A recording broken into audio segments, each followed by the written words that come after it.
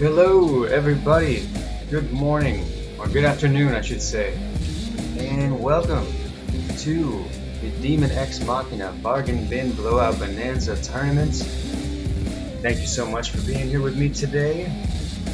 We are about to get started. Let me just finish setting up a few things, and we'll get underway. What I'm going to try to do is ping everyone in the tournament channel and try to get everyone aware that we are getting started.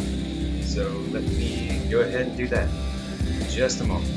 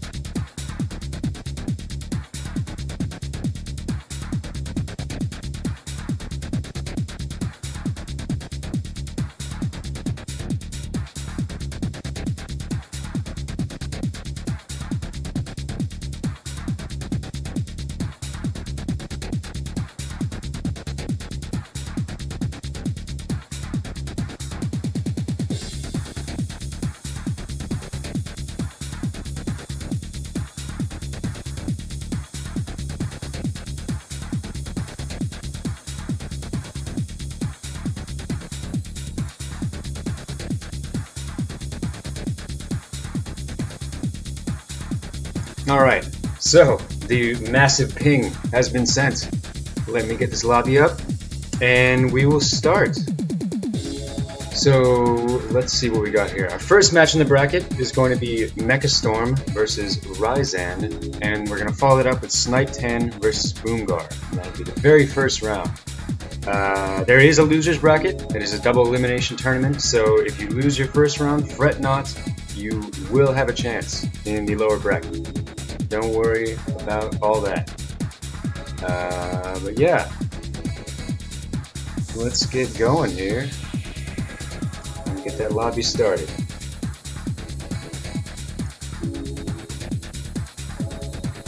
Yo, what up, Mr. Nev? What up, you? What up, Ray Shadow? Hello, everyone in chat. Thank you all for being here. Oh yeah, let me post. Let me do a quick little Twitter action to get this thing going.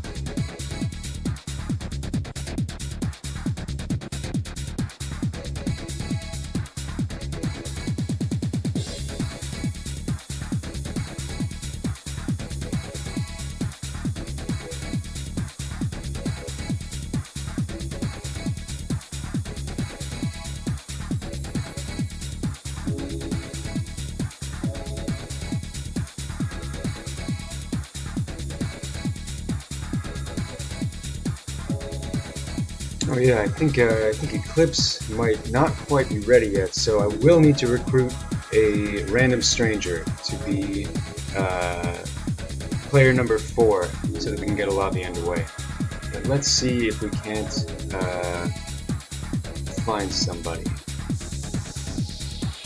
One sec.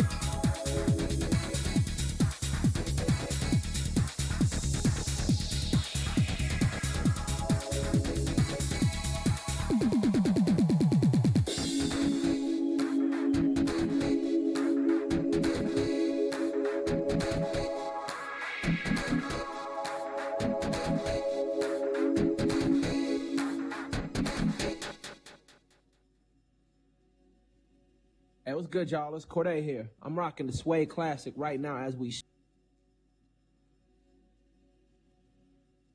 Oh my god, I thought this was a safe track, and then I get hit with the ad. Damn. Why YouTube gotta do me like that? Well, that's okay. No worry. Okay, Puku, thank you very much for stepping in. You are gonna be cameraman number 2. And alright, so cool. We are just about ready to go.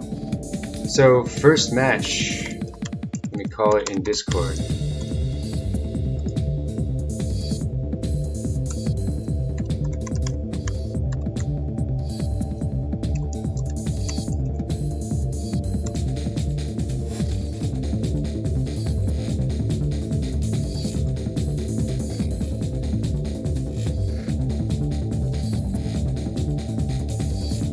By the way, guys, the level's okay. Is the music too loud? Is the audio, is the voice too quiet? Let me know. If it sounds weird, I will be happy to adjust. So right now, we're about to get started, calling the very first match, which once again will be Mecha Storm versus Ryzan. But I'm not sure if Mecha Storm is present at this time. Oh, never mind. Wait. Ah, no, not quite. It would be Cosmolon, but that's good. BGM too loud? Okay, that's a good call. Oh yeah, wow. It's super max. Thank you, Reggie, for the spot check there.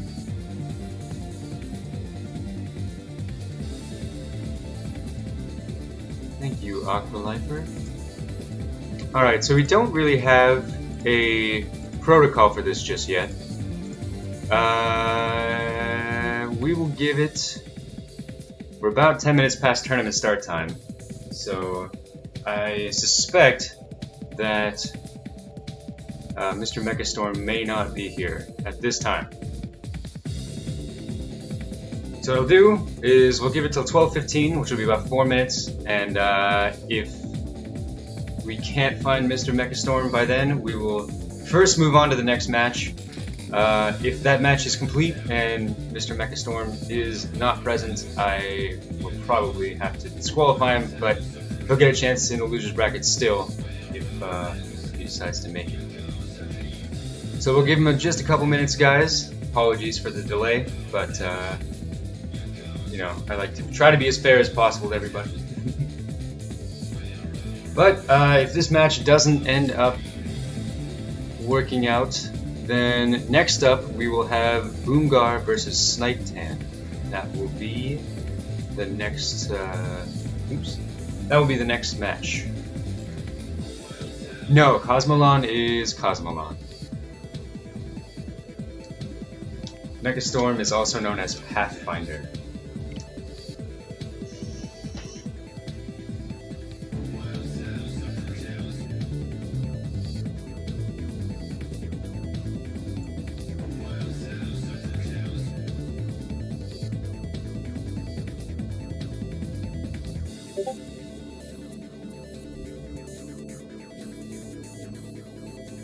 Oh, whoops. Andy's right. Pathfinder was the league team. That is not his name. My bad. My bad, my bad.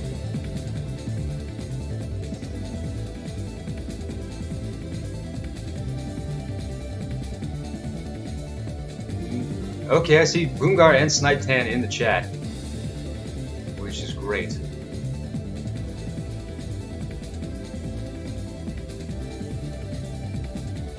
Ooh. Man, this is exciting. Exciting stuff, folks. Exciting stuff.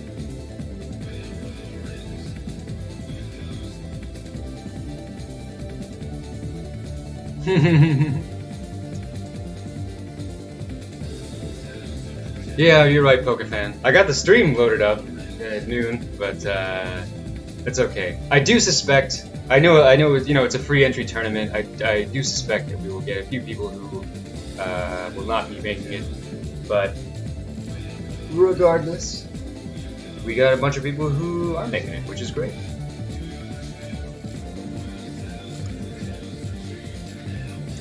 Thank you, Nathan, for getting that.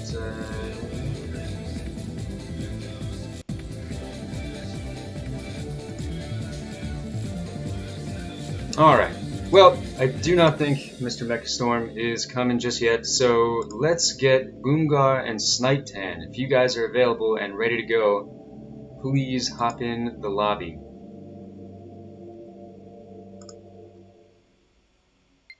We will get it going. Okay, cool. I think this is Snipe Tan. If I'm not mistaken, and then this ad is just going to be the absolute death of me. Alright. We're turning that off. We'll turn it on this channel.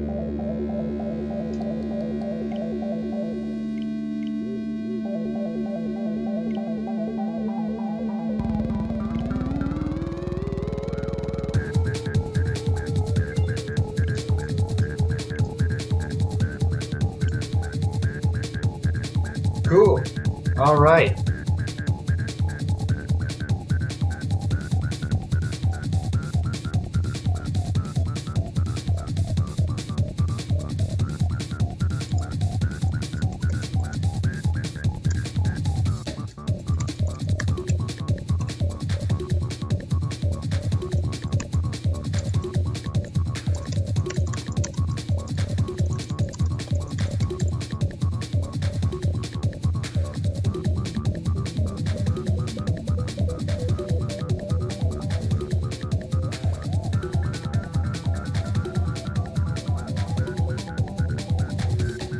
Alright, we got Snipe Tan in the lobby. Welcome, Snipe Tan. How are you? See you. And then we will have Boomgar hopping on whenever he's ready.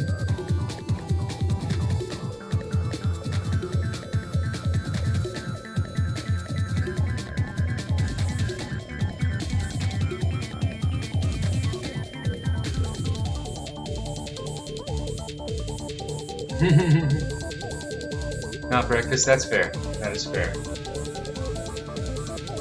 Cool. Alright, we have our very first contestant. We have Snipe Tan joining the fray. Wow, pretty sweet looking robot we got here.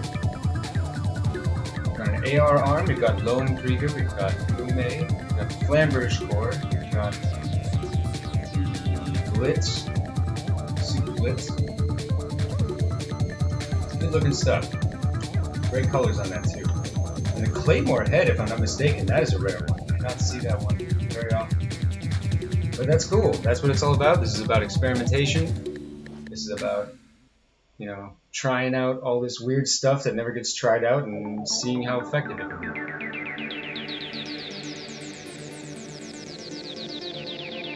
Let's see what we got here going.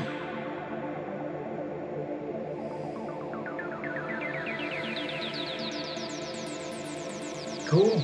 It's definitely all within the rules. Everything looks good here. Everything's looking pretty great. Love it. Love to see it. Stiletto arm. Yeah, we have some very rare parts on this piece.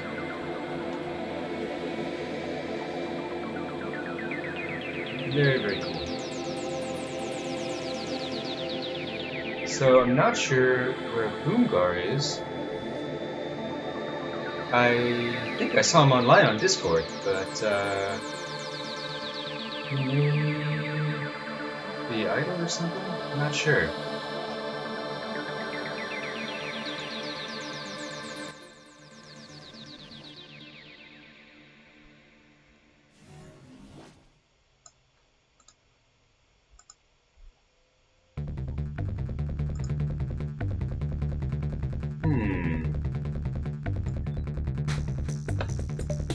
Oh, there he is. Alright, the man himself.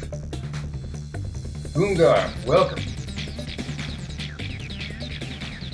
Alright, ladies and gentlemen, we have our first two contestants.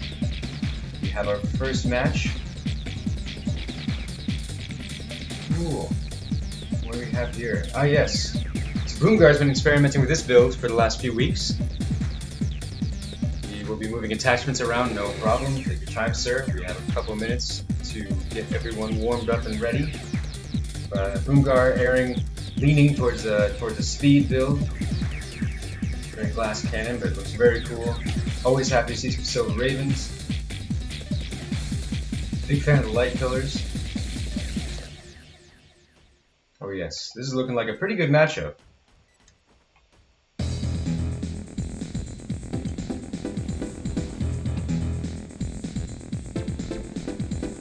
Got a lot of sustained fire weapons. Probably going to be a lot of bursting back and forth with bullets. Lots of bullets. And lasers. Got it all.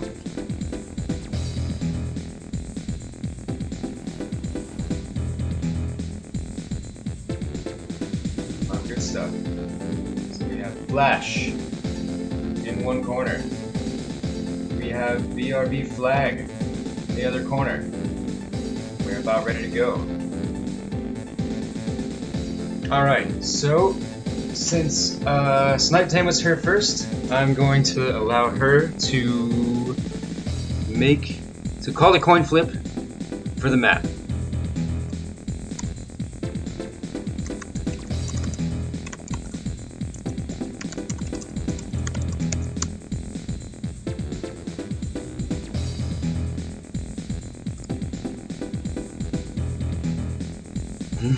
Bullets, guns, lasers, butts. Man. What don't we have?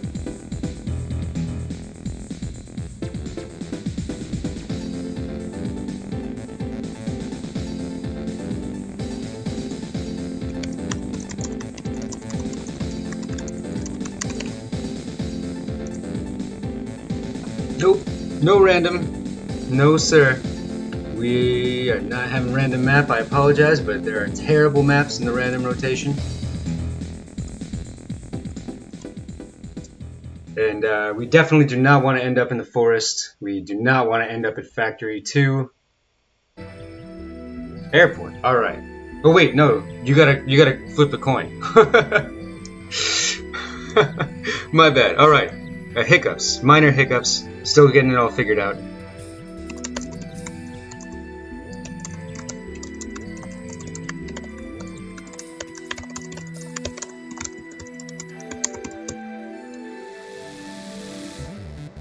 Oh yes, we got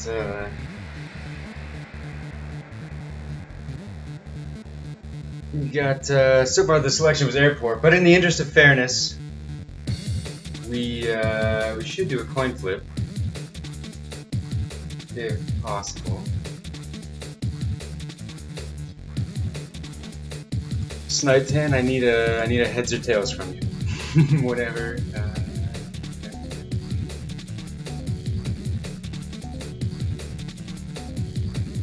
Les Boomgar's down for airport on match 1, that's cool. Oh yeah, don't worry, sorry. I know that Boomgar was still switching some stuff around, so I wanted to wait till he was confirmed. Finished with that before we got a good look.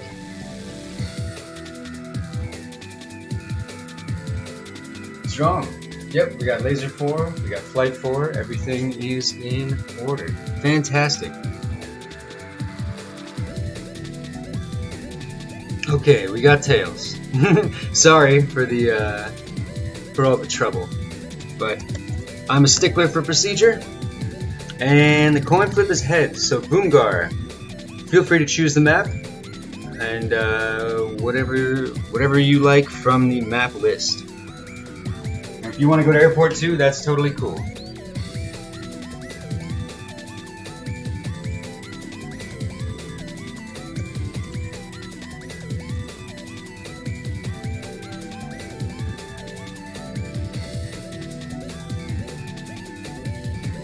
I have a feeling Boomgar's probably going to go with airport too.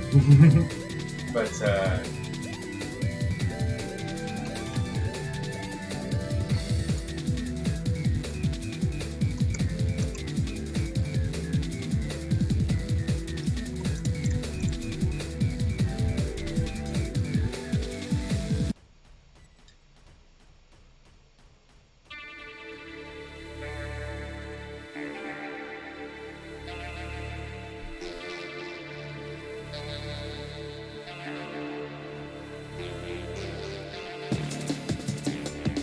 Well, trying to stick with the process, but it sounds like maybe it would be best to expedite it a little bit,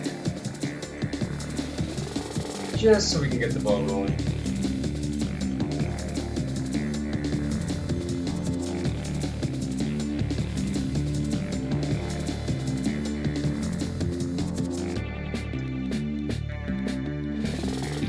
Or maybe not. Sorry.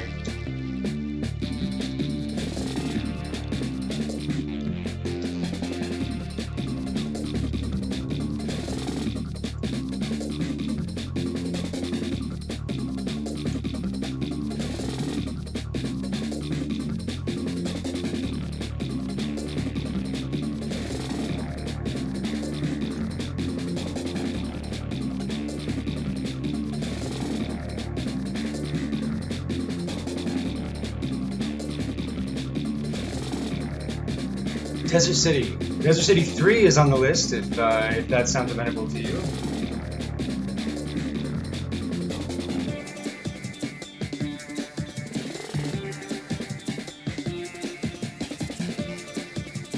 Yo, what's up, Uncle Jonah? What's up, everyone in chat, by the way? Hello. Hi, everyone. That's Desert City. Does that mean Desert City 3? Is that the one we're looking for?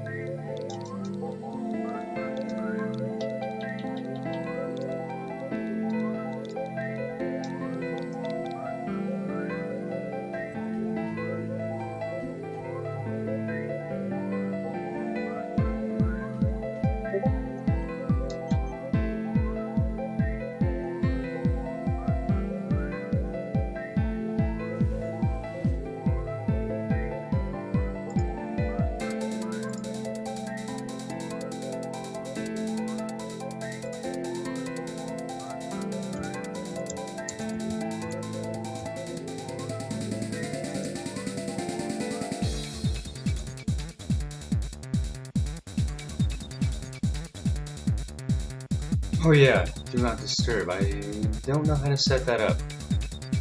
Never done that before. Oh, here we go. Okay, great. Awesome, awesome, awesome. So if we're ready to go, we are ready to go. Excellent. Okay guys, match number 1. Bargain Bin Blowout Bonanza. Let's get it. It's gonna be Boongar versus Snipe-Tan.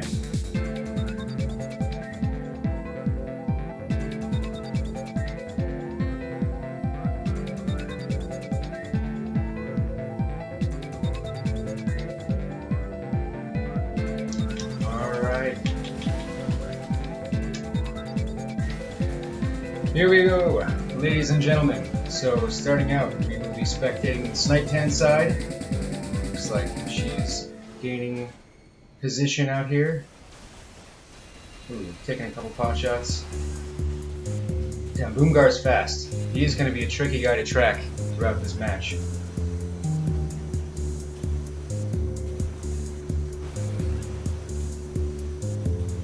Got some...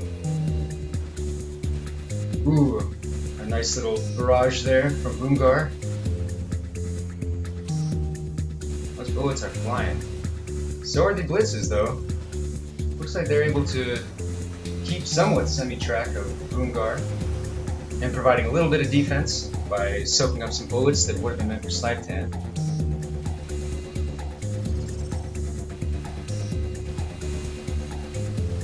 That was a violent exchange. I'm not sure who got the better of it.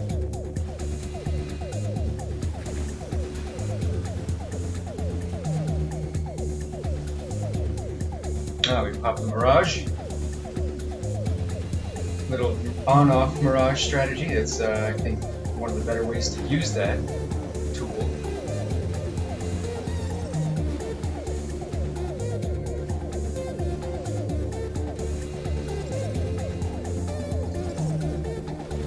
Ooh, no. That was a... Oh, no. Damn.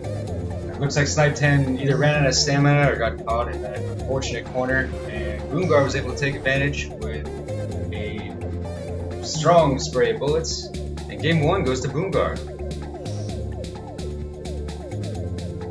GG, folks. Not bad. Looks like Boomgar did run away with that one there. But that's okay, it's round 1. These things happen. It's early. Everyone's getting their bearings here. A great game.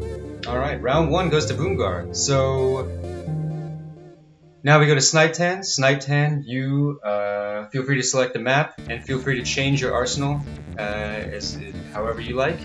Boomgar must maintain his arsenal composition since he is the winner. But very well done. Awesome first match. Oh yeah, those Silver Ravens, man, if you get stuck, they can really tear you apart, and that we saw evidence of that last night. I mean, last fight, rather.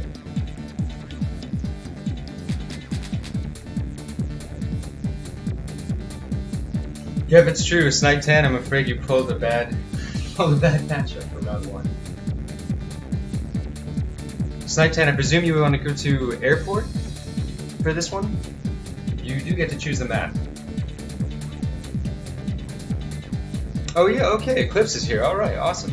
Yeah, Puku, if you wouldn't mind staying till the end of this round, and then afterwards we'll hop out and we'll try to get Eclipse in. Good day, Eclipse. How you doing, man? Welcome. Welcome to the tournament.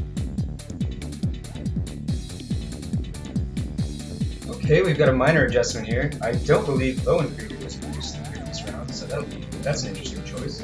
That's a pretty cool choice, actually. One of the highest homing in the game. Usually it has trouble dealing damage.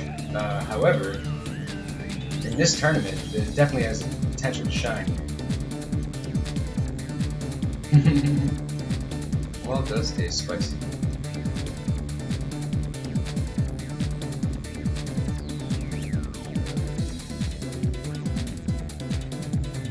Alright, going airport. Looks like we're all prepped and ready to go.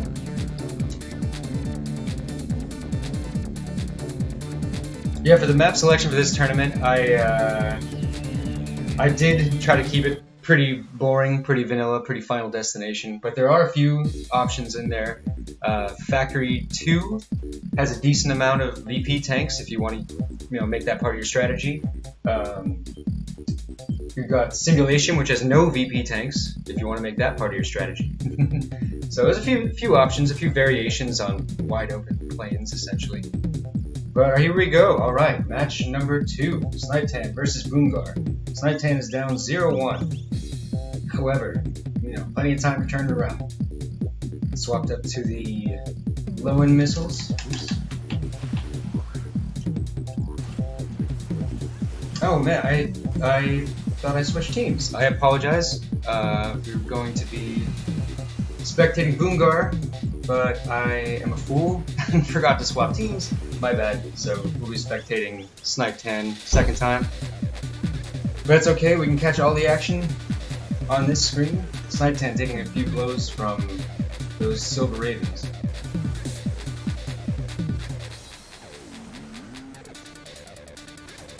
Oh no. Got caught with wing shift up, so I'm sure that was gonna be a little bit of damage there. Oh no, it wasn't the stamina out, but it looks like Snipe 10 did get caught on the ground.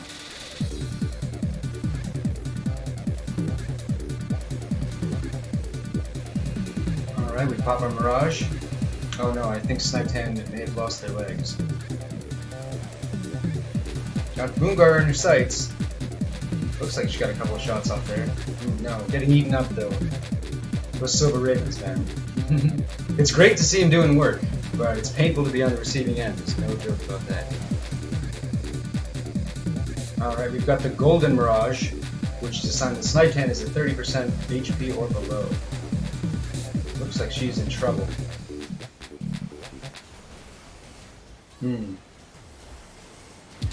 Boomgar rushing down with those Silver Ravens. He is doing some dangerous work there.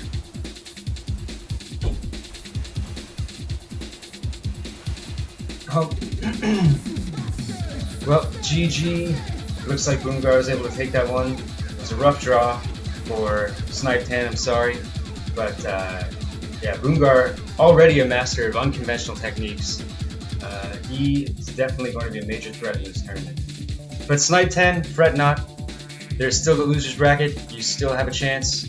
Come back to work your way up. It won't be easy, but it will be possible. Wow, great games. Good first set. Unfortunately, it definitely was heavy Boongar's favor, but Snipe 10 still has another chance. The day is not over yet.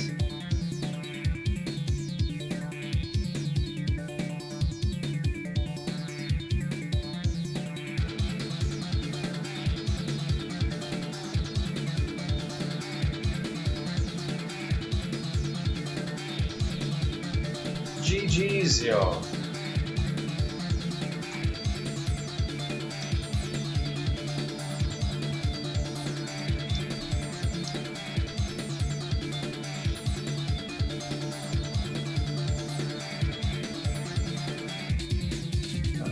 Peace, Fuku. Peace, Snipe 10. Thank you guys very much for coming. Fuku, I really appreciate you stepping in and being our fourth. That is awesome.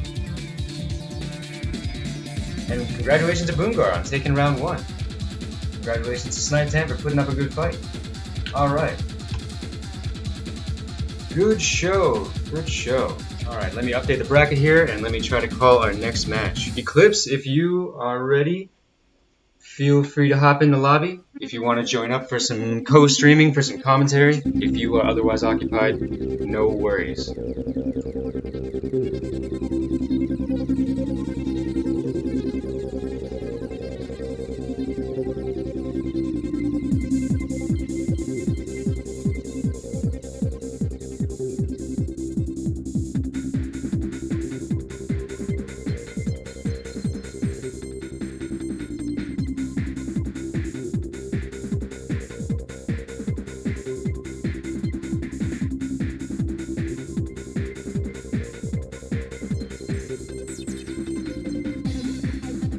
Alright, so I'm going to try to call for Mecha Storm one more time for a couple minutes, and if we can't get him, then I am going to have to DQ him at least once. He still has a chance if he is able to make it before the losers bracket starts. He can still make his way through losers.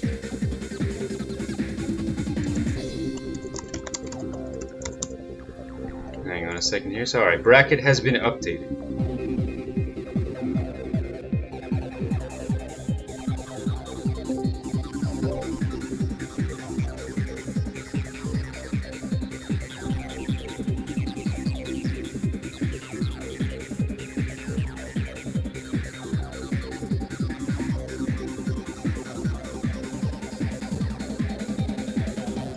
Yo, I wonder if Eclipse can hear me. I joined it with his call. The Discord call. I'm not sure if he is ready. Either the music's too loud and I can't hear him. You hear me? Oh, hey, what's up? I hear you. Oh, my bad. Yo. I think my music was too loud. Let me adjust my levels here. Hello? Yo, what up? Alright, sweet. Good morning, sir. How you doing? Good afternoon, I should say. What's up, bro? How you doing, man? I'm good, thank you. Just trying to get this, trying to get these brackets rolling. How many did I miss, dude? Just one. That was the very first match. Okay, I don't feel that bad then, but still. I was here, I was getting ready, I was waiting, and then I just, in the middle of playing Valheim and juggling Pokemon Go, and I just was late. It's all good. It's distractions, man. They're out there. That is how it goes. No big deal. Alright, so I think our other round 1 match is not going down. Mechastorm is not here, so I'm going to move Ryzen along into the next stage. Mechastorm, I apologize, but if you are present later today,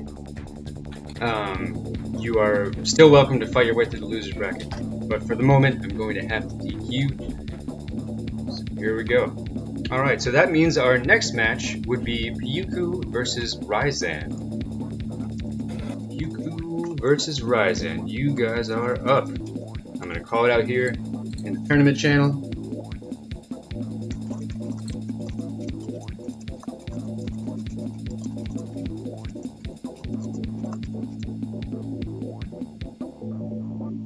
Alright, sick.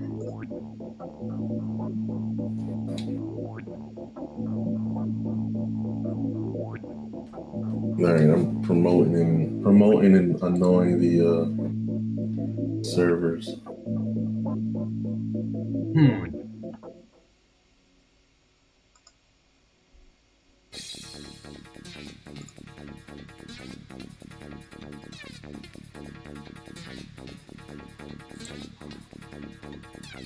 Yeah, baby. We got this tournament going on. Alright, Pyuku and Ryzen are both here. They're both ready to go from the sounds of it. We got Pyuku in the lobby. So we are going to... So Pyuku's going to get to call the coin flip. So we're just going to go by... It's fair enough.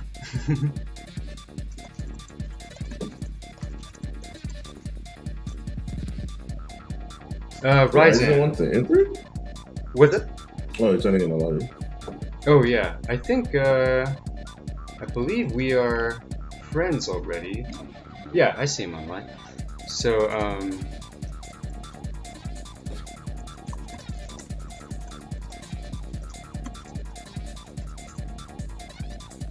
Pyuke's going with a melee build? Ooh, this might be interesting.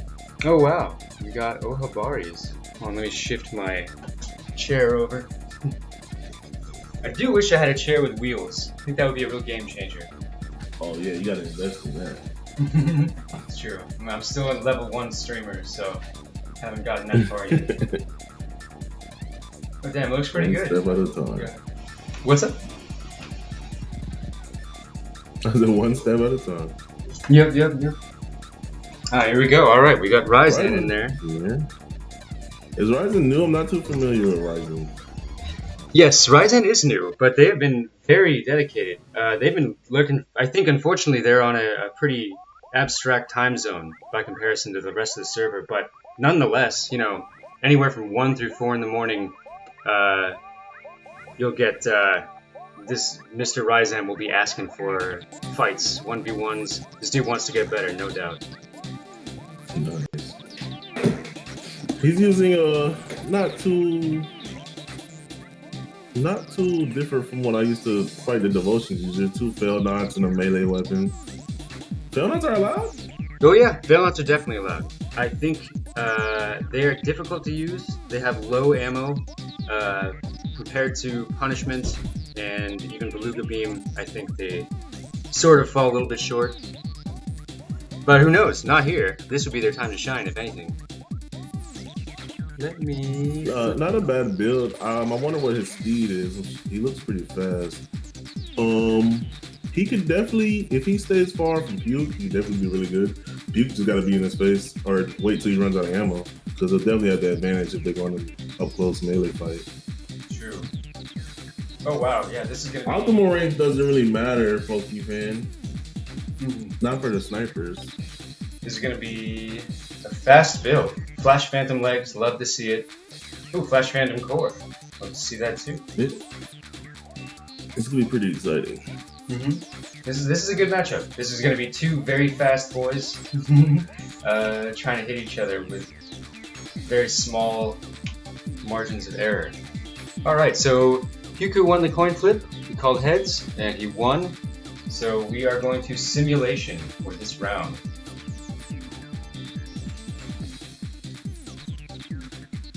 Cool. Alright guys, whenever you are ready, feel free get started. I am streaming, so you guys will. We don't. Well, I still think we should switch every match, but Oh, I yeah. am streaming. So if you guys want to switch and see the other side, y'all can hit my stream. I'm not going to be promoting my like yours. This is Disorder's tournament.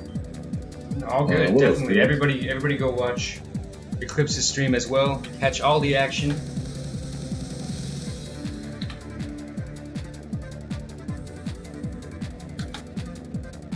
And yeah, I definitely think it's a good idea to switch perspectives every tournament, if I can, or every round, if I can remember, because I failed to do so in round 1. But all right, here we go, folks. We have Ryuku on one side, Ryzen on the other. I believe this is Ryzen's first tournament. What's it? Oh, this is dope. He's looking pretty good in terms of his shift switching. He's going from wing shift to assault shift pretty frequently already off the bat. That's a good sign. Oh, that is a good sign. And actually, it can be kind of tough to use assault shift, but this is the place to do it, because those fail knots are going to have very low ammo. So you really want to maximize damage on every shot you can land. And it should pay off. Since Puke's using a light build, he's really got to be careful with those hits. That's true. He should be fine though, as long as he keeps speed. He can actually play pretty patiently if he wants. I don't know who has the speed advantage. That's really gonna matter here. Yeah, I would suspect that Ryuku has the speed advantage, but then again, I believe he's using the Flamberge core, which may not be keeping up too well with Flash Phantom. All right, we got Mirages flying. Ryuku's playing pretty smart. He's keeping that pillar between him and the opponent pretty much at all times, which is exactly what you want to do as a melee player versus someone with guns. Yep, very smart play. Just wait for the opportunity, wait for him. Ryzen's being pretty smart on his ammo, conserving it. Good. He knows he'll always have that advantage as long as he has the guns. True. Yeah, the onus definitely comes down to just melee. Gotta know. If Puke looks like he's starting to get a little aggressive. He might have taken a shot or two. Difficult to tell as a spectator, but as a melee player, you know that when you get touched by one bullet, you are losing until you hit them. So that's a lot of pressure.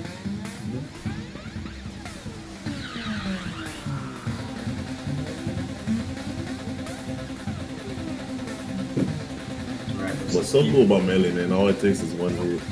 Yep, absolutely. It's the dynamic. If you get that one hit, then you're winning for most of the match. Yeah, you're back in the game. So Ryuku's trying to chase him down.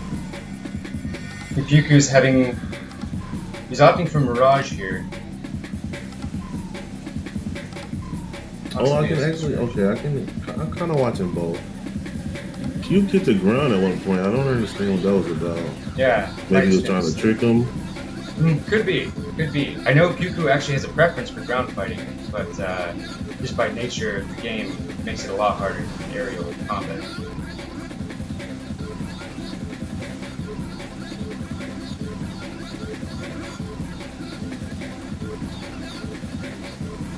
And Mirage taking a couple long-range pot shots. Ryuku's got the assault shift up, so if he manages to land one of those blades, it is certainly going to hurt. I think Ryzen got hit. I'm not entirely sure, but his Arsenal did like a little shake, like he got hit, but I wasn't too sure. Oh, hard to tell. I did see a hit on Ryuku's end, but it could have been a Mirage. That Mirage definitely could have got in there, which would mean that this strategy by Ryuku is paying off. If so, Mirage. If you're gonna spam Mirage, the best time to do it is when you're melee, pure melee builds. I feel like that's the best way to do it. Like. Because they're kind of weird when it comes to guns, but they seem to be really good at melee builds. Yeah, it's true. They're very aggressive with melee. I mean, because they have no health bar, so they can take as much damage as they want as long as they get in. It's a good return. Well, they do have a health bar. Let me correct myself, but it is not very important. All right, looks like we're coming down to the wire here. We've got 35 seconds on the clock. 30 seconds.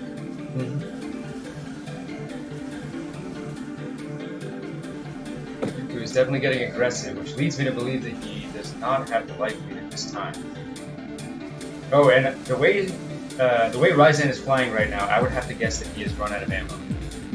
It looks like he is No, he's still shooting. Oh, really? Okay, my mistake. Yeah. It looked like he was in full evasion mode. He was very conservative with his shots. I don't know if this was a strategy the whole time. Maybe because he knew he had advantage, he was gonna play for the clock.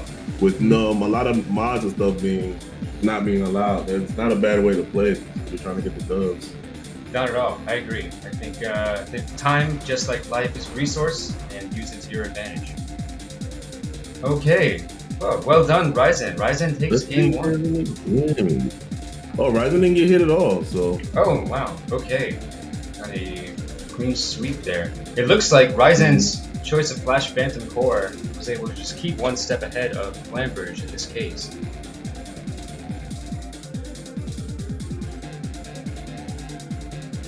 Oh, I apologize, guys, if I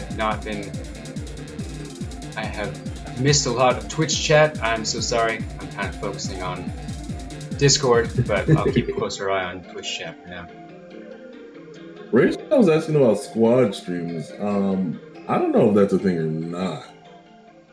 If there was a way to put both of our streams on one thing, that'd be lit. But I think there's multi-Twitch. I think if you do multi-twitch.tv, you can just select multiple channels to be live at the same time. What? So yeah, everyone check out that multi-Twitch. I'm still new to the game too, I guess. Because I don't know nothing about that. Alright, so to recap, Ryzen took game 1. Looks like he was able to keep one step ahead of Yuku in that matchup, but Yuku, you have the option to change your build, make any modifications that you so desire, and you can select a different map. Yeah, well done, Ryzen, game 1.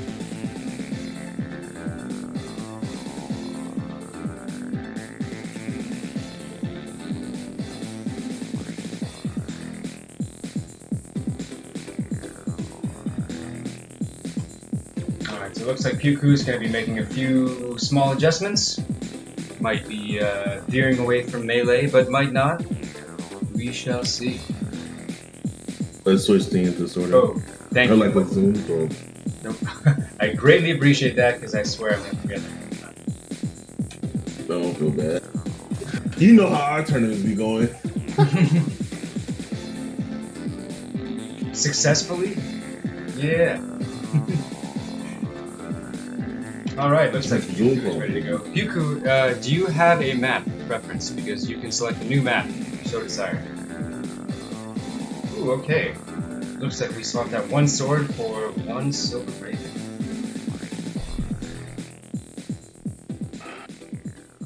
Ooh, and a reserve magazine. So going all in on that raven. That raven is going to be firing like a madman. Pyuku's readied up, but I just would like to confirm that he wants to keep the same map.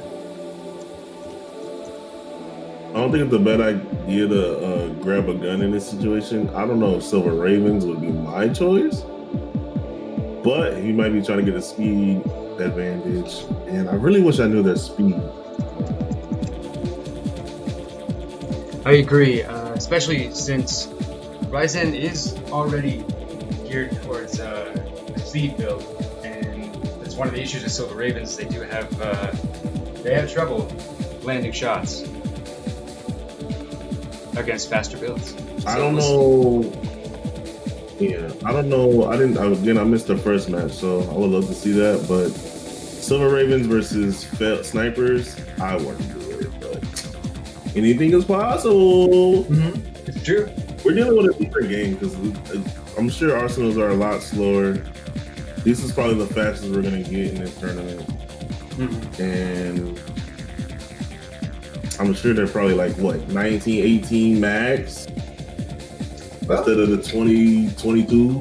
Yeah, that's probably true. It's probably closer to the 1920 range. There were a few. I think Boomgar's guy is pretty quick. Snipetan's guy seems to be pretty quick, although those guns are probably weighing down pretty heavily. All right, I think Puku wants to stick with the same map, if I'm not mistaken.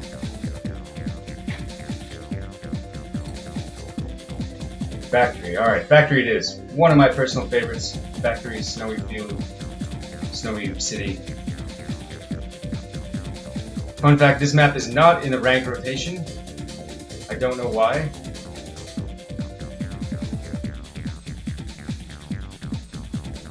Ah shit! It's supposed to be Factory 2 in the list, not Factory 1. My bad, guys. I updated everything except the original post. All right.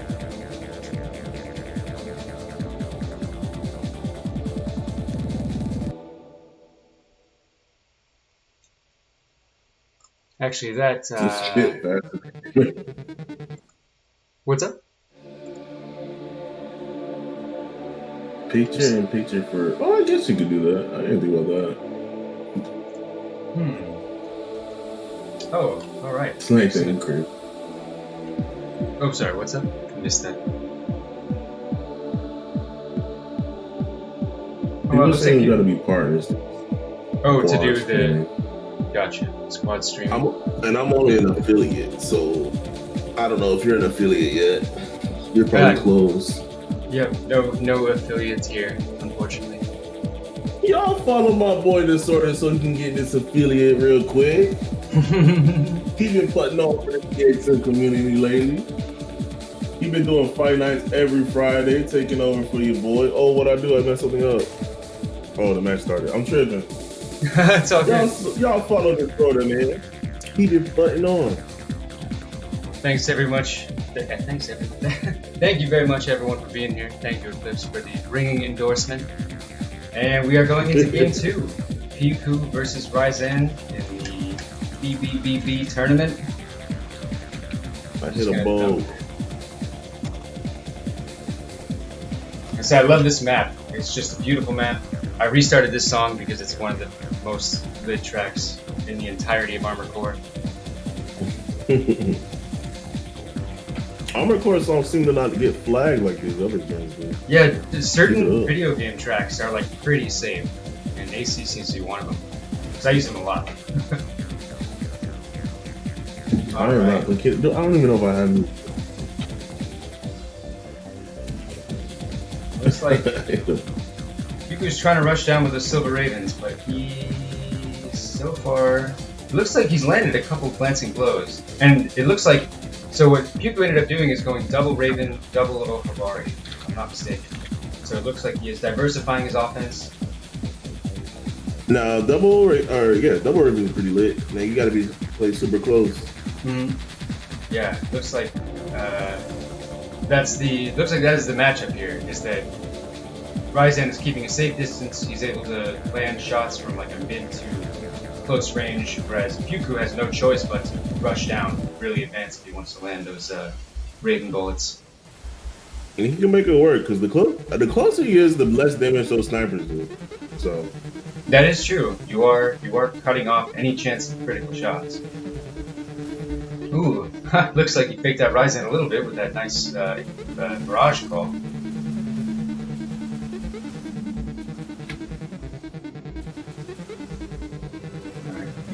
Looking to gain footing. Ryzen is he's not flying around too crazily. He's kind of maintaining a stationary position and taking shots from there.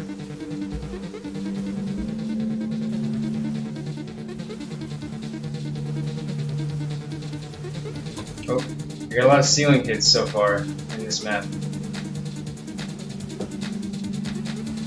Sing it for us.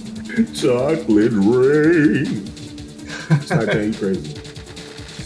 Snipetan, we missed you. I be seeing you online, but you don't be at fight nights or nothing. Oh, it's great to see Snipetan join. I think Snipetan's been in every tournament as far as I know.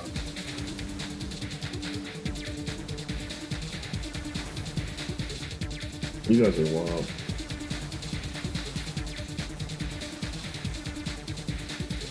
Ice cream shop. Ice cream shop track does kind of slap. I'm not gonna Oh yeah, I love that song. Pew Pew through his guns. He's going straight melee.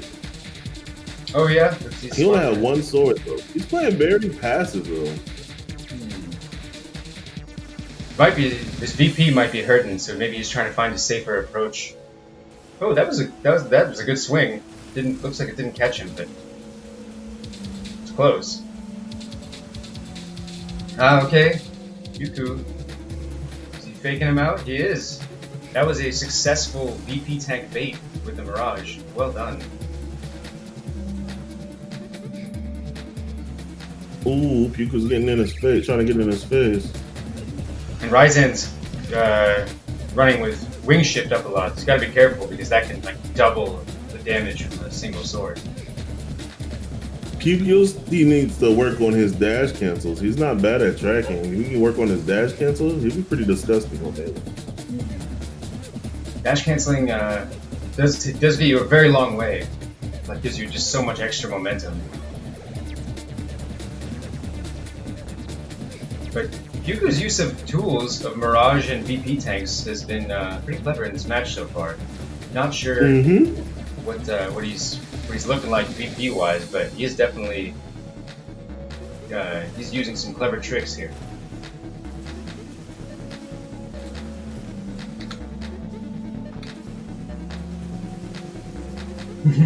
Ryzen looks a little bit bamboozled. He's trying to figure out which is the real Yuku.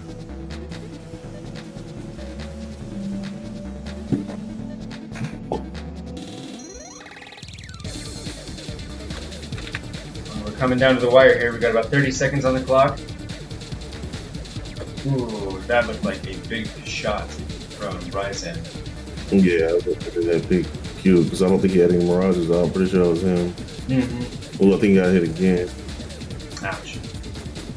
Well, that's what happens when the clock starts ticking down. You gotta take all your shots. I feel like Ryzen's gonna be a tough competitor. I think he has a pretty solid build. Yeah. Nice. Very nice. GG.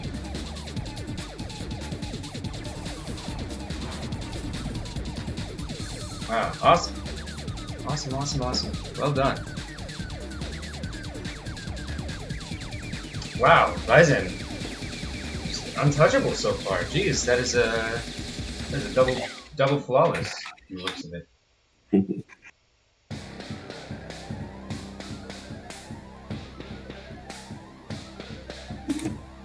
Well, congratulations to Ryzen on winning that round. Debut performance, not bad at all. This is his very first tournament, if I'm not mistaken. And damn, putting on a great show. Well done. And Puku fought valiantly, made the best use of a map we've seen so far. Definitely really aware of his surroundings and using them to his advantage.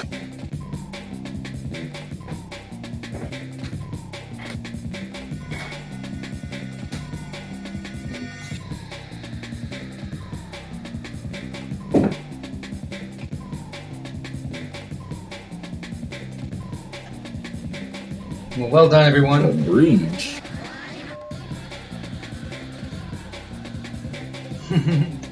No, Puku. I would say valiant. I would say you have made more use of any of all maps so far. Both of your map selections were actually quite pointy. When you chose simulation, you used the spire to just be the complete buffer between you, the melee player, and the opponent, who is the sniper wielder. And in the second round, you got a lot of clever Mirage tricks with VP tanks. It was good stuff. Play alright. Congratulations to Ryzen for moving on to the next round. And Puku, you still have a shot in the loser's bracket. It is not over yet. I would use this time to see what you can switch up and try to give Ryzen a better fight, just in case you come across him again. Alright, next up, we are going to have Raid Shadow and Verse, but I don't know if Verse is here today. I think his attendance was already tentative, like he wasn't sure if he was going to be able to make it. but I'm gonna call him anyway. Let's see. Ray Shadow said he's here. Yeah, awesome. Ray Shadow was going hard in Fight Night last night, and actually in for the last 2 weeks, Ray Shadow's been competing quite a lot. Sleep is overrated. Man, don't I know it? Sleep sucks.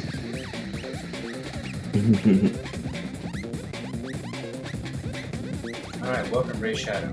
Now Ray Shadow, I have a feeling that I'll probably be kicking you out soon, but we will give Verse, we'll allow him 5 minutes to make himself known, and if he does, we can get this match going, but if not, we will probably move on to the next one.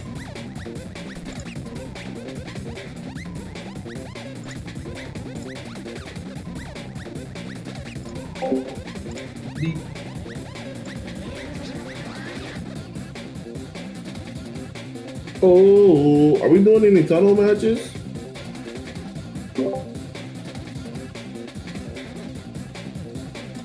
Just Sorry. wondering. Now, Piku asked for I'm not tunnels, fighting. but yeah, I was trying to keep the maps like particularly generic. So, apologies. The selection is a little bit boring, but it's kind of by design. I think we done enough for tunnels. It's cool. We'll definitely go back. We will go back to tunnels. Oh wow. Yeah, it's not going there. Oh yeah, Ray Shadow was having some decent success at Fight Night last night with this build. Hermes Melee. It was surprisingly effective. Hermes. Oh yeah, I could see this working. I suck with Hermes, but I could definitely see this working. Nah, same exact boat. Star Pillar for ammo? Or Light Pillar, whatever it's called. I'll call it Star Pillar. I could see this working. Yeah, I agree. Last night he was definitely doing work. He was landing hits. Which is cool. Same boat. I am awful with Hermes, but I think with practice you can actually make something effective out of it. Yeah, I mean Mara used to use it. Mm-hmm. Yeah, Mara's one of the greatest players we've got. Mm-hmm. I don't know about those Blitz, but a Blitz could probably be actually really good here too, just because there's way less damage and way less speed. A lot of things should be more viable in this tournament, so it's gonna be cool to see.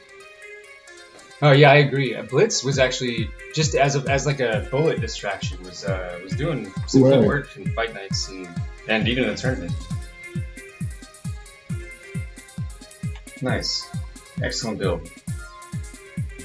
So far, all the builds have looked really cool. We've seen tons of different weapons, we've seen tons of different parts, and it's only been 2 matches.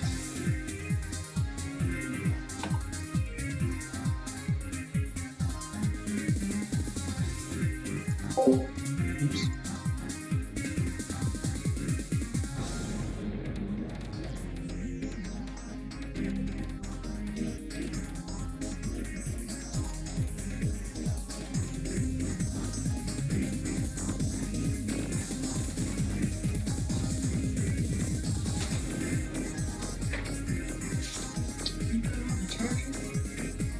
Only one? I didn't know what that one was.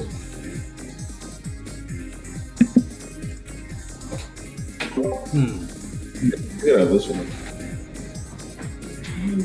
Gotcha. I don't know what's that either then. Maybe it's in the bed somewhere. I'll find it.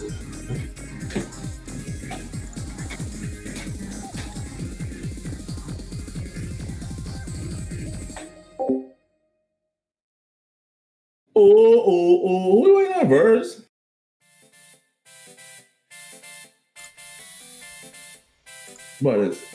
About to add him on Twitter. It's cool. All right, Ricky, hey, bro. All right, well, that is our 5-minute mark. I think we're probably, unfortunately, going to have to send Verse to the losers bracket. Again, if he does, he ends up hanging around later today, he is more than welcome to work his way back up. But for now, we are going to move Ray Shadow along to the next phase. I'm gonna add him on Twitter just in case. Cool. Maybe he can make his losers. Alright, so Ray Shadow, I'm going to boot you out for now, if you don't mind. Thank you very much, though, for being present and on time. I do appreciate that. Alright, thank you. So we are going to get our next match, which is going to be Psycho Mewtwo versus Pridex. Alright.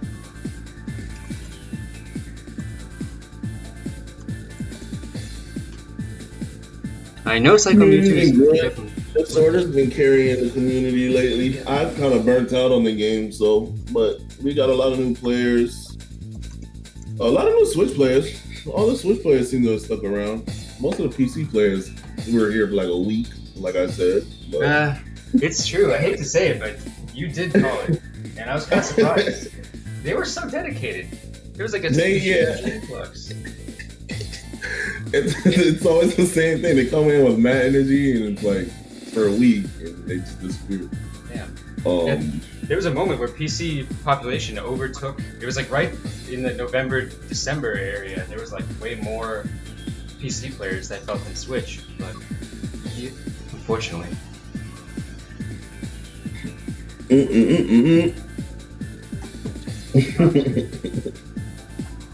So Psycho Mewtwo is here. However, I don't believe Pridex is here at the moment. Pridex, I think, is in Europe or something. So his time is. He usually has a way different time zone. He's in a way different time zone. That's all I know. I don't know where he's at, but he was asking about it. He has an issue in time. Oh yeah. You're right, it must be a weird zone. I think he was asking about it last night, in fact. Oh, versus here. Versus here, I added him on Twitter.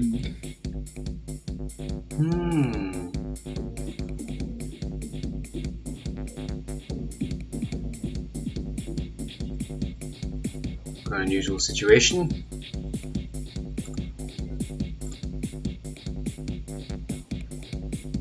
Well, I don't think Pridex is here either way. But Verse, are you able to play?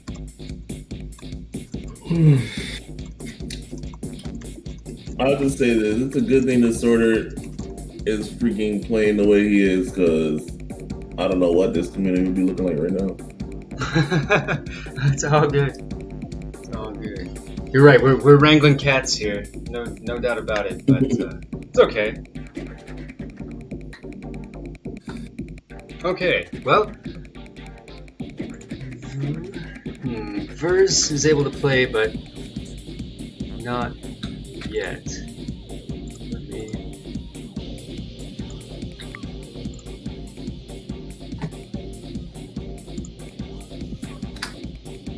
Okay, well, Verse says he needs another half hour or so. So, that's okay. What we'll do is we have several other round 2 matches to run. And Pridex also looks like he is not present. So, we'll skip the Ray Shadow Verse match for now, and the Pridex Psycho Mewtwo match for now, and we will move to the next match, which would be Reginald versus Tunin.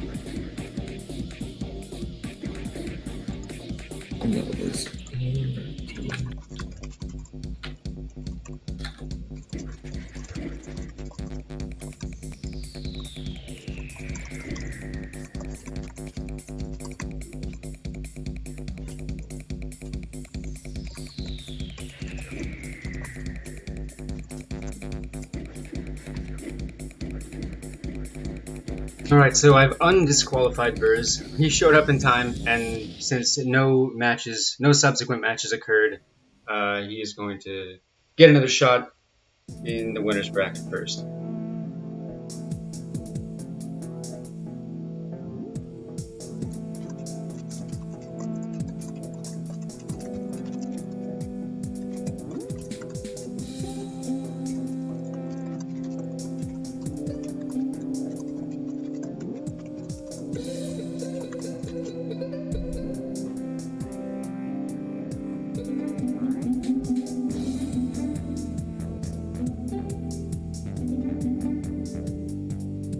That's pretty lit.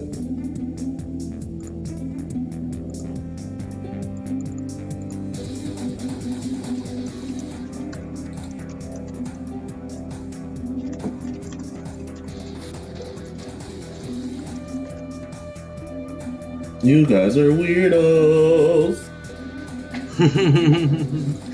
We do have a strange, lovable community. Good weirdos. They're the good weirdos.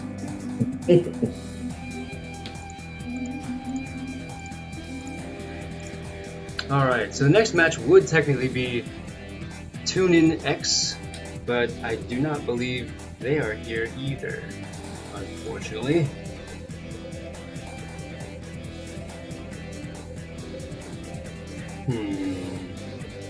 Let's see about moving along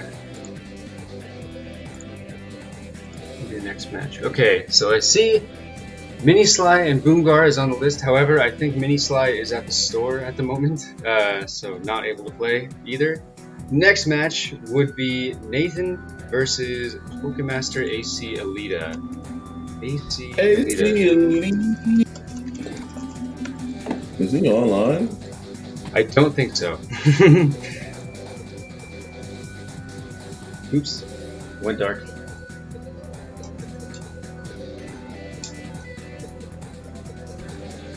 We dancing.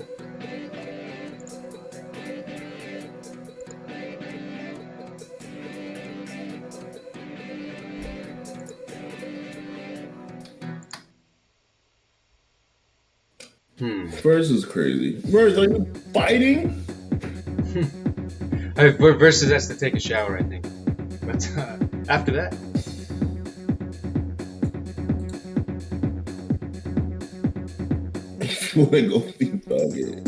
Oh wow, Alita. Okay, damn, Alita is here and hopped in, snuck in. All right. So it looks like our next match will be Nathan versus AC Alita.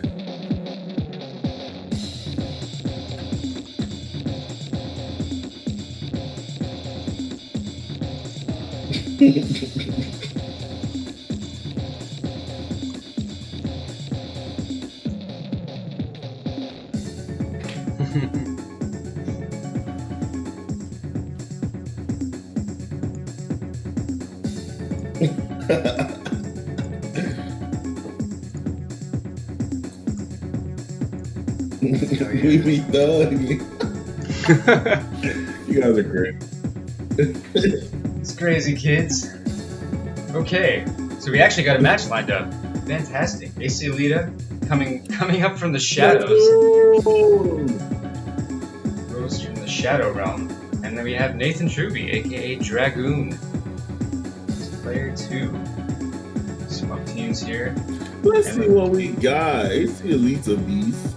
Ooh, I see a Salvation Ray. That's one of my picks for the superstars of this tournament. Salvation Ray, I think, is going to be a very, very strong contender. Actually, I like this build a lot. I like AC Elite's build. I don't think I've ever seen him use melee though, so I don't know if it's good, but I like that. No, I'm not gonna lie, Dragoon's build is pretty clean too. Check it out. It looks like AC is spec'd for heavy laser defense on his attachments, but I think that's because he's using the longsword equipment, which is like bullet defense only. Let's see what we got here. I think people sleep on the Musu helmet, and I actually will use it on some of my sniper builds, and it's pretty good even without sight magnifiers. Like, I think it has potential. The biggest downside is the very light defense. Like the PP and the defense is very small. However, this tournament it might have potential to go pretty far. I think that's a cool pick. I'm excited to see how these builds work. Gotcha. Let me see. If AC is here, he gets to call the coin flip, but I don't think he's online in Discord. And so if I can't get in touch with him... Oh yeah, okay. Here he is. Never mind. This man is a ninja. I don't know where he came from. But since he was first to arrive, he's going to call the coin flip. And then we will select our map. So he calls heads, flipping it is tails. So, Nathan, you get to choose your map.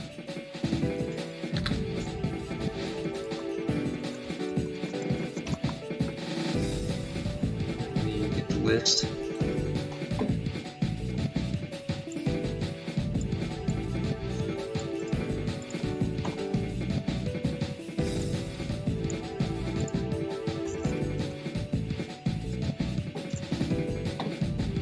Awesome.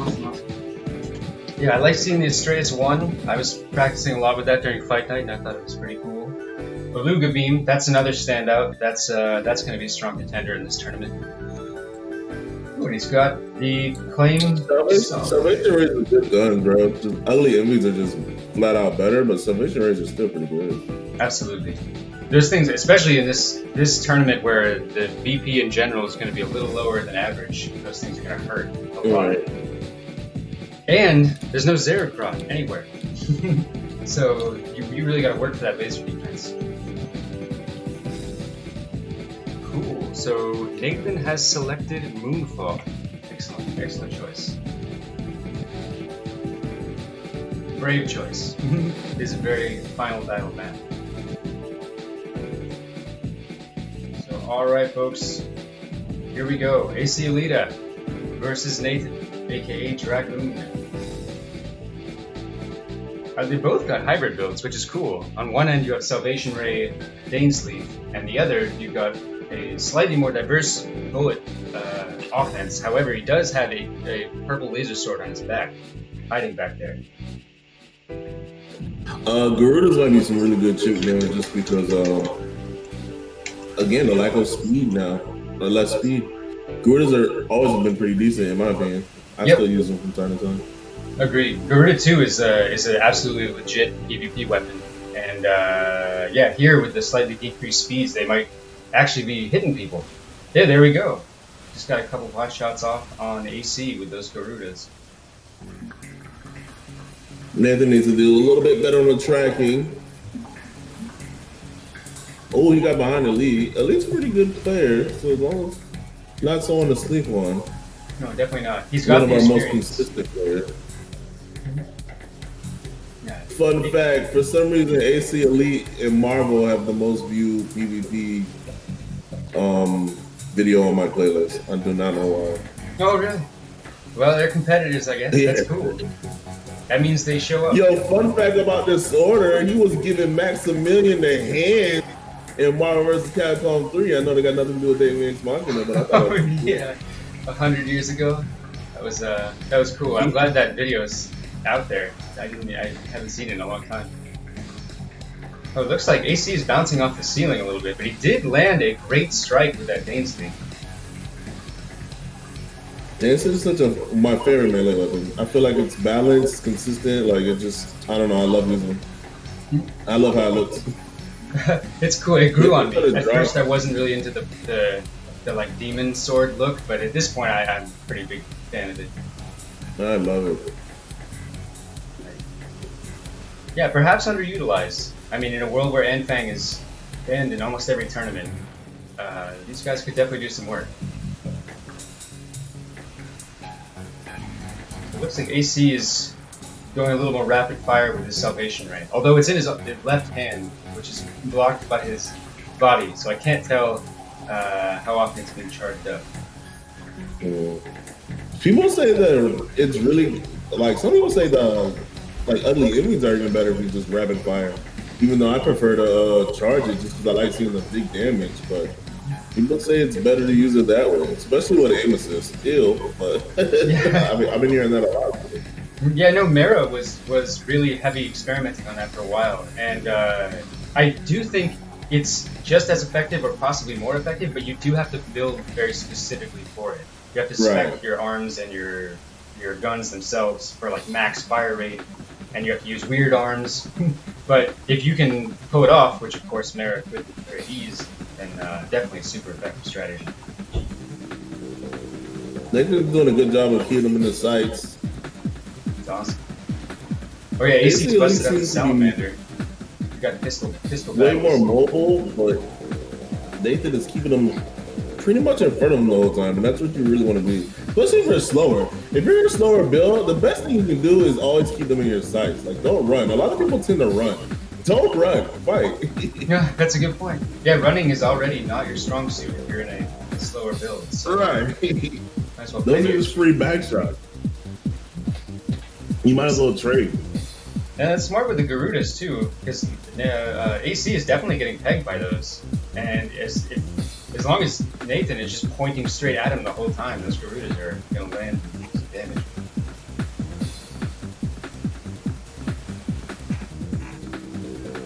Damn, I love seeing the salamander. It's a rare day when we see it, but it's. I love salamanders. I should use them more. It looks so good. They do look really cool too. All the pistols look really cool. Yeah. This looks so good and got so screwed. This is a very even fight so far. I really can't tell who's winning, but it looks like both players are landing some pretty good shots. Yeah, no, neither of them seems to be in the red. This stage is pretty cool. This is like a final fight stage, final boss. Yeah, true. This is our final destination. This was the final destination in the Brion tournament. All match 3s mandatory had to be fought at Moonfall. Ooh, looks like AC took a couple of shots and his legs might have gone. But we're coming down to the wire here. 20 seconds to go. I'm pretty sure Dragoon got some damage on him too. I'm not sure if any of his parts are damaged, but I know he's taking some hits. Nice. But he's not in the red though. Yeah, I neither is won't be AC. surprised if he's like a little bit faster. One time. That's a tough call. This might be close. I wonder if it's close. Oh, Very curious. Oh wow! And Dragoon takes Nathan it down. won. 70%. Oh wow! Yeah, so Good shit, Dragoon. he was really landing some hits there. Between the Beluga Beam and the Garuda. I wonder if he got any sword swipes off. But yeah, that's great fight. Well done, guys. Yeah, good fight. Nathan's a weirdo because I feel like he's always been there in the DXM Discord, but I've read like he just started showing up to fight nights. Yeah, I feel the same way. I've seen him around, but only recently did he start participating in the assisted battles. I do wish DXM had knuckle weapons. Oh, I'm sorry. What was that? I was distracted. Snipe Tan was saying she wishes DXM had knuckle weapons. Oh man, if only. That would be just too sick.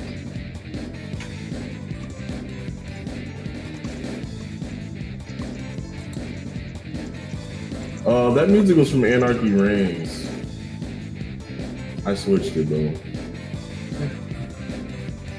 Anarchy Reigns kind of, I guess they get settings not too unlike Daemon X Machinas.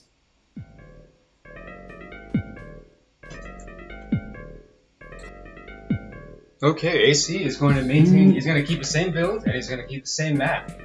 This dude is ready to. Oh wait, let's switch. Let's switch teams. Oops. Oh, I forgot to. Nah, all good. Between the two of us, one of us is going to remember. If I was Ace, I don't know what I would do if I was AC Elite. I'd probably try to get more aggressive. Yeah, he did have. I mean, he does have the sword in his main hand, so that's. I think he could make a lot of use of that as a damage source. It'd be. I definitely want to try to be in a firefight with Nathan. So yeah, I'd probably try to be up close personal. Muramasa legs. Yeah, that is very So brave. you don't got muscle that. legs. I'll try to just outspeed him, get some hits. Try not to be in front of him, even if you're on you really can't be in front of him. I don't know what his helmet or his sight size look like, but he definitely has the not the whole screen, but probably a good size. Yeah, probably He decent. definitely outrageous you. Yeah, it definitely has the range advantage. That might be what is keeping him out, is just keeping him at arm's length. Garuda and Beluga Beam might have just been more damage output than AC was able to claw back from. Yeah, not the whole thing, but enough. Alright, here we go. We have game 2. AC Alita versus the Dragoon, aka Nathan. Dragoon coming off a win in game 1. AC Alita choosing to keep his arsenal the same, keep the same map, and just heading right back into it. So I respect that bravery. Alright.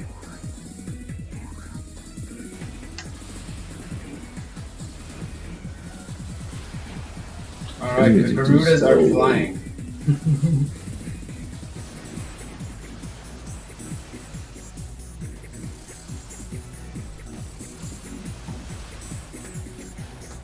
Yeah, I see what you mean. Nathan is not the fleetest of foot in his build. However, he's maintaining a good, solid stance and is keeping track of AC. So that he's playing, I think, the way you ought to play, a sort of medium heavy build, which is great. Okay, so now that I'm watching AC's view, he's a lot faster. So what I would be doing, and people don't utilize this map to full potential. Like, and I say this about most maps, but people don't fly past the yellow border. Fly past the yellow border, use those walls for protection, get in and out, man. Especially when you're faster, when you're that much faster. Yeah, that's an excellent point. But Nathan's doing a really good job at the side. So I'm not saying that would be easy, but definitely use that wall to your advantage. You can probably close in the gap. But he's not really using melee right now. He's going to the win fight.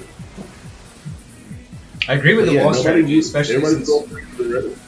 Oh, sorry. Go ahead.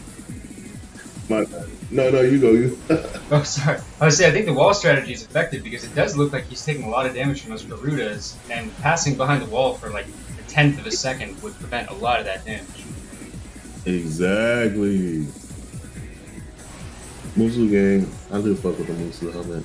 It's only on one of my builds, but... Ooh, we took a swing, but it looks like it did not land. It looked like he's mid, but he's very close. Again... Oh, he's getting close, though. It's true. Dangerous. If he would dash cancel, it'd be a hit, bro. Yeah, that is... He probably doesn't even have to do it. Just do it one time. I'm not sure if you gotta be careful every time you swing. That's free damage every time you miss it, especially if you're not gonna dash cancel.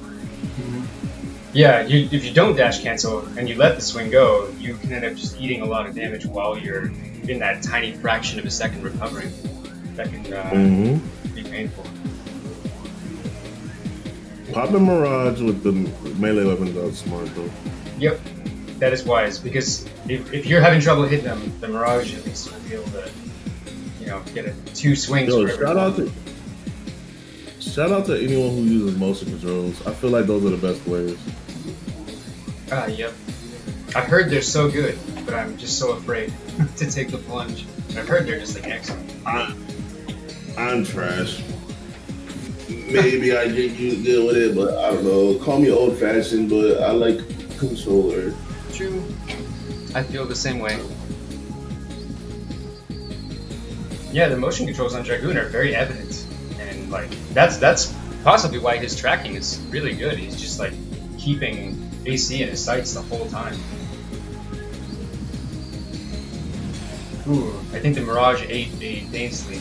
Oh wow, I think he ate a Dane Sleep right there. Ooh. That could be a tide turner. I don't know if he hit the Mirage or not. I feel like he hit the Mirage once and then he hit Dragoon right afterwards. I think. I really like this offense from Dragoon because he's got the Beluga Beam for like mid to long range combat. And by long range, in this game, that means not very long at all, but still slightly longer than like, an SMG or something. And then when the opponent approaches, that Astreus 1 can light him up at like super short range and actually get some good burst damage in. So I like this composition quite a lot.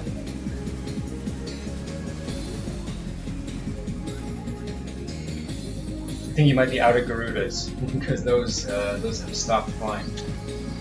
AC Elite's in the red, man. He's taking a lot of damage. Oh wow. Damn. Dragoon putting in work. He gave me yeah, I think he took too long to switch out of being in these firefights with Nathan. Oh, unfortunately, in a tournament format, you only have a very small window of time to learn all the ins and outs of your opponents. Mm-hmm. That's why you guys should show up the fight nights more. Hey man, Nathan's been at every fight night for the last 2 weeks. He's been fighting like hell, so that might be paying off here. All right. No, it's not.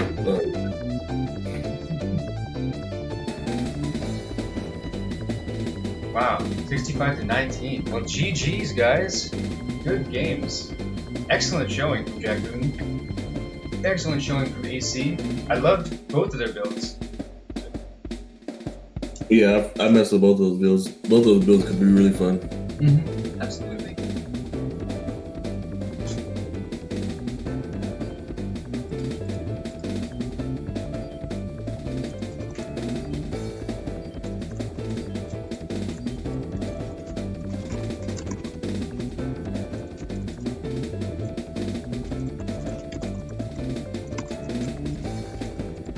Oh yeah.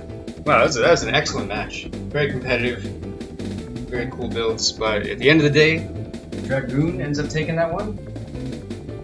And I think Snipe 10 just sounds like she's calling it a night for now. So peace, Snipe 10. Thank you so much for coming. Thanks for joining the bracket. I know it was really hard based on your time zone, but that means we appreciate it even more. Thank you. Always fun to see you, Snipe 10. Hope to see you around more. Absolutely. Quintessential participant Snipe 10. Thank you for coming.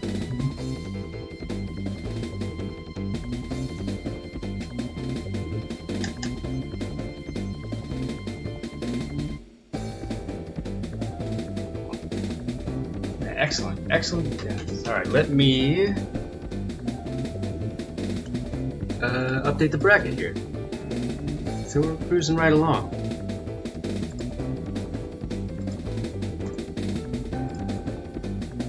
All right, next up would be.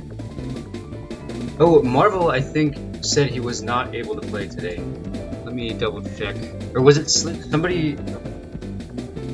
Hang on. 1 second.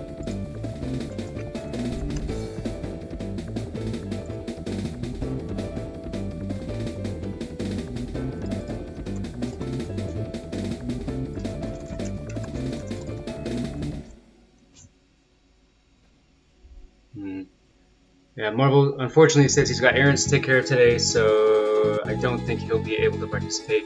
But regardless, I will still send him to the losers bracket in case he changes his mind over the course of the day. All right, so that means not the final match, because we still have a couple matches we need to go back and check out. All right.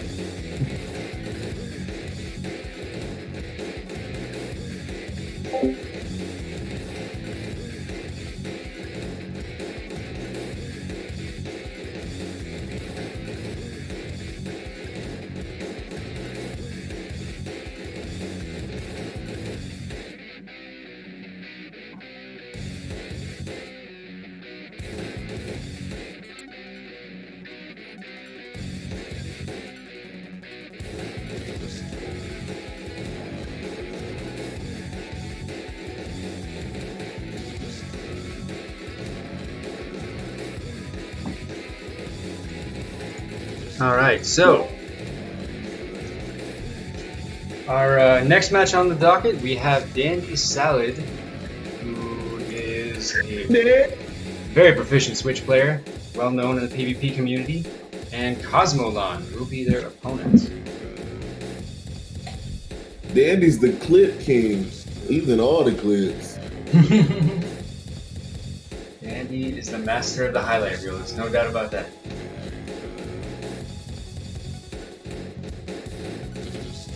Danny, when you get someone's VP, you nerd. That's true. That is a tanky fellow. Well, for the moment, I'm gonna hold off on examining it until we can get Cosmolon in. Once the lobby starts, everything's free game. I'm just gonna look at everything. Going to expose all the builds, but until we have confirmation that the round is starting, then you get a free pass.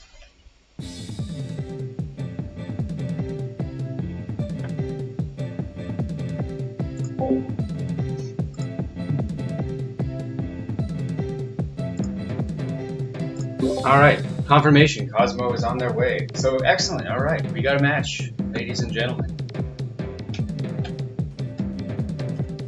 Which means it's time to sneak a peek at Dandy's build.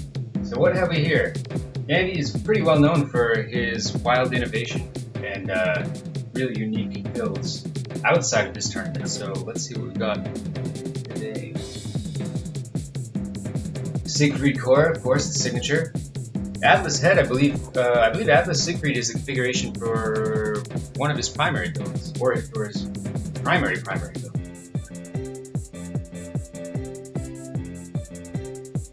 Let's see what we've got here. We've got double Guilty Throne. That is going to be a big memory hit, but you can make it work. Definitely make it work. And then a diverse selection of laser rifles in the Kazuchi and the Lowen Krieger. So we have a laser rifle, laser machine gun, and a couple of heavy assault rifles. Siegfried core. Not bad at all.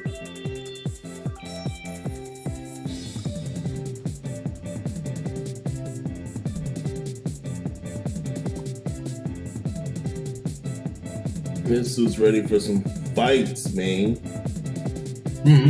Oh yeah, Dandy is chomping at the bit. Do I have Cosmo on my friends list?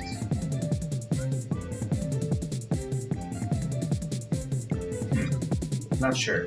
Let me get confirmation.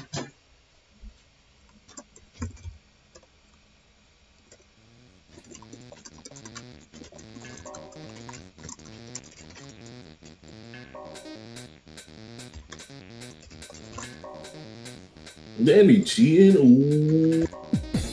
You're cheating?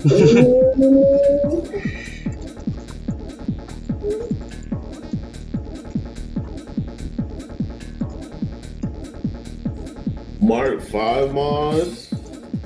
Oh, Mark 5s are allowed, but only certain ones. Only certain ones are not allowed, rather. But let's double check.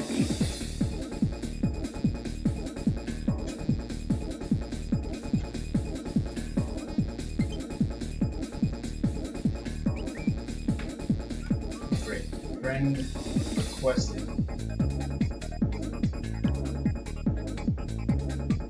You guys should have been at it, my boy. So okay, I don't know if I've ever come across Cosmolon before. He shows up every tournament. Oh, nice.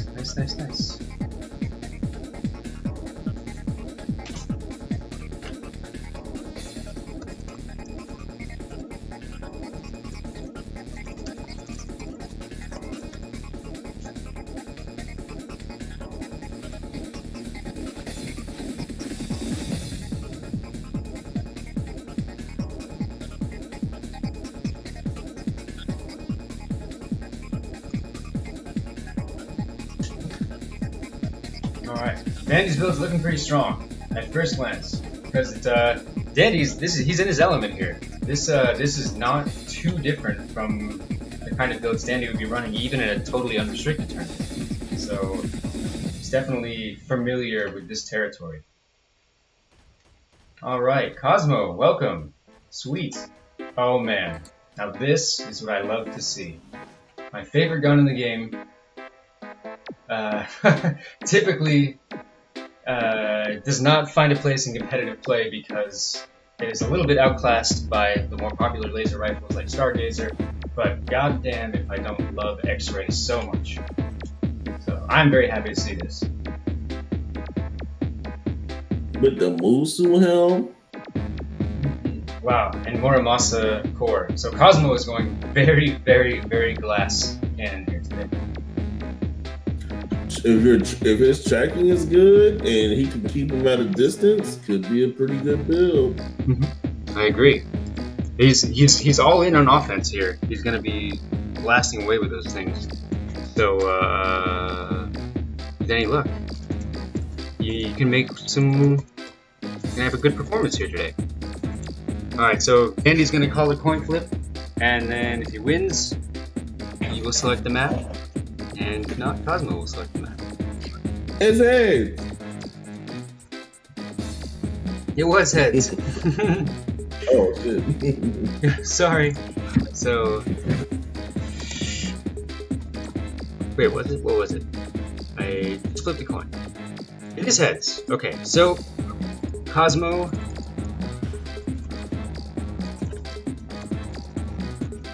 can select the map. Let me get the list. I gotta just keep that list on a notepad doc. I don't know why I keep find it every time.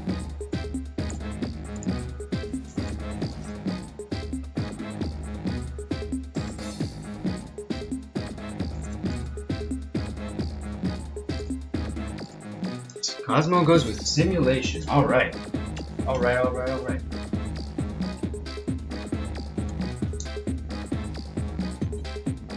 That's cool. I am actually surprised. I put simulation on there as kind of like a wild card option. Like I did not expect players to go for it too much, but it's great. I'm very happy to see that players are using that to their advantage. Yeah, I personally don't like simulation. I think it's okay, but I'd rather go to whatever the last level is called. I always forget the name of it. Oh, Moonfall. Fair. Simulation I think is a good map, but the only trouble is that I personally get disoriented by the grid. When you're flying really fast, like you kind of lose track of yourself. But anyway. I always like the grid maps in like fighting games. Oh yeah, they're very, very popular due to the low lag. Alright boys and girls, here we go. Round 2, still in full effect. You have Cosmolon going in with his very, very fragile but very dangerous dual assault rifle build. I'm sorry, dual laser rifle build, dual X-ray specifically, and we have Dandy with a very wide array of weapons. What the? Dandy killed himself. Wait, what? Dandy killed himself. What happened?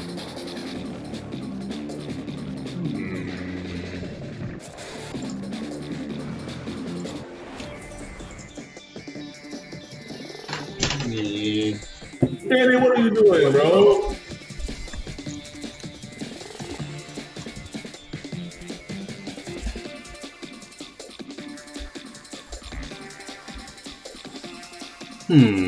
That was an unusual turn of events.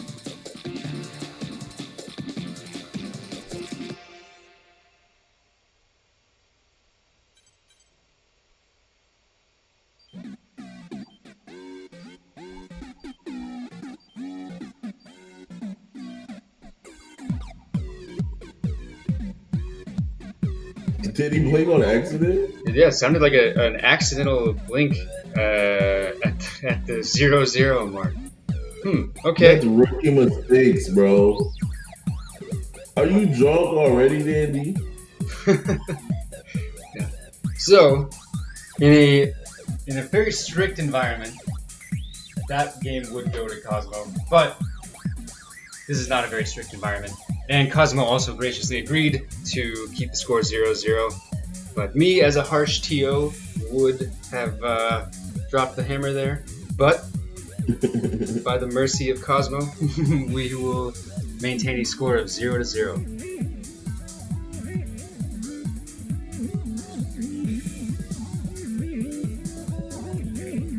Don't let it happen again. All right. So round 2, fight, but it's really round 1, fight.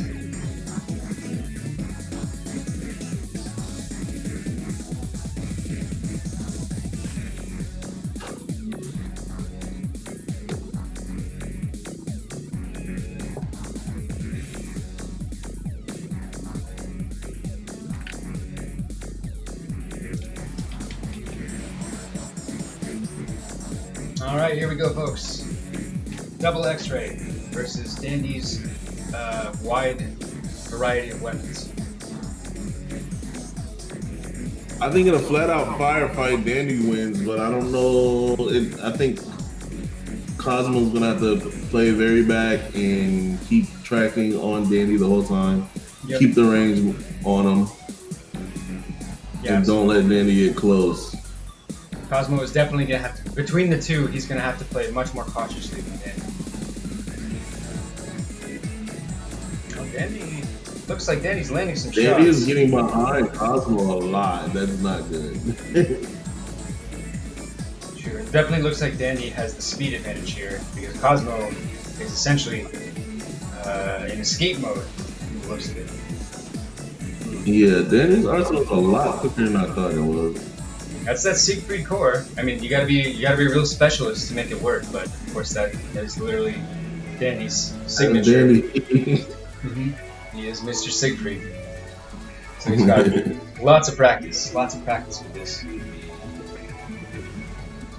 Danny's doing really good with his shifts, using assault shift or wing shift to keep the pressure on him, not letting Cosmo get any distance.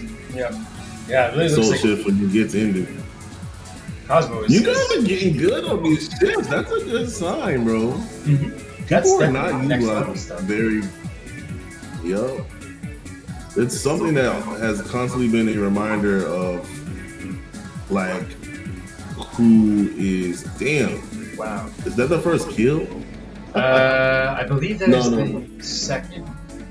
But yeah, it is very noteworthy because we have not seen a lot of KOs. But damn, looks like Danny really kept Cosmo on the run in that game. I felt like this tournament was designed for Dandy. It is so up his alley.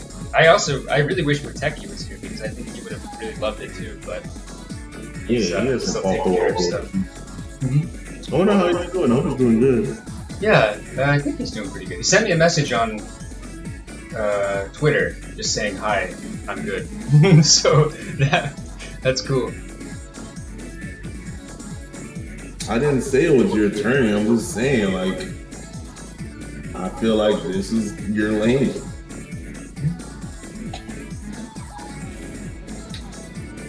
Oh, okay. I think it's a good Takes that turn to one. touch with, like, actual skill levels, like, and just to see, make things that weren't viable. That's always fun. Absolutely, it's paying off. All those years.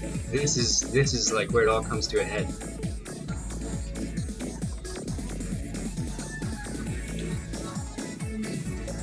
We get that info to Cosmo. So Cosmo is allowed to make any build modifications they like, and can also select a new map if they like.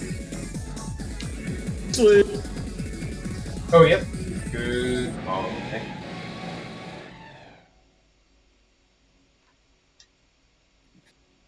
Thank you, PokeFan. Yeah, I understand that he's taking care of some IRL stuff, and that's totally cool. Mulligan.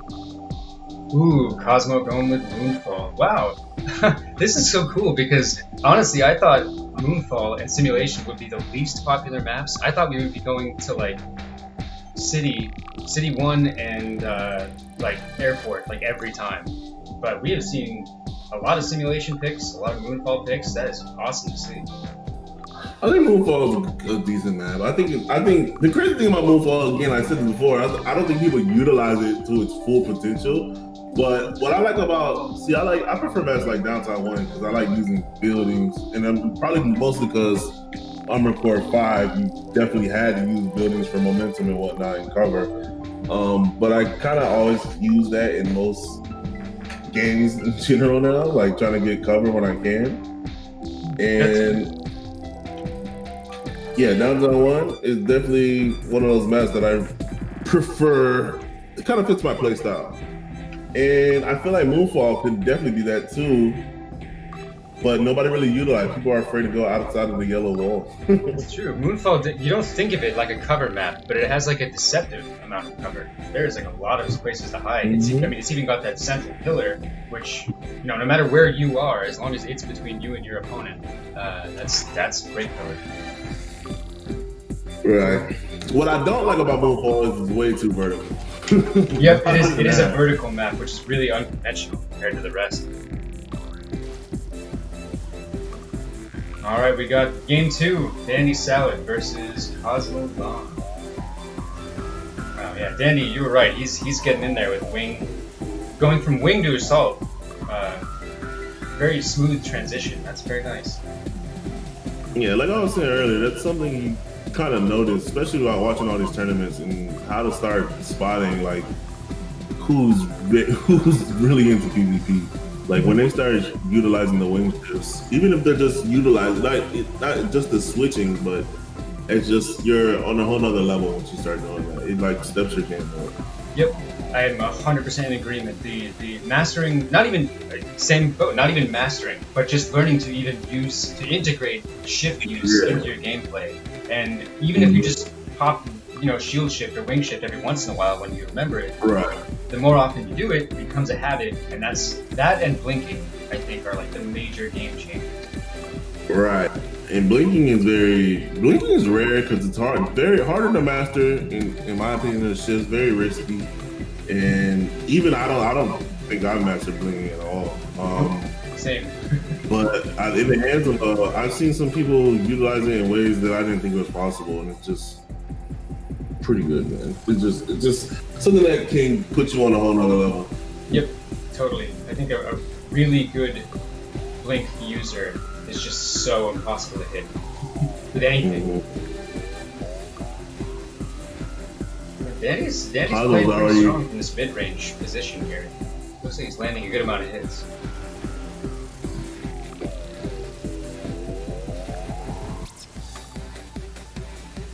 Cosmo's legs, I think, are broke, but he's not in the red. Okay. That's a good sign, at least. It does not look like Dandy has been taking too many pings from those X-rays, but we'll see. Cosmo's in the red. Oh no. I think Dandy's going in for the kill. He is holding those triggers down. Dandy is just going everywhere. If you look on my end, he is just everywhere. Cosmo's trying to keep him in his sights, but Dandy is moving. Ooh. There it is, folks. Dandy taking game 2, and thus the set. Alright, congratulations, Dandy. Well done.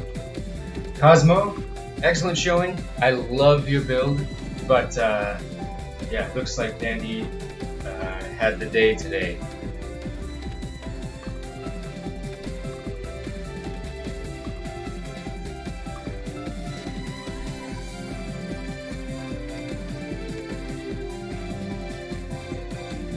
Word, GG. No, Cosmo, I wouldn't. You're not so bad. You're starting out, especially in a very strange tournament format against, one of the masters of that format. So, for a first time showing, that's pretty great. Danny's a nerd, dude.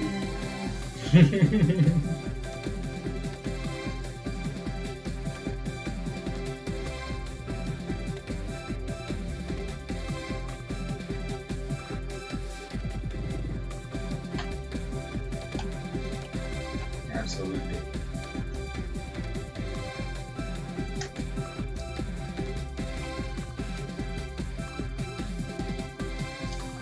Sweet, alright. Dandy, we'll be moving on to the next bracket. Cosmo, you are still in it. You have a whole loser's bracket to try and claw your way back. So you're more than welcome to do that. Alright, we've got... Don't give him up! I call everybody a nerd. Anyone who has more BR points than me is a nerd.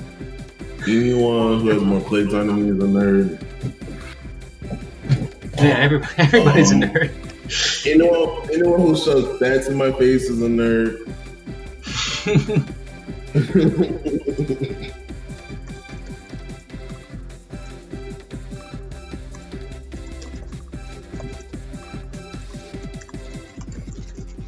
Alright, so I don't think Dan is not like that, guys. he legit killed himself on accident. Oh yeah, totally. That's just a silly thing that happens sometimes.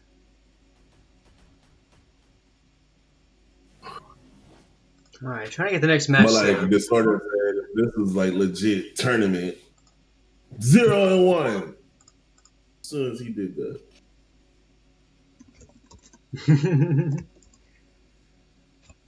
Alright, so we're going to have up next Boomgar versus Mini Sly. Mini Sly is also a newer player.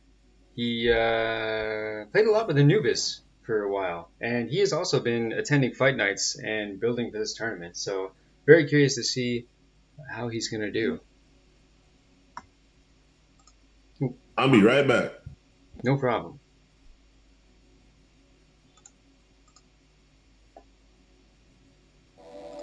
Actually, that's a good idea. I might do the same. I'll be back in just a moment while we get Mini Sly and Boomgar in this lobby. So one sec, guys. I will be right back.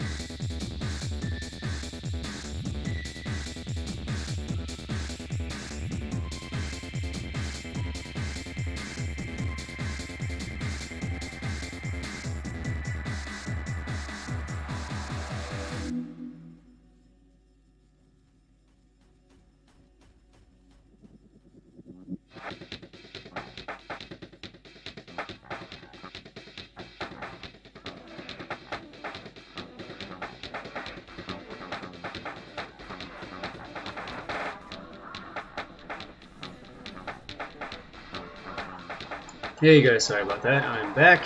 Cool. Yes, there is a reward.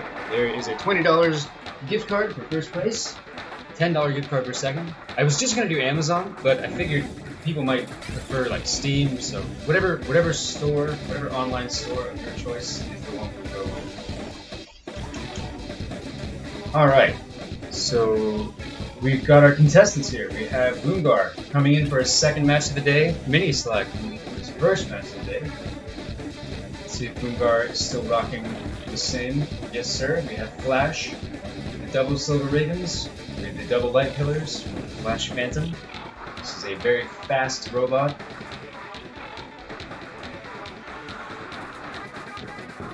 Looking very good. Fragile, but fast, and with a great damage output. Alright, for Mini Sly. Ooh, I wouldn't call it a totally similar composition, but this is looking pretty good. Got a Sway Hander head, Flash Phantom body. Flash Phantom has been a popular choice, but that is to be expected. And there's a bit of a sacrifice to make with your defense when you run Flash Phantom, and memory. However, that's cool. That is just a design decision, and that's what we're looking for in a tournament like this. Very rare parts all around. So this is a cool looking build. We've got Grim Reaper 2, one of the remaining selectable assault rifles, and we have a combination of Solid Blade, Bainsleaf, and Laser Blade, Flame Solish, if I recall that's how that's pronounced. So it looks like a pretty interesting composition. Got some sturdiness with the Sway Hander legs. I think this is going to be a pretty fun fight. I do think Boongar will have a slight speed advantage with lighter parts and light pillars. However, these Grim 2s have pretty high damage output potential, and sort of definitely the swords, both. Alright, so since Mini Sly is here first, he gets to call the coin flip. It's Mini Sly, I'm gonna say Immensely. I'm not sure. I'm not actually sure. This is how I pronounce it in my head. I'm stupid. Don't listen to me, man. I get everybody name. Minisly call heads, and the coin is tails. All right, so Boomgar to select the map.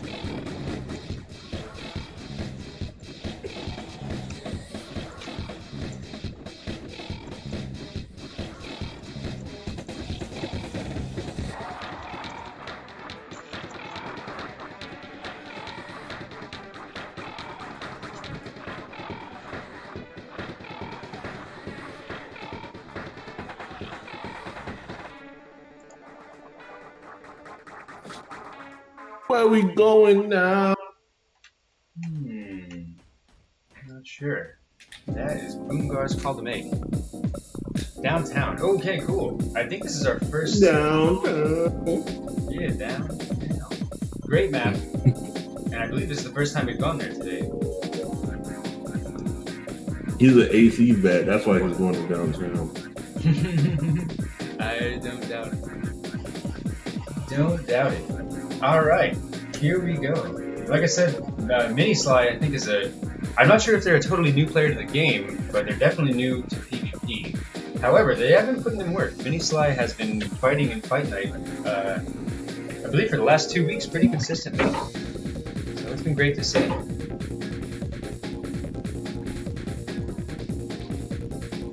Oh yeah, we've got the jazz cosplay. Got that Porsche style. It's pretty cool. Yeah, I like that.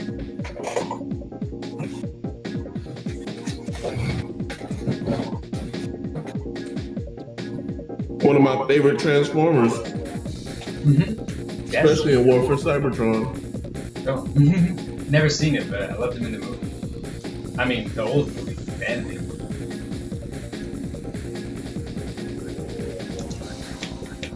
Okay, here we go.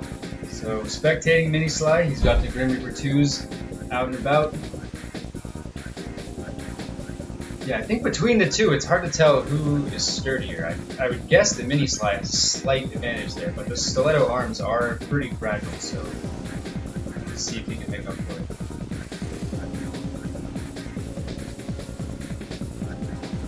Oh, Mini Sly is going right for the assault ship, which is cool to see. Actually, a pretty good command of his ships. He's switching around between shield, wing, assault. Blowout uses this build regularly, right? The only difference is the arms? I think so. Either that or it's based very heavily on his regular build. I think the regular build would probably run Ume, Flash Phantom, but it's pretty much the same thing. Maybe that's what I'm thinking of. Silver Ravens he has to be kind of speedy with Silver Ravens just because you got to be so close to him. Minsley's doing a good job of not letting him get too close with those Silver Ravens. Because machine guns do a lot of damage. It's just, you got to be standing still most of the time. Yep, that's exactly it. The DPS on machine guns is actually great, but you get, I mean, they're against stationary targets. But when someone's moving, those bullets just have a really hard time keeping up. Minisly's doing a great job utilizing all the shifts. I'm guessing, I think they took an unfortunate peppering from Boomgar while the assault shift was up, so I'm sure they're reeling from that a little bit. But let's see if they can't recover.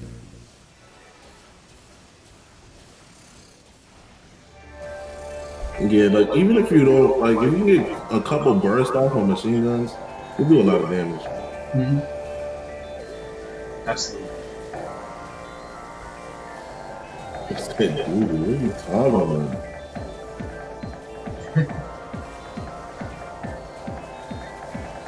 I don't know if Minisly's out of ammo, but for some reason they're not shooting at all. Or maybe they're just trying to gain a better position. But definitely having trouble keeping up with Boomgar here. I'm not trying to waste shots, which... Now that could be... I don't know, not enough time to... Yeah, not enough time to be that conservative, in my opinion. Mm-hmm. You're right. Especially when you have something like Grim Reapers, like, the damage just isn't great. Right. The damage isn't great. They should have a higher, I mean, hypothetically, in a vacuum, they would have a higher hit rate than Silver Ravens. But you gotta be able to keep track of Boomgar, and that has proven to be very difficult so far. Oops, spin to win. Ah, okay. Boomgar looks like he swapped over to the light pillars. Yeah, they're using the, I forget what that thing's called. The femto absorbers, so you can go crazy with them. Oh, the Jagged Flu, which I love. Yeah, they're good. That's another one. It's very rare to be seen in PvP, but in this case, there's definitely some applications for it.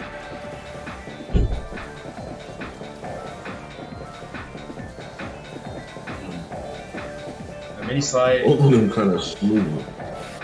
What's that? Oh, schmoovin'. Oh, yeah. Reason Zyger. Smooth. Where does that term originate from? Because I've been hearing it a lot lately. Oh, the first time I heard it was schmoovement, which refers to like, that was like an IFC Yipes quote from like Marvel 2. Like, look at the schmoovement, Magneto. But I don't know. I'm sure it existed elsewhere because I would be shocked. Oh, damn. Damn, shot down. Ooh.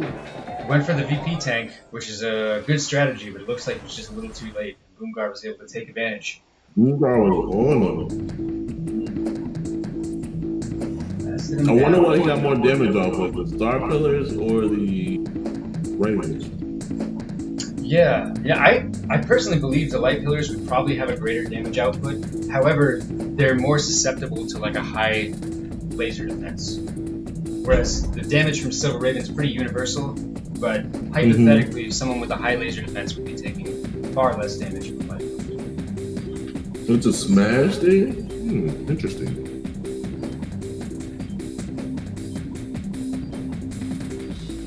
Is it what Captain Falcon does the moonwalk? Smash? Oh, I see. Schmoovin'. Ah, okay. I believe that.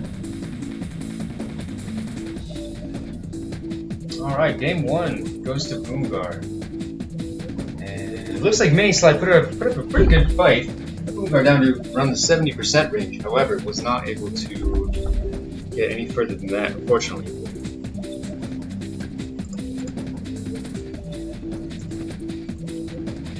Switch!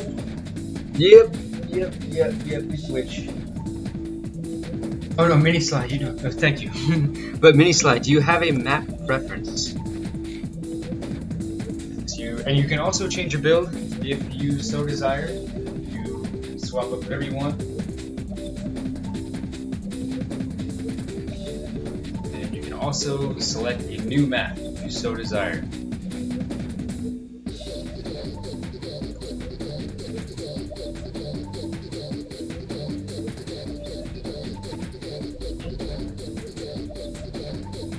White Anima. White Okay. Anima. Desert City 3.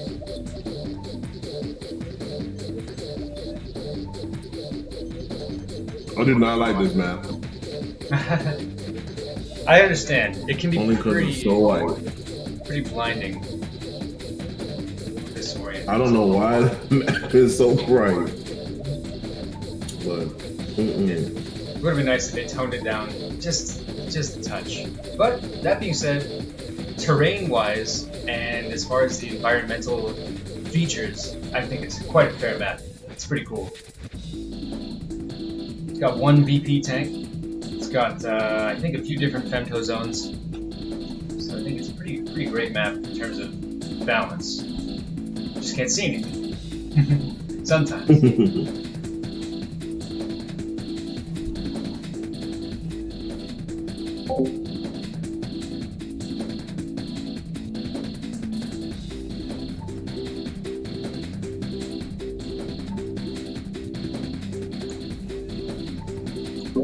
I think I wasn't my idea.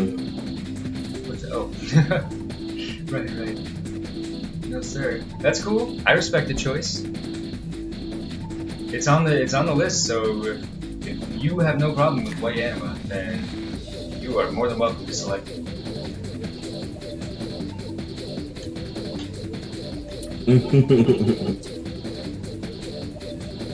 So I think Mini-Sly is making a few last-minute modifications to their arsenal. So we'll see what changes get made. Oh, maybe not.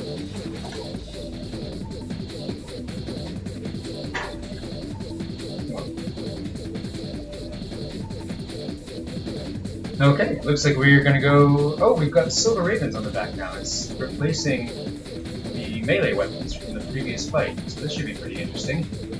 You're going all in on bullets today. Ammo is for the weak. I got one ammo, and it's really sharp.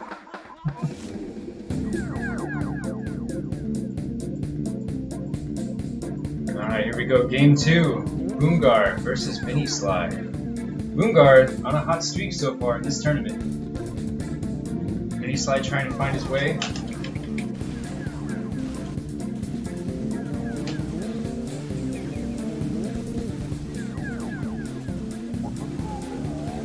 Oh, right after that, Boomgar's getting a pretty good little barrage there.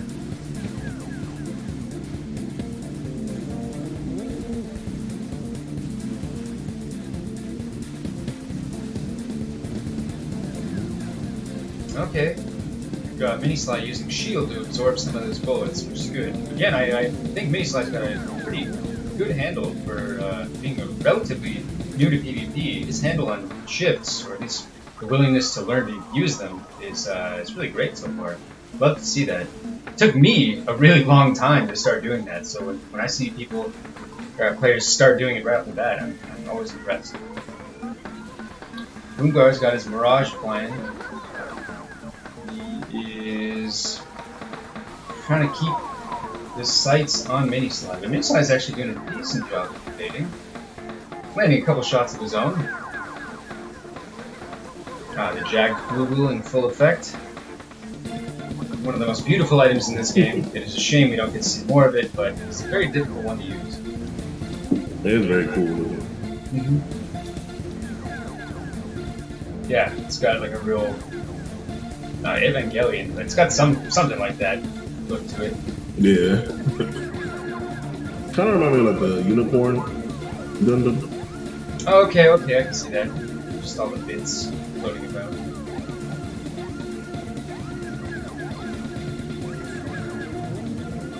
Alright, looks like Mini-Sly is switching to his Mirage. Possibly.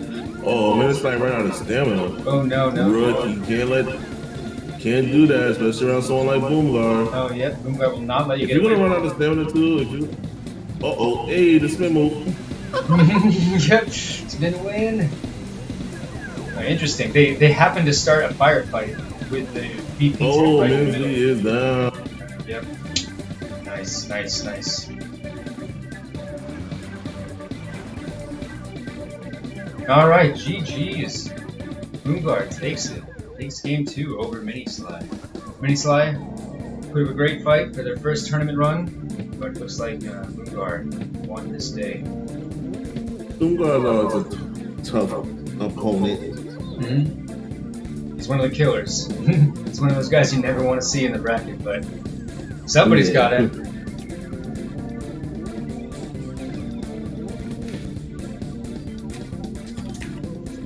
She probably has the most placements in all the tournaments we had, all the Switch tournaments we had. That's true. Boomgar does have quite a legacy. He's typically running either first or second place in a lot of these tournaments.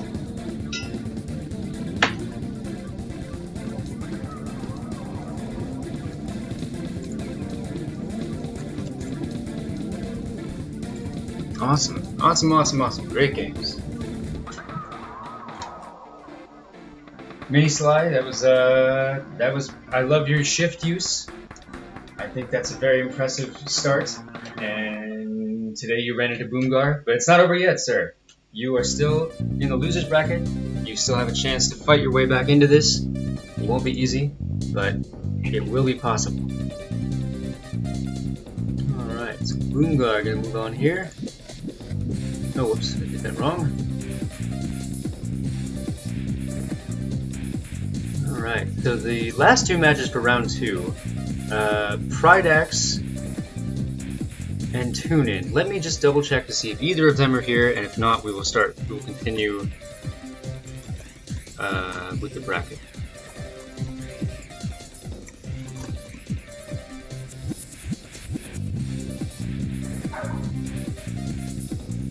I heard a bark. There's a dog out there. Awesome. He's hyped. He's hyped for the tournament. Yeah.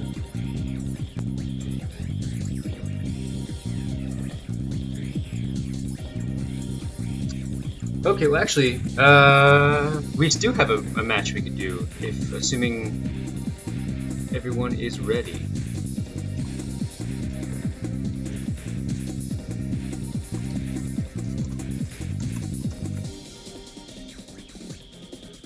Verse and Ray Shadow still awaiting their match in round 1. That should be an interesting one too. I know Verse is I don't think he did a ton of prep for this tournament, but I know he's been interested. So that's pretty cool to see.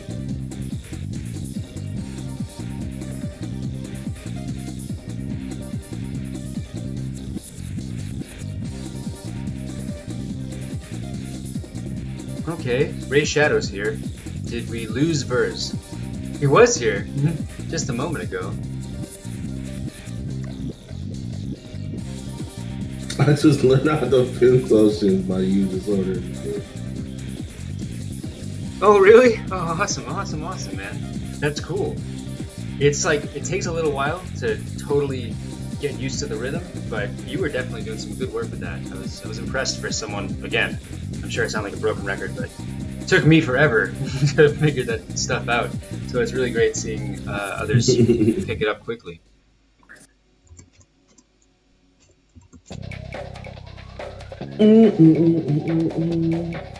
Alright, trying to ping Verse for, see if we can't get him in here. Ray Shadow is ready to go, so that's good. I believe TuneIn and Pridax are not making it today.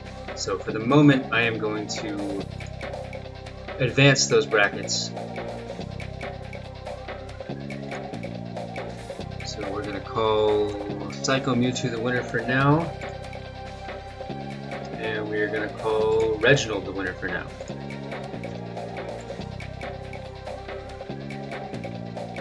Reggie, you getting free dub. And let's see. Both TuneIn and Sniped10 are not present. Sorry guys, just doing a little bit of bracket cleanup. We've got a few players who have dropped.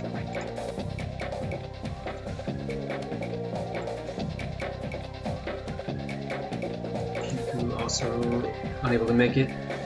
Marvel also unable to make it. Let's see here.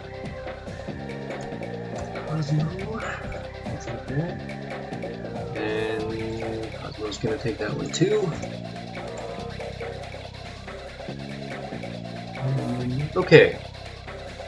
Alright, so brackets are cleaned up. We have one match remaining in round 2. Oh, are you not playing? Ooh.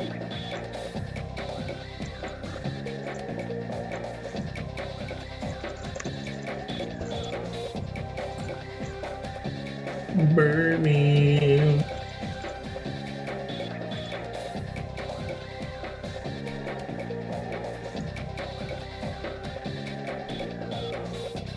Burns is crazy. This guy, he's a crazy fellow. I just want to make sure. Maybe I'm crazy. Maybe I put him in here and he didn't sign up. That would be ridiculous. But pretty sure that he signed up. I don't remember, but Burns is crazy. Oh yeah, he's on there. Number 69, sir.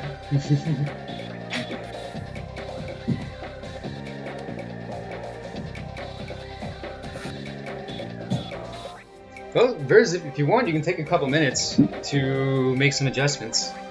And again, don't feel obligated to play. If you really don't want to play, you definitely don't have to. But you are in the bracket, and you are welcome to participate. So feel free to get on in. Get on in, You get it.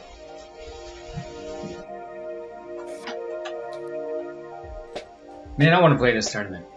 I didn't get a chance to. That's what you did. Wait, what's up? I thought you were gonna join. Oh yeah, no. I think I would have if there join. was a very small, like if there was only like 5 or 6 people, then maybe I would join. But we got like the interest was really high, so it was like, oh cool, I don't need to play. I'm surprised.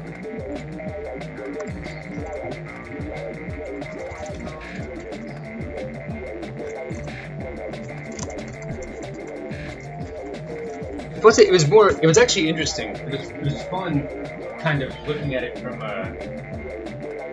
as an outsider, as like I'm not playing in this, so my stakes are very low, so I can just kind of, feel like assess everything in a very fair way instead of a biased way, even though I'm hella biased. I find this more fun hosting. I get way more enjoyment out of it this now. Sure, it's a lot less stressful. It's way less stressful. Oh, sick! All right, we have Verz with a highly illegal build, and we have Ray Shadow. Oh yeah, I'm excited. I've been excited to see Ray Shadow's build. See, like I said, he was doing cool stuff at Fight Night last night. It looks pretty cool, man. I didn't know what core that was until he told me, because I've never seen it before. That's I forgot the name of it. I know it's on my Bumblebee build. Oh, okay. What's the name of it again? That is the Kusanagi core, which I've never seen anyone use it before. It's really cool. I don't think it's very great competitive. I don't know, to be honest. Yeah, I use it on. I just think it looks cool, but true. And I think with Hermes, because that way you're not relying on the core for any sort of mobility. With Hermes, I think there's definitely some strength there. Cool looking robot. All right, and on the other side, we have Verz. Whoa, that looks pretty badass. It's a nice job with the patterns. Very cool. All right, we're going with Riot Light 3. Overbreak. Riot Light Overbreak, okay. Overbreak. Now, I'm surprised. Oh, I guess we haven't seen Reggie play yet, huh? No, true. Reggie and Birdman, we have not got a chance to play yet.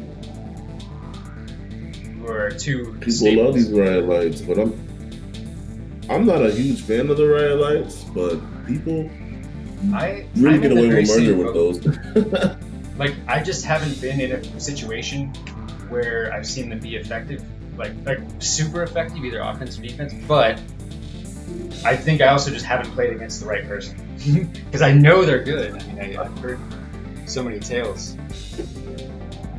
I think a lot of people's problem with those is they try to run away when you should just turn around and attack every time. Every time if someone's on you with those things, and I probably shouldn't be saying this during this game, but you should turn around and attack, especially if you're melee good. Yeah, I think that's also part of the reason that we maybe both feel the same way about Riot Light is because we both tend to prefer melee, and that's one of the counters for the Riot Light playstyle. So this should be a very interesting matchup. They both look very solid. I like both these robots. Ooh, my man's got a Raikiri. Marry me, sir. Marry me. I do like versus build. Yeah, me too. Let's get Ray Shadow to call heads, tails, and then select the map. Also, guys, if y'all still new and y'all want to see some more competitive gameplay, check out that playlist. Disorder's on it, Chung So's on it, I'm on it, and we have tournament, fight nights, everything, bro. True, you that can is. learn how to play. That's the best way you're gonna see how people play, how to counter stuff, how to counter builds. Like, it's just a lot of the stuff we've said it on our other tournaments and fight nights. Like, check out the playlist. The link's somewhere in the Discord. Check it out. It's dope. It's a lot of games. This is gonna be on it too. This is gonna also be on it after. But yeah, check that ish out. Oh yeah, that's there's a whole wealth of knowledge. We got a lot of videos from myself, but not just me. We got ultra high level competitive stuff from Chung So. We've got tons of casual, tons of 2v2s, tons of just random long ass zone out battles, which are really cool. It's fun. I've seen them all. I've watched like every video in that playlist. And there's like hours and hours of great PvP footage. Everybody, I wouldn't be surprised if there was somebody not on that playlist.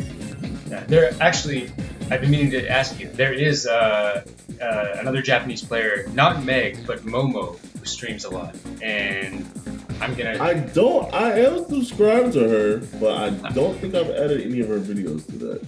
I should go do that. Yeah, well, that's okay. I actually have them all lined up. What I can do is I'll just send you the info and we can put them together. For sure.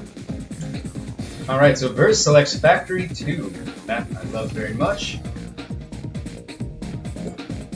and I think we're ready to go.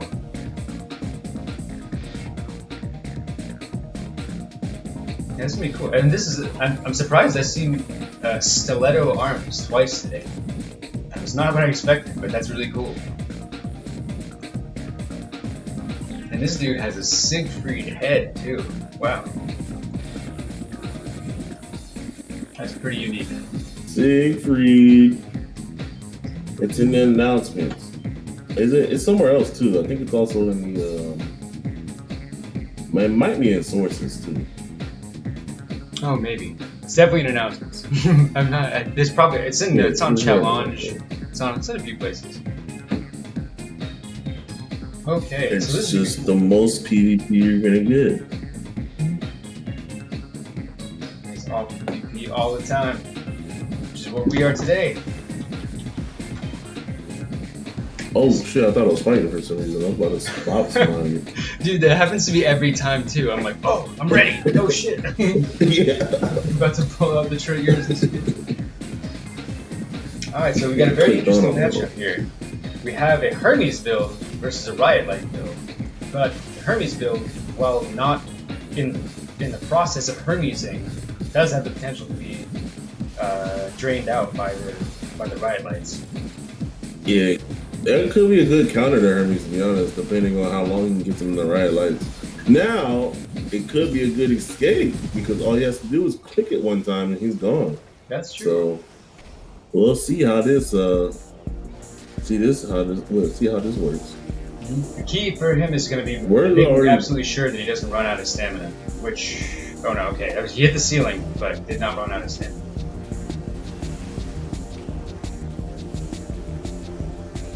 Some grounded battles here. Got, oh no, my spectation is a little choppy. I hope they're not feeling the effects of any connection issues.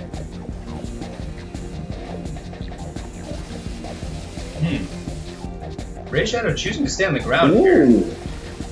Is he out of stamina? There's no indication that I can see that is the case, but as a spectator, I don't know if we get that message. But he's stuck on the ground, so that leads me to believe that, yeah. First of all, like he got a ogre break shot off too. Yeah, right. When he right on that hard landing. Ooh, that looks like another one. I was not expecting that. I love ogre breaks, but I really don't think they're a good weapon. Oh, Hermes legs, I think, damn it. Yeah. Well, I think he's still got stamina because he's Hermesing all over the ground. He's just like, cool.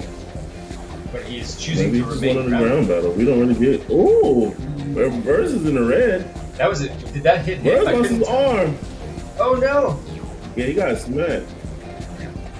That was a great shot from Azure. Oh. On my screen, it looked like Azure was headed straight for the red wall, and I was like, no!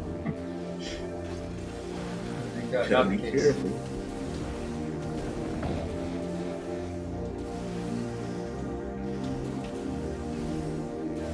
Alright, we swapped in the light pillar. Actually, come to think of it, Blitz seems like a great counter for Violet as well, since those things would just be getting all caught up on the blitzes. Not necessarily chaining all the way. I don't know.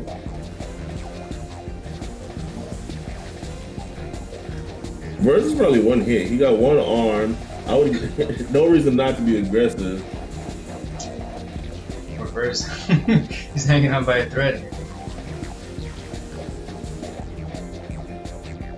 I think his legs are damaged, so he's probably losing a lot of stamina and speed. Better hope that duct tape holds, Verse.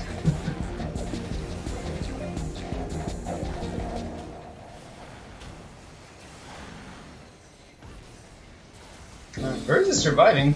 He sounds like, I mean, he's been in the red for some time now. Yeah, that's kind of hard to do.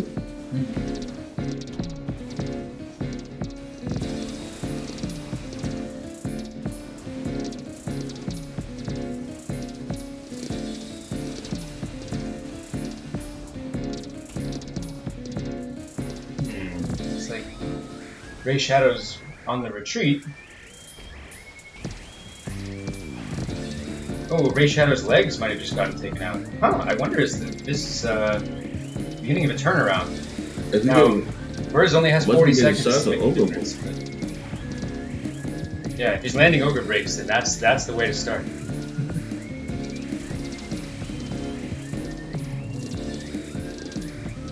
Oh! The Blitz! The Blitzes took him down. Wow. GG. Very cool for a first fight, yeah. Fairly competitive too. Ray Shadow, under 50%. Not bad, not bad. GG. Yeah, that was a good game. Different kind of fight too. We don't get fights on the ground like that. I don't know why. Yeah, that's true. And I think that map actually lent itself pretty well to that because there's a decent amount of ground clutter.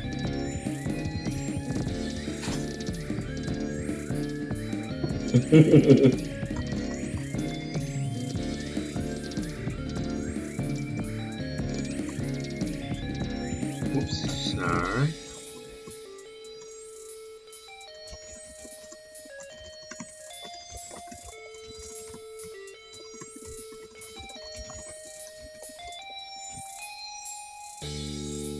All right. That was a cool clash of styles. Both of these builds were pretty unique, and it was interesting to see them go head to head. But today, Ray Shadow took the first game, so I think Verz will have to adjust to the Hermes. Playing against Hermes is really weird. That's not something you see every day, and you're gonna have to totally adjust your playstyle, I think. But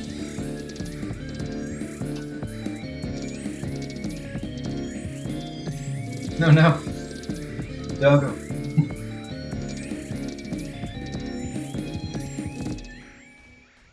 Pencil fell off my desk. That's a vlog. Oh no.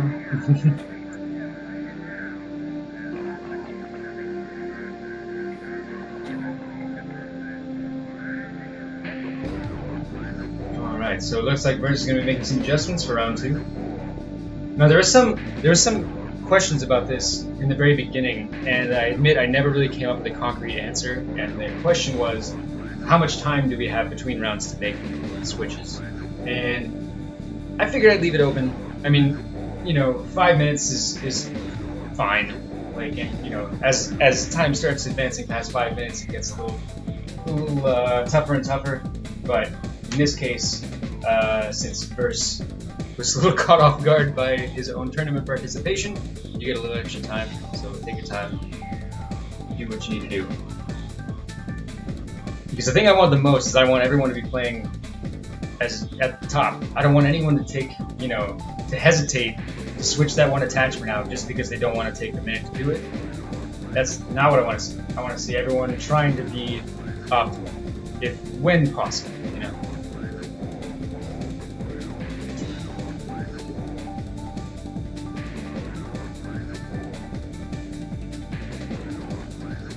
That's true. 5 minutes is a match, but in a tournament like this especially, allowing any less than 5 minutes for build modification on the fly would be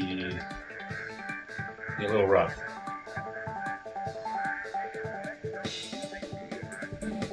I think in a more standardized tournament, players would be able to just grab another loadout, but I think in a tournament like this, that becomes a little bit tougher.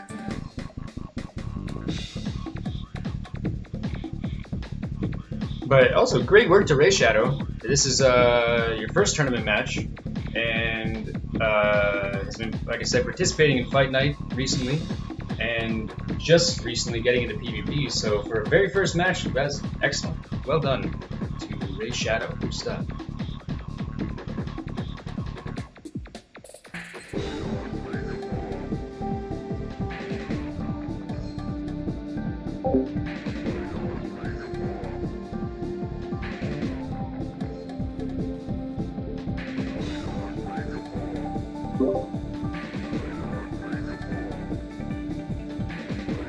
Alright, so we are going to the airport.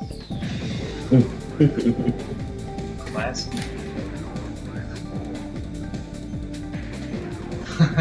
Sorry, I'm going to select the map and everyone's going to get booted from ready. Okay, so let's see what we've got here for build number 2 from Verz. Sticking with that Raikiri core, what a champion.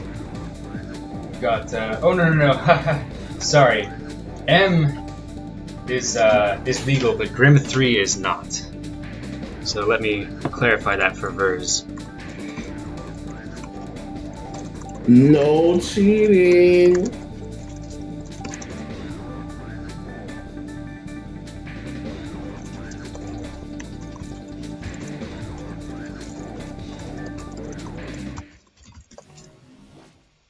Yep, so can't do the Grim 3s, sorry. But you got a few other options for assault rifles. You got a Stratus 1, Grim 2, Lost Heart, Filthy Throne. Oh huh, got a full complete swap.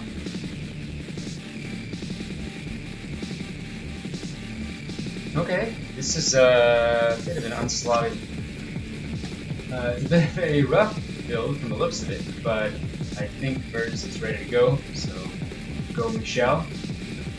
Now it's nice, it's covering all distances. You have close range with the Galactus, you have long range with the sniper rifle, and you have mid range with the Garuda 2.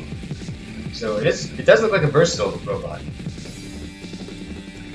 Let's see how it can perform against Ray Shadow.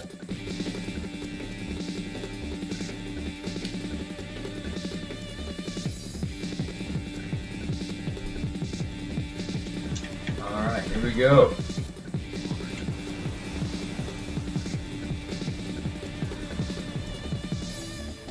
Azura's on the ground doing ground-based combat. Yeah, that's I noticed that the whole time last time too. It was and I think this map might be a little less conducive to that. So Burrs might actually be able to take advantage of the ground-based playstyle more so here than in the previous map.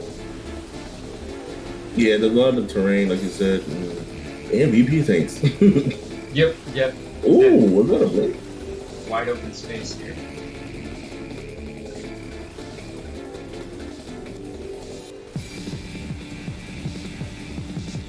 Only problem with this is looking up.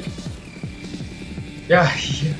And it's a little tough also as a melee style, since you're going to be, as long as they're just one particular distance away from you, you're going to be reaching up from the ground towards them. So it makes it a lot harder.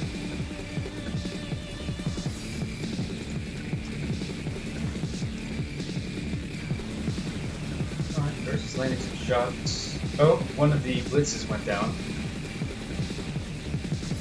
It's not a bad idea, especially if you're at space, not a bad idea to take out those blitz real quick. I've actually been slightly impressed by the defensive power of blitz, just in the sense of the same thing with like missiles. Like they just eat shots that you don't end up eating.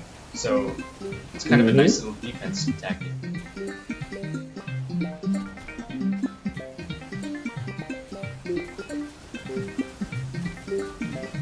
Not sure exactly what progress has been made against either player's VP bar, but they both look pretty healthy. And Burst seems to be landing a fair amount of shots. Yeah, I think Azure took some hits. I don't know, he doesn't look like he's low or anything, but I'm pretty sure he's taking some hits because he's switching up his game plan. It's like I think it's a Thunderbird 2. He's making some good use out of that Thunderbird 2 missile. Who manages to dodge a sword attack.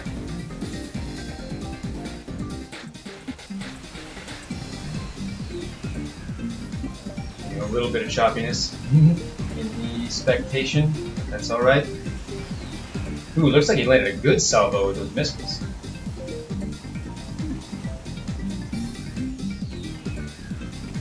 I think he's gotten distracted by the Mirage. It's tough to tell. Oh, yep. There it was. Mirage in full effect. Ooh, a blink. Rare blink from Ray Shadow. That's awesome. Very cool. Oh, I learned that Azure is trying to go melee. That was a very close attack.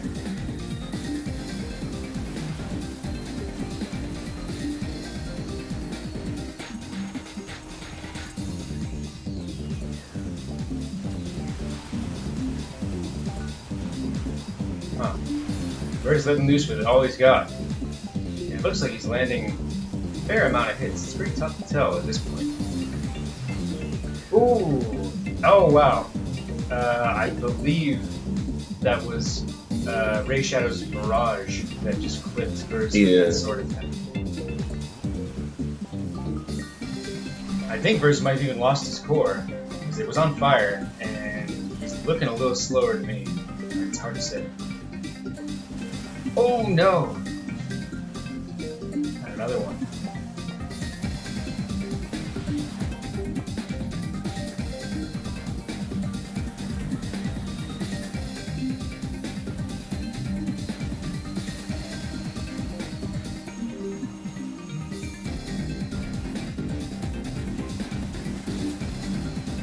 is really trying to get in closer to melee hits, man.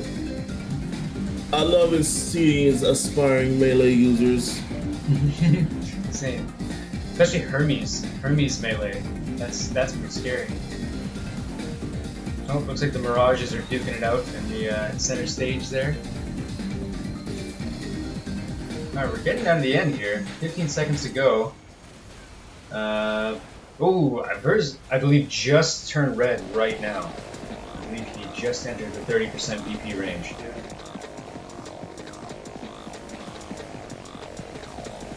And that's time. Alright, great showing. Showing for both players.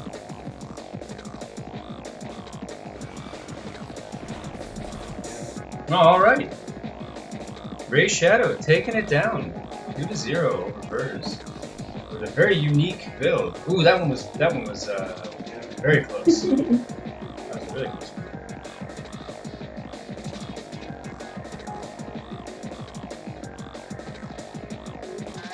Good stuff. Yeah. Congratulations, Ray Shadow winning his first tournament match. And thank you, Verz, for participating. I hope it wasn't too painful, but thank you for playing. You got a pretty good showing too for kind of a bit of a rush build. Did pretty good.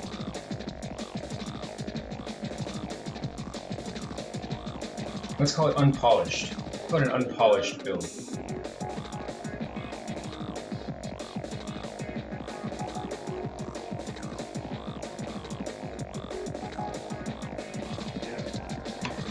Well done, guys.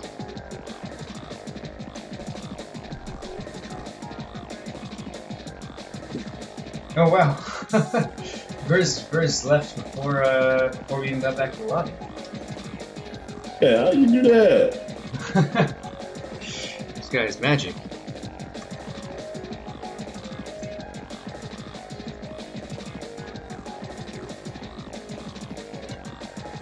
It sounds like Verz lost his head literally in that last match. So, good job, Verz. Thank you very much. Thank you for participating. You're still in it. You're still in the loser bracket, so you're not out of it yet. Speaking of brackets, let me update those right now. Alright, so that is the last of our round 2 matches.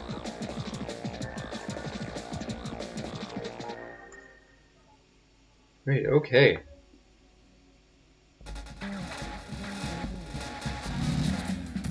Okay, so I believe Psycho Mewtwo and Reggie, neither of them have played all day today.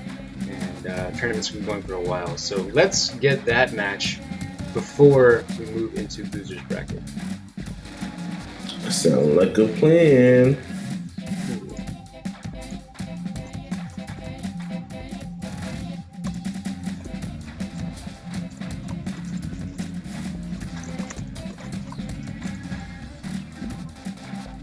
How many matches we got left total? We have 1, 2, 3, 4,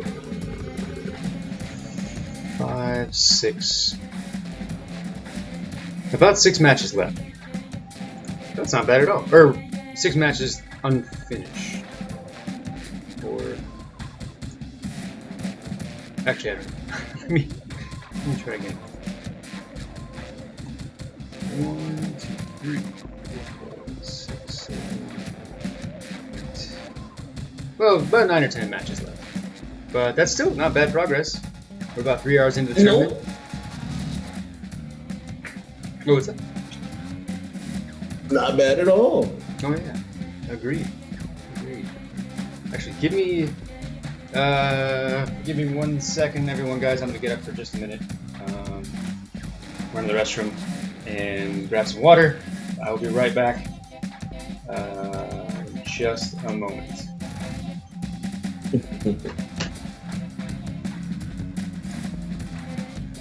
Hope you guys are enjoying the tournament so far. Disorder's doing a great job hosting. Wouldn't even believe it's his first time. At least first that I'm aware of.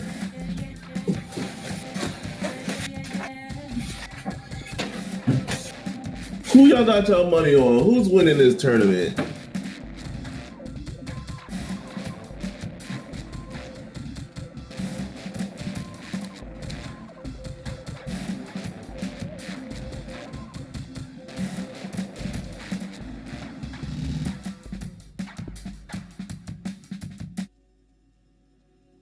I think it is your first tournament.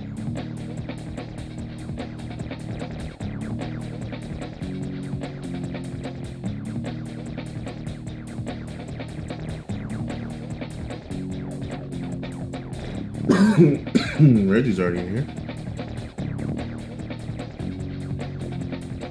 Oh, you guys got in here quick.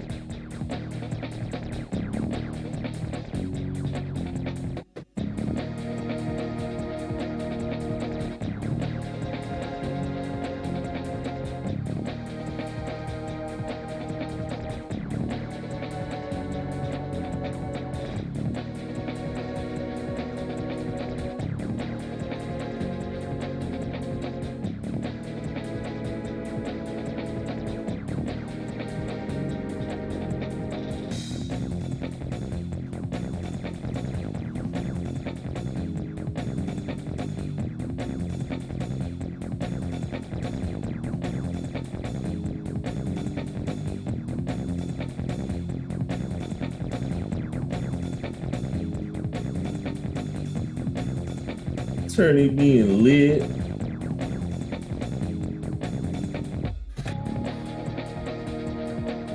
He got two of our. Well, Psycho Mu's been around for a while. Reggie is definitely OG.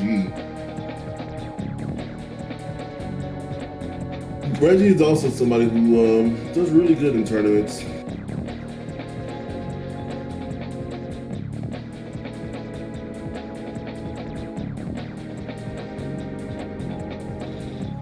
Yeah, this is dope, man. That's why I knew this tournament was gonna be dope. A lot of different builds, man.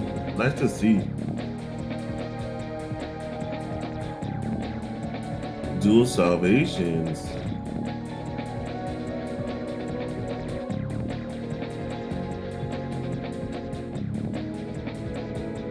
Dual X-ray. Yeah. I thought it was a very good tournament. Everybody who was saying like, oh, it's gonna be boring and limited, shut up. Hey, what's up, guys? Sorry about that. I'm back. Thank you guys for waiting. Ooh, wow. That is a cool looking build. I actually never checked out Reggie's build prior to this because he had a skin on and I didn't want to expose whatever his parts were. But that is a cool looking thing you got there. Yeah, you got a pretty cool build. Got some deadly weapons on that thing. Yeah, for sure. I think those salvation rays are gonna be pretty painful.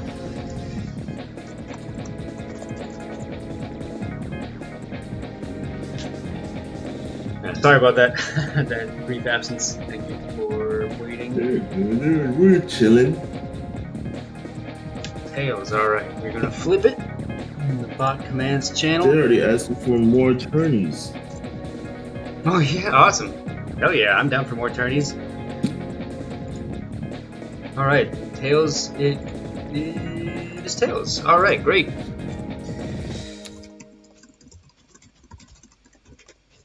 Awesome. Alright, so let's dig into these builds a little bit. Reggie, another Raikiri fan, another fan after my own heart. We got another Musu, pretty rare head. FD arms, I approve of that. FD arms are, I think, what I had planned on bringing had I entered the tournament. So it's cool to see another pair. Ooh, an interesting divergence. He's got one Salvation Ray F with full laser performance, and then, excuse me, a Salvation Ray S with regular damage. So that's pretty cool to see. And then his build looks minty. Like Psycho Mewtwo. Alright, so I've been doing, well, I practiced a little bit with Psycho Mewtwo in the very beginning, when the tournament was first announced. I know he's been trying to get some fights in. I don't know how much success he's had because unfortunately the timing is tough to work out. But his build looks really good. I like seeing the Take Mikazuchis. I think that's actually a very effective weapon, or it has the potential to be really good here. Radiant Gleam Core. I think that's the first Radiant Gleam we've seen today, which is awesome. Very cool. Alright, and Simulation is the map choice for Reginald. Alright. Radiant Gleam used to be very popular. Yeah, that's what I agree. However, in this tournament, I have not. This is the first one. It's a beautiful. It's like, you know. I think people just like how it looked more than like it actually, like if it was good or not.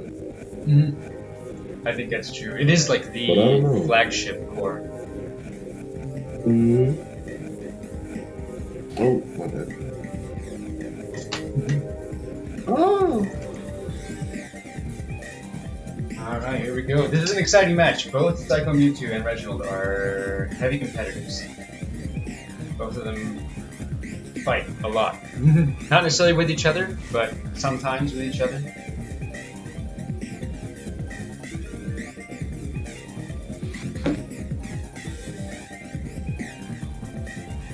Rookie's cannon machine. Alright, here we go. I believe Reggie might have the speed advantage, having the Rhyperior core. However, he's going to be a little way down with the heavier arms, legs, and weapons that he's got, so hard to say. Reggie's staying high. He's keeping way up in the air. Looks like I'm Mewtwo going in. Ooh, that looked like a painful Salvation Ray shot. Can't tell if it landed, but if it did, sure it hurt. Yes, I told me being smart, approaching with shield shift. That's probably going to be the best way to approach Reggie. I think that's right. In fact, you'll see it in the enemy fights. You'll see people approach with exactly the way you're describing, with shield up, and just wait for the shield to get popped, and that's when you start going in. Because typically that means they have to charge up again for the next shot. If they're not playing the much rarer rapid fire style. Yeah, I think that's mostly like a Japanese thing and maybe a rare thing. I don't think I see it very often. True. Oh, see, that was smart. Some guy very smart. Point I blank. did think he got some. Oh, I sorry. did think he got hit. I think Reggie shot one off, and he shot the other one off into the shield pop. Oh, gotcha. So it's staggered. That's wise. I've heard that advised, since you have your second shot has a slightly better chance to correct your opponent's movements than the first if you release it like half a second later. Or considerably less than half a second.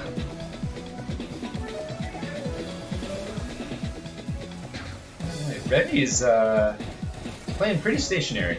He's hanging out at the top of that spire and taking shots as Psycho Mewtwo approaches.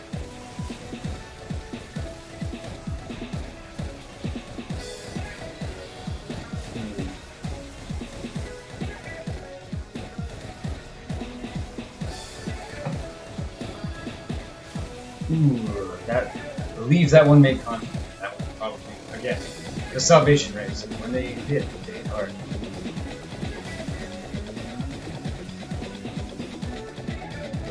Oh, Reggie hit the ceiling, it looks like. Rookie stuff. You got. I don't think Psycho got any punishment off that though. It's a short window, unfortunately. If you're not prepared for it, it can definitely close before you get there. Especially when you're not expecting it. Sometimes I kind of expect it when people are flying too high, but someone like Reggie, you don't think it would happen too much often too. Yeah, I feel like the really high Someone's flying. been playing for a while. Yeah, true. Reggie has the experience, without a doubt, to usually avoid things like that. But, you know, we're all susceptible. Oh, yeah, it happens to everybody. Good dodge from Psycho Mewtwo.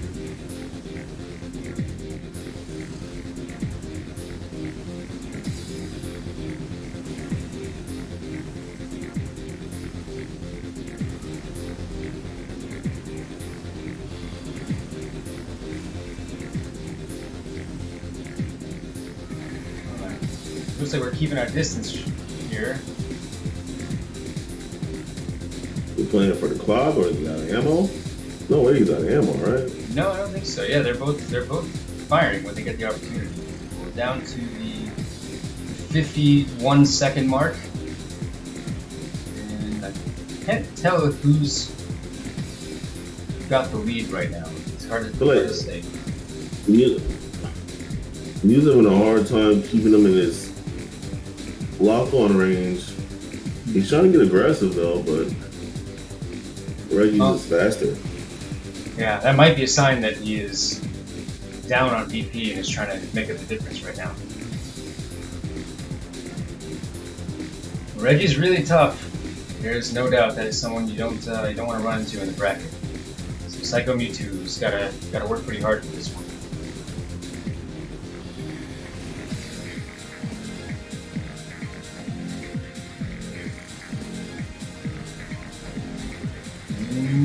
All right, that is time.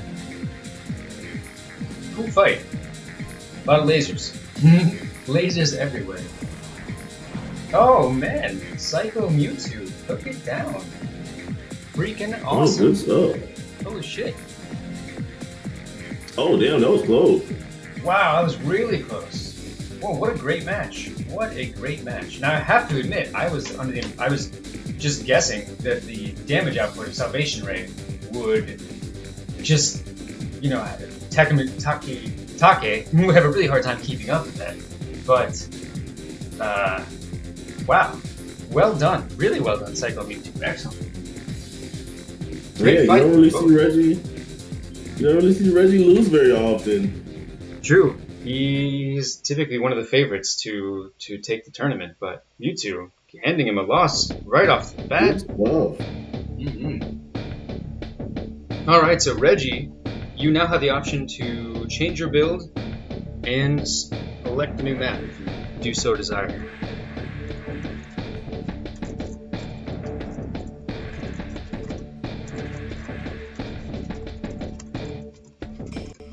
Yeah, excellent showing from Psycho Mewtwo in that first game.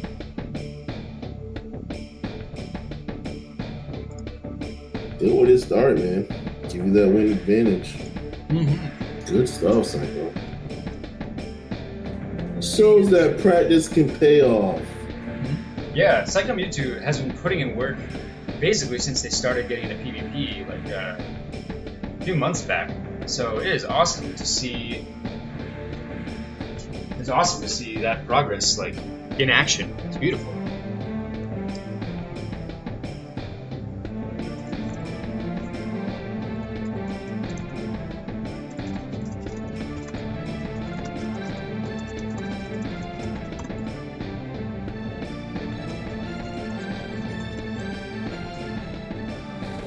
Okay, so it looks like Reggie is opting for same. Okay, so hopping right back in. Oh, that surprises me because Reggie usually has a couple builds to show off. True, and he was practicing when Reggie was playing usually a couple matches a day, practicing for this tournament and trying out tons of different builds. And he settled on the Salvation Ray, but he was trying all sorts of stuff.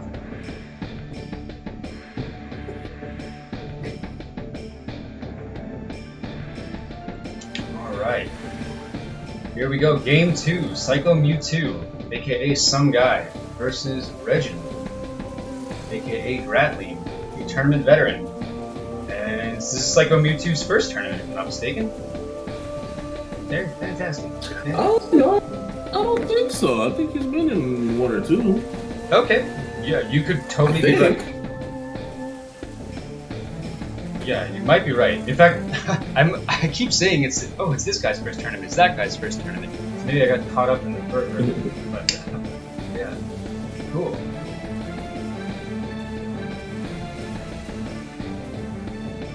Alright, Psycho Mewtwo staying high, just like Reggie last time, keeping elevated.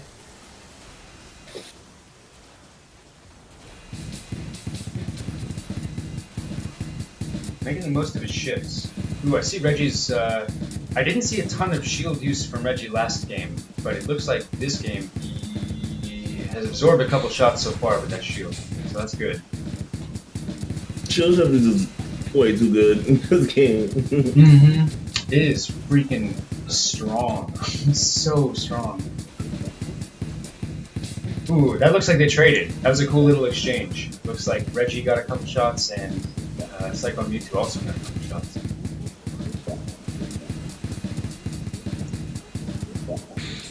I'm not familiar with X-rays. I don't know if they do a lot of damage. I know Reggie just took some hits. The Take Mikazuchi, which is what Psycho Mewtwo is rolling, he's got, that's like the in-between Lone Krieger and Stargazer. So it effectively becomes the Stargazer for this tournament. So, good choice, I think. And I know Salvation Ray has a higher damage output than Ugly Envy, however it has a longer charge time for when you want to use the charge part of it. And the damage increase is not like extreme, it's only a little bit higher.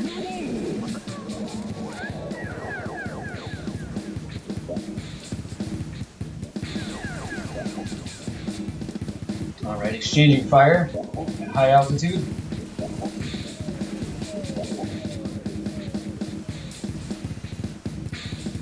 Ooh, I see Reggie ominously charging in the distance.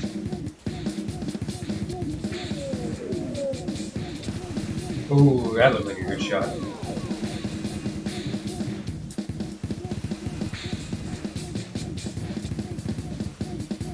Ooh, good blink. I feel like... What's it? I feel like Reggie's... I don't know if Reggie's losing it. I think he's been getting a lot of hits, though. I don't know how many hits he got off, though. Ooh, that might have been a hit. That's hard to say. Also, there's a little bit of the issue of latency. You know, some hits look like they didn't hit, and some whiffs look like they did hit. So without seeing life bars, it's like very difficult to tell.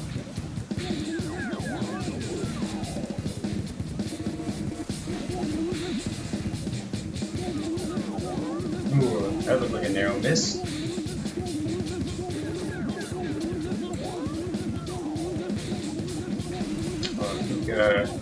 They're gathering a bit of fem. Oh, maybe that's why they've been hanging out on top of the spire. It just occurred to me that that's where the femto zone is. Maybe that's kind of why they're always hovering around that area.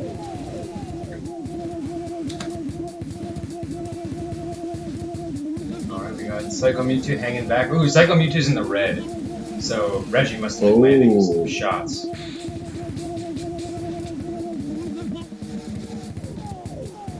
I see a little more shield shift use now. Oh, and Psycho Mewtwo is moving very slowly, so I have to imagine that his core is destroyed. Well, Reggie's still in Hawaii. About 40 seconds left on the clock, so it's gonna be tough for Psycho Mewtwo to pull out of this one. Good use of lateral blink. I like seeing that. Reggie's trying to go in for the kill. Psycho's doing a good job of staying away, not just getting shot. Reggie smells blood, so he's diving right in.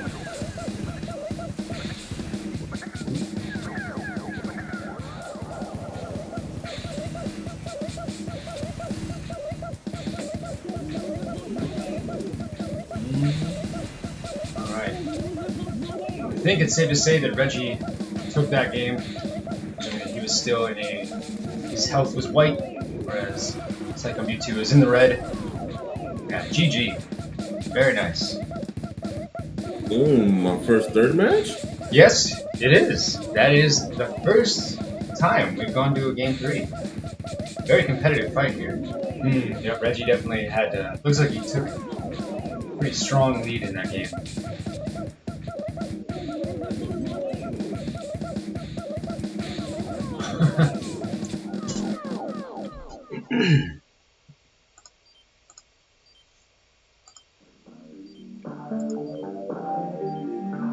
Okay. Reggie with the comeback. Yeah. Reggie did not take that loss lightly. He could win the serious mode.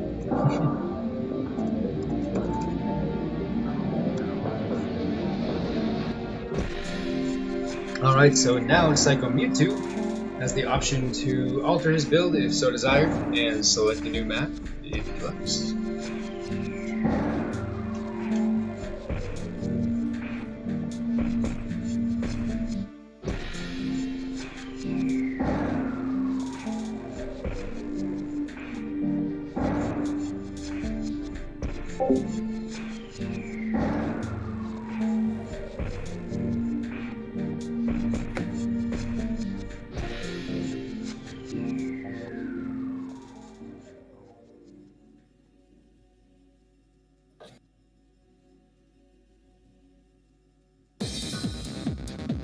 I wonder if Psycho's gonna change anything up. Airport. Okay. Gotcha. Looks like we're changing map, that's for sure. We're going to airport. Psycho Mewtwo did have a few other tricks up his sleeve. I know that he had been practicing with Beluga Beams, had been practicing with a few other weapons. Oh, great. Oh, speaking of the devil. Alright. So Psycho Mewtwo has busted out the Beluga. Kusanagi arms, taking advantage of that quick reload time. Smart stuff. All the attachments and parts are on the up and up.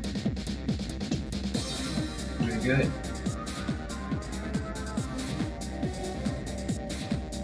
Oh wait, should we switch perspective? Teams? Oh, yeah.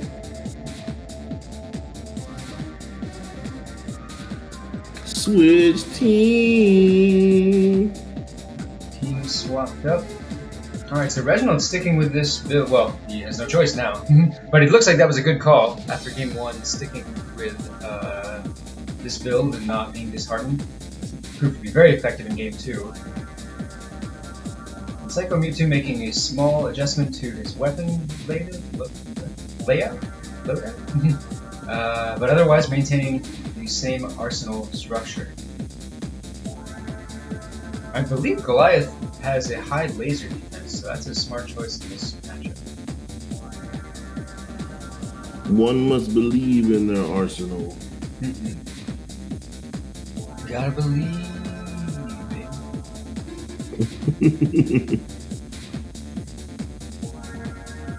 Reginald, maybe taking care of some offline stuff real quick.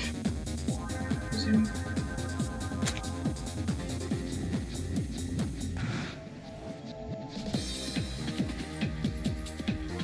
Reggie often has to forego piloting giant robots to be a dad, so sometimes it comes up. Priorities, you know. Alright, game 3. Final game in this round 3 winners match. Let's see how it goes. Our first game 3, as pointed out by Eclipse. Very cool. Yeah, don't get too many of those in DXM. Absolutely.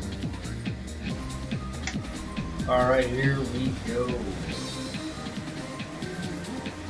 Oh, that's interesting. Reggie started off the match instantly by popping the gag removal, and presumably that's just to fill his femto bar like immediately, which is a clever use of it. I've never seen it used that way before. Yeah, not a bad choice, especially in this map where there's a lot of space between you and you get a tracking and knowing when to back off. It's not bad. It's something I do too. Like when I'm sick of chasing you guys, I like to find a way to take advantage of that. So especially if I think I'm in a lead or trying to bait, I'll just sit in the femto zone. That's smart. You see a lot of Japanese matches will start both players just race for their femto zone and hang out there until they're full. That's just a very good. There's so many uses for femto.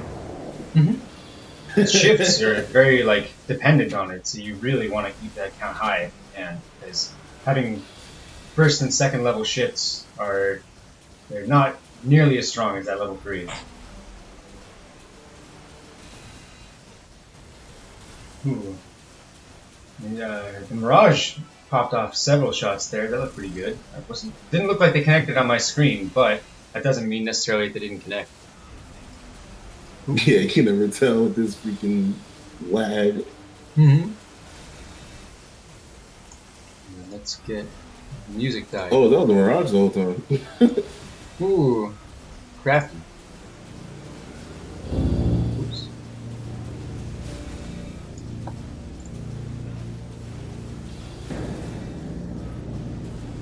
Alright. Reggie's looking healthy. Does not look like he is sweating too much right now.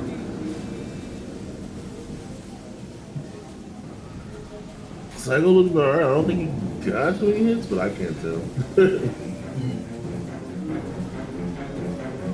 I know he's fallen for the Mirage a couple times.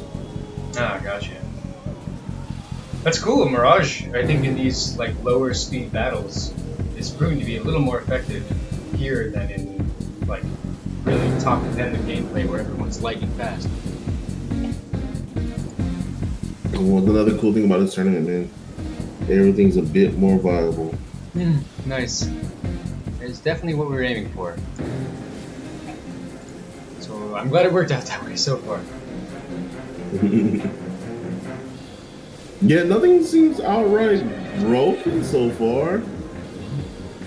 Salvation Ray was my concerns were Salvation Ray and Beluga Beam specifically, but this is the first time we're seeing either of them, and they both seem quite fair.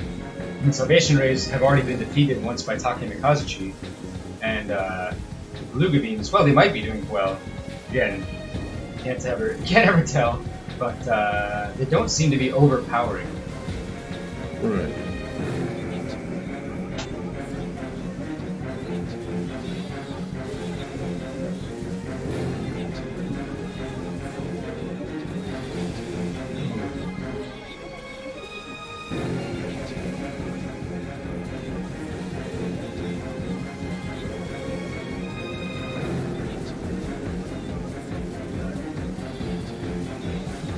I guess that's the reason we don't see a ton of shield shift out of Reggie is because Ugly Envy, or rather Salvation Ray, will turn off your shield shift as soon as you start charging it up. So I was wondering why I wasn't seeing it. Yeah. You can't cut it back on when you're charging, which Exactly. I think is a good thing. Thank goodness. That would be so cheap. Yeah, you know how annoying that'd be? Then that would be a little bit OP. A little bit OP.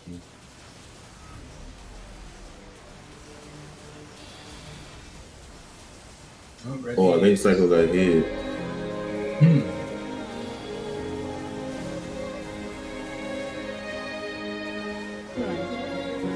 Coming down to the 30-second mark.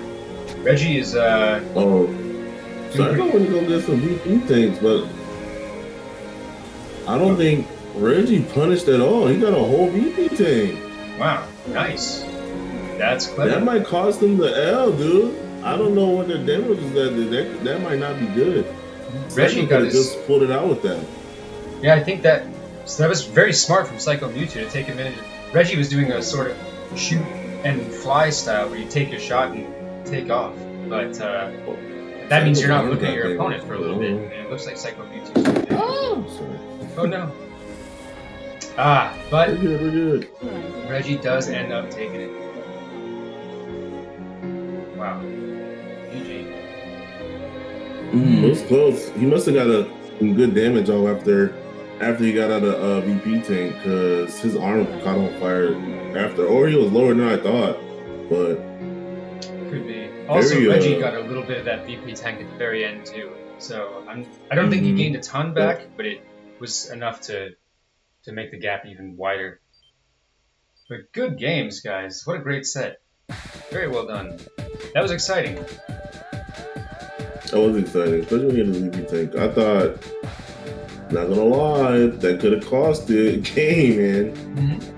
You can't let that stuff happen. That's why you always got to know where your opponent is. Always got to know when your opponent is at. Yep. And that was crazy too, because that happened at like the 15 seconds left mark. So that could have been like a total upset. Well done. Good games.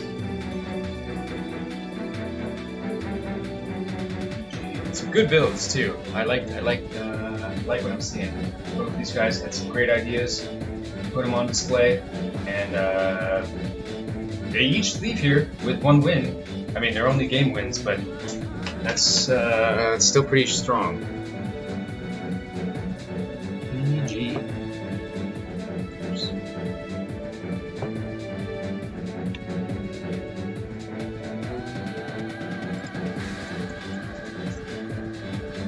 That's a great one. Alright, time to update the bracket.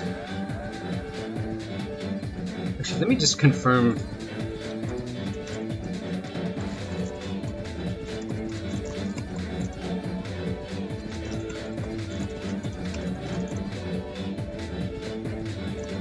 Okay, alright, bracket.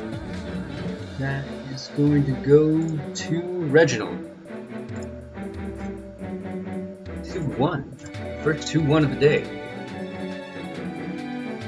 Alright, so where do we go from here? Alright, Pokemon. That is the question. Good clutch. Okay, so where do you want to go? How about Ray Shadow played recently? Who has been waiting to play the longest? That's what I'm trying to figure out. Mini Sly and Pokemaster? We want to do a losers match?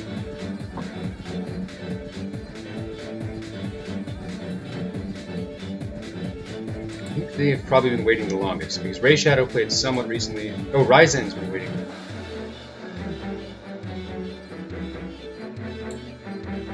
Sorry guys, just trying to gather this up in my head. I don't really know what the protocol is typically for deciding which match to go next, but for now I guess we'll stick with 1 more winners match, and then we will move into losers bracket.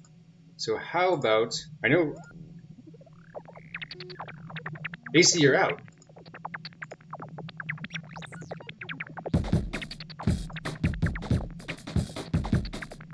Ace is done. I think so.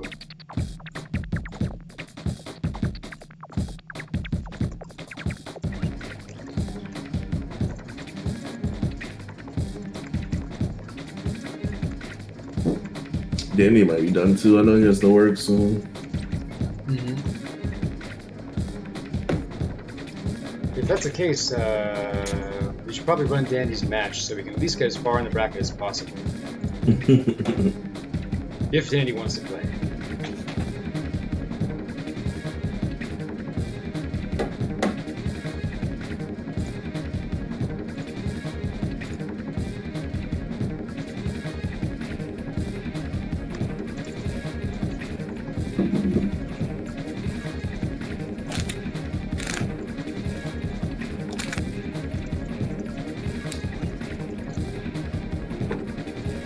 Oh. So Dandy, Dandy wants to play a match. We can get at least 1 more Dandy match so we can get as close to top 4 as possible. Oh yeah, we've got quite a few more matches to go actually. I didn't realize this bracket scrolled horizontally. We have kind of a little ways to go here.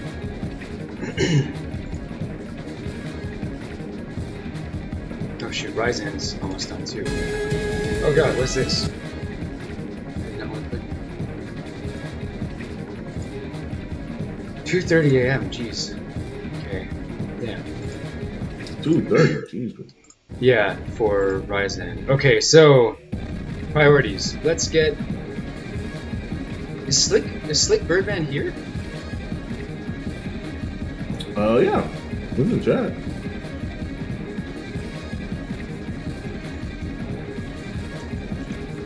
Yeah, he's in chat.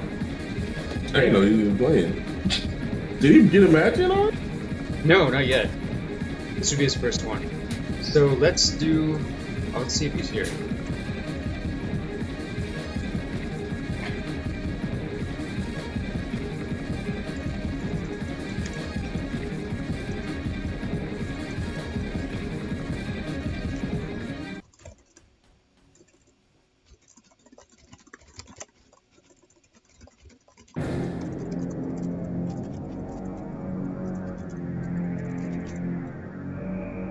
Oh, sorry, Slick. He was in the Twitch chat.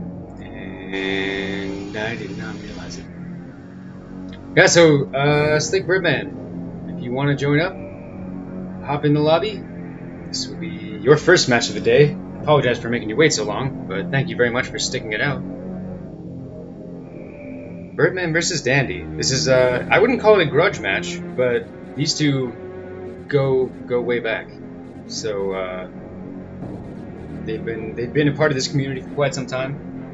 So it'll be cool to see them go head to head. Birdman's a nerd. Look at those points. Oh wow, Birdman, you're all dwarfed by Birdman's massive VP. Nerd.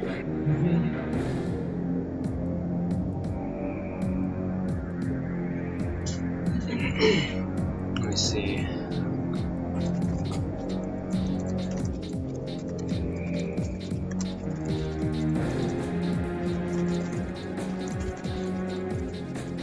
Well, it looks like both Dandy and Ryzen are in difficult time zones, so I think it is unlikely, just based on this, that we finish the tournament today, because I don't want to disqualify either of them. I also don't want to hold everything. So here's what we'll do. We'll run. Disqualify all of them. I'm just playing. They're all fired. What the hell happened? Oh, gotcha. Yeah, the worst part about the tournaments is Yeah. schedules. Just trying to get everyone together. Schedules.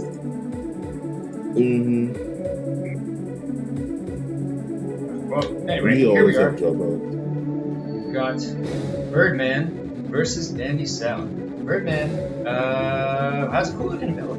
This is the first Gird head we've seen today. I'm kind of surprised by that because I expected to see a few more, but this is the first one. I don't ever remember if the Gird head is bad or not. I just it's actually I just like how it looks, so I don't really care.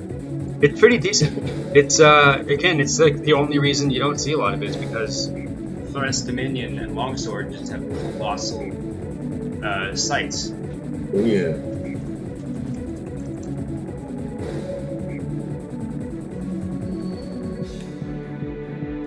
Alright, so Dandy's gonna call the coin flip, and that's the map. Dandy calls tails. What do we have here? Heads. No, Birdman doesn't have any missiles, but he likes to run around like a little punk. And Dandy hates fighting people like that. So let's I wonder how this match is gonna go.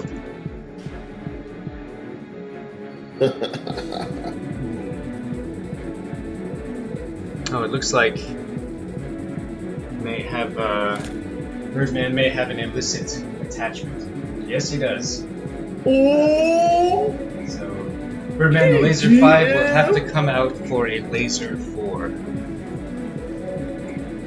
Let me...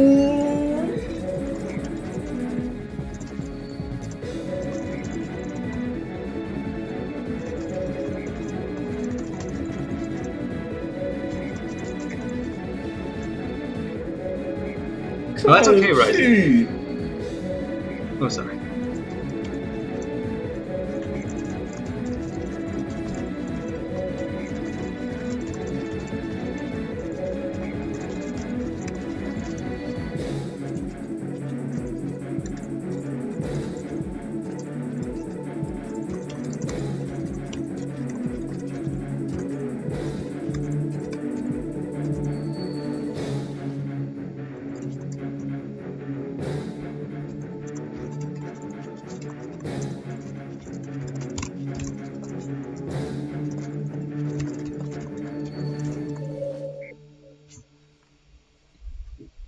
Okay.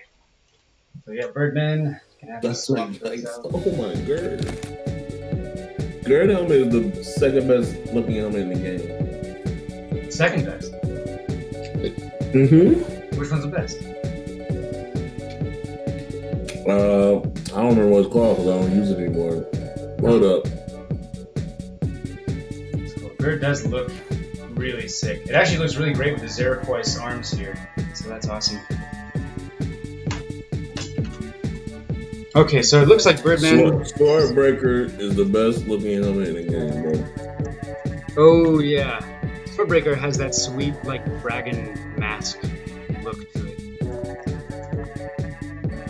Yeah, Swordbreaker, Gerd, and Goliath. Goliath is cool. I love the little four horns on his face. All right, so Birdman has fixed himself. He is now within the regulations and has chosen the map Airport, which we are already at. So this is going to be good to go. And it looks like Dandy is playing same build he had in the previous round: double Guilty Throne, Lowenkrieger, Taki Mikazuchi.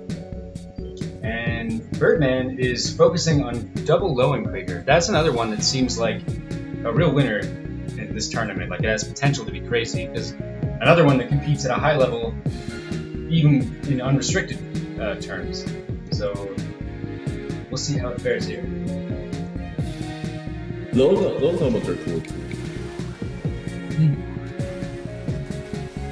So Birdman, like, usually, every time I've heard Birdman, he just shooting missiles and running. So I'm wondering how he's gonna play this.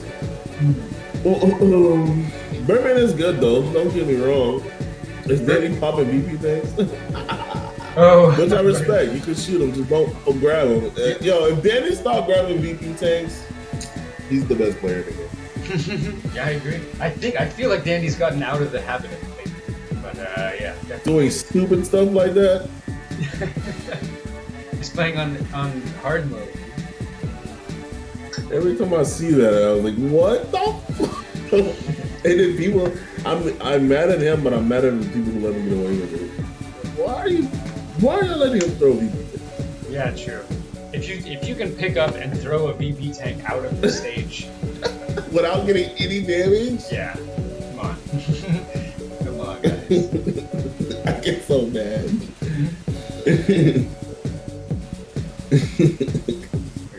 Well, not this time. It's rookie stuff, man. It's funny. People are funny. Ooh, Birdman got some nice blinks. Can't even lie. Those are some sexy blinks just now. Nice. I feel like he lost Dandy, so that's a good way to evade. If you're gonna run, get the F out of there. Run, blink away. Like, make sure, like, pay attention to your radar. Make sure they're not even close to you. But a lot of people just run and they're like right behind you. It's just not good.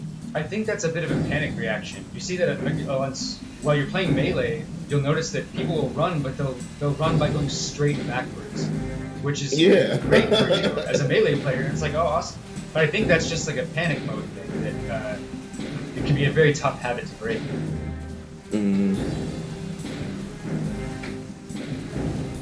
It's just something that's gonna separate, the pros versus the rookies.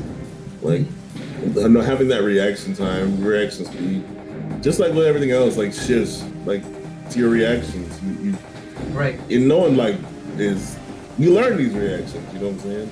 Playing over and over again, knowing and thinking about, okay, how could I change this? How could I do a better choice this time? And it's just changing your reactions most of the time. Absolutely. And that Birdman is switching his shifts like a pro. Comes from experience. Oh shit, he blinked in the wall. I saw. He just ran definitely comes from experience. face first into the hangar door. Ooh, Dandy's got a good beat on him. I don't think he's able to Oh, this match could be either way right now. I'm not sure. I agree. I think Birdman might have a little trouble with ammo, because all he's got is the double Lowenkrieger. I don't think I saw. He has his double. What are they called? Liberations. Oh, he does. He has the pistols, double pistol. Okay, cool. Yeah. I did not see that when I took the first look at it. That's good though. It's got backup. Fortunately, they're a little outpowered, but still better than nothing. They're not bad weapons. You don't want to lose speed. They're backup, just for backup ammo to make sure you're still in the fight. They're not bad. I agree. I like Liberatios, especially. I'm surprised Danny not using him. Yeah, he had in the past. I think he has like a PvE build, or the build may have transitioned into a PvE role that uses double the ratio.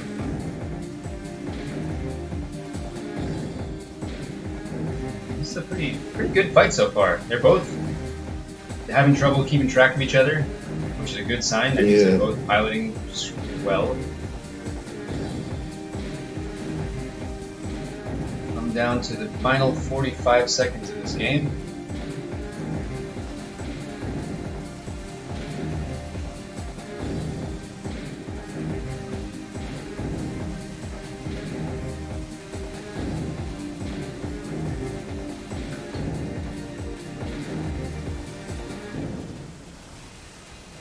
Good shots.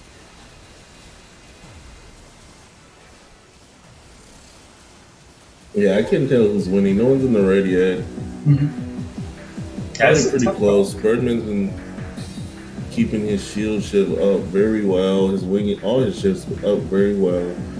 I feel like he's been playing more defensively and losing track of Danny, but it doesn't look like Danny's doing much better. Yeah, I couldn't tell. We're about to find out. Danny... That was a great throw. Wow. Yeah. Nice. Also, Danny, I want to see the percentage. Oh, okay. Danny did really good. Danny had a fair lead there. Fair lead on Birdman. I noticed Danny was using a lot of assault shift, so I'm sure that had something to do with it. Which is cool. That's still one element of the game that I haven't integrated yet at all. Is assault shift. I just never use it ever. And seeing players here today using it is fantastic.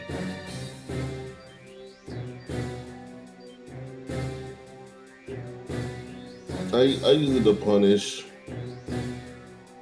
Oh yeah, right. On like stamina outs, then stamina outs, stuff like that. I use it to punish. I don't really use it very often to just because, especially with melee, it's just very already high risk reward, so it's very hard to pull off. Right. Yeah, it's so risky.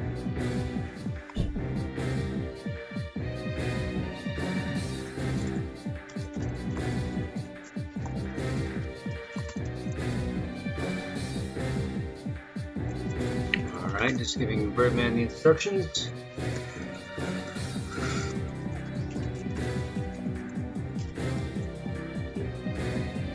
That's a cool match. Pretty competitive. Based on just looking at their arsenals alone, it's very difficult to tell who's going to take that one. But I think Dandy's probably just a little bulkier, and his damage output's just a little greater, so you're going to have to make up for that with some extra smooth piloting. Extra smooth.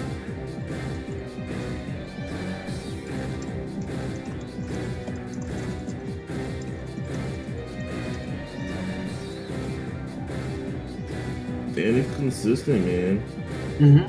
It's true. And Dandy works. Dandy plays all the time.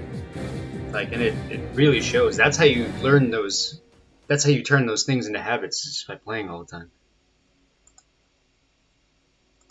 Danny would sit in the chat spamming people to fight him. It's the way to go. I used to be one of those people. Dudes in my DMs, fight me. Fight me. Dandy's a fighter, dude. So I shot him with the railgun. Be careful what you wish for. Dandy wanted to fight. Look at the highlights. You're only in so many highlights because you fight so many people. It's true. He's a real competitor.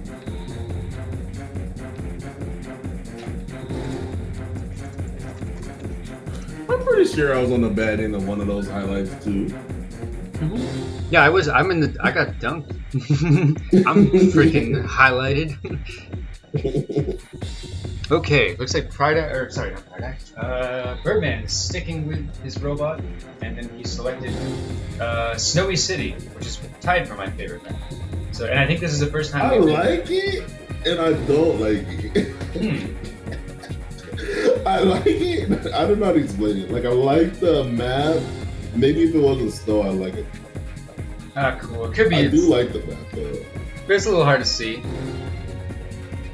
Yeah. All right, here we go. Game 2, Birdman versus Dandy Salad. This will be, I think, Dandy's last match of the day, since he will have to get some sleep and get ready for work in a little bit. But so far, excellent showing. Dandy has been putting in work.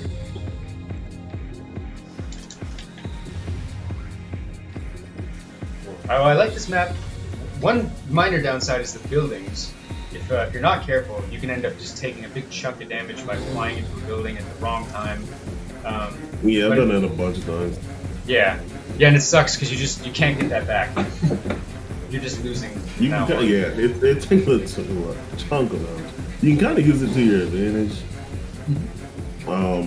but it's very risky. Right. Yeah, you can drop them on people, but that's challenging. Mm-hmm. But there's a decent amount of cover. That they move very slow. Like they fall so slow, and any point in the animation of the fall, you can take loads of damage. Yeah, exactly. It can hit you. I mean, you get invincibility frames, but there's still like four or five opportunities for it to fall on you. It like hits you that many times. Yeah. I've definitely hit the same building twice before. Yep, bonks you. Alright. So Birdman's looks like he's doing pretty good so far. Again, it's without BP bars, it's hard to tell, but he's playing evasively. Looks like he's landing some shots. Let me play more back. Danny's in his face. He's just pretty high. I feel like he's flying a little bit too high. Danny's right on him, so he should be able to punish him if he does get too high. Ah, yep. Looks like Birdman's in legs the now.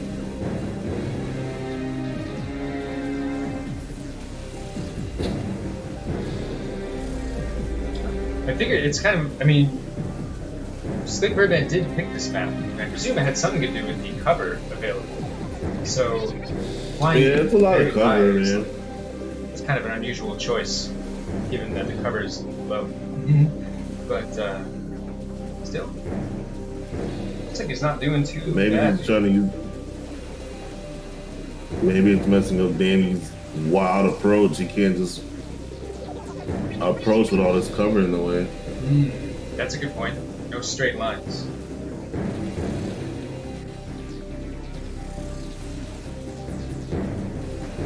Oh, there goes the building.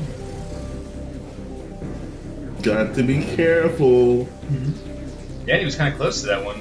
Almost. I don't know if he got or not. He might. I think he. If so, that would be like the play of the well. day. Dropping a building on someone.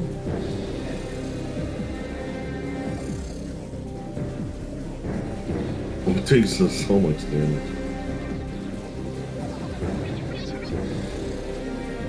Ooh, good blink.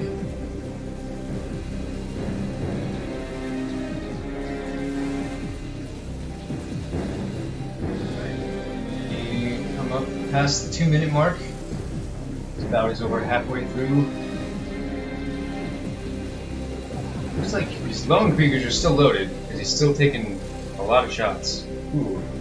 Now, he shot the VP tank, but I don't know if he intended to do that. Yeah, they did it on purpose, but... Yeah, it looked like he did, know. but he didn't go for it. So I'm not sure. It looked like very intentional. Oh, it looks like the Kriegers are out, because he's swapped. Then he got stuck on a rock. Oh no!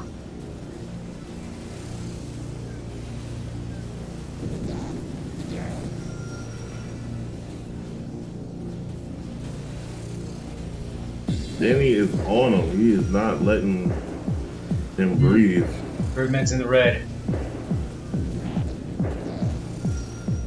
Damn, yeah, Birdman Danny's looks still like he's white, backed into the though. corner a little bit here. Kind of staying around that one part of the map.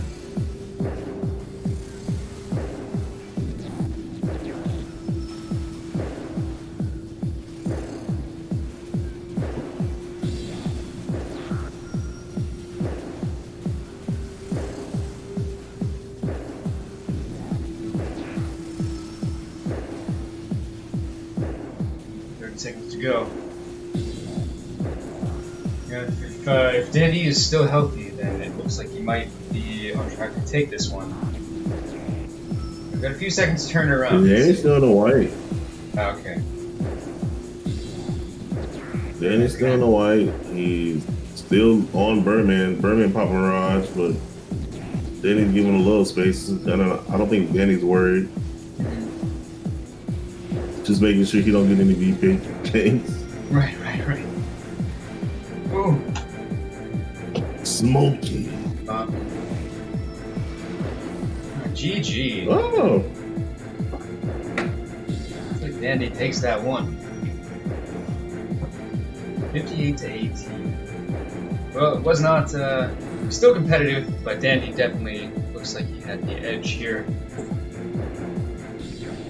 But great job to both competitors. Thank you, Birdman. I know you had to wait for a really long time, so I appreciate it.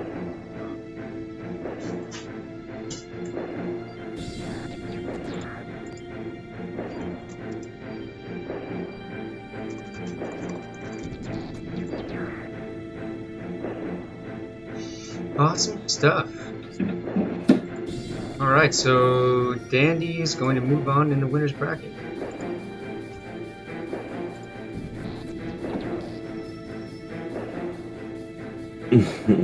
Alright, and next, let's see here.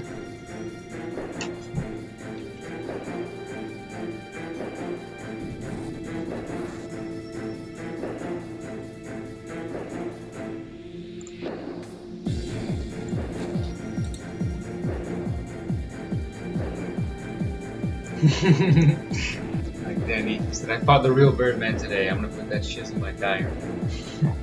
Pretty good.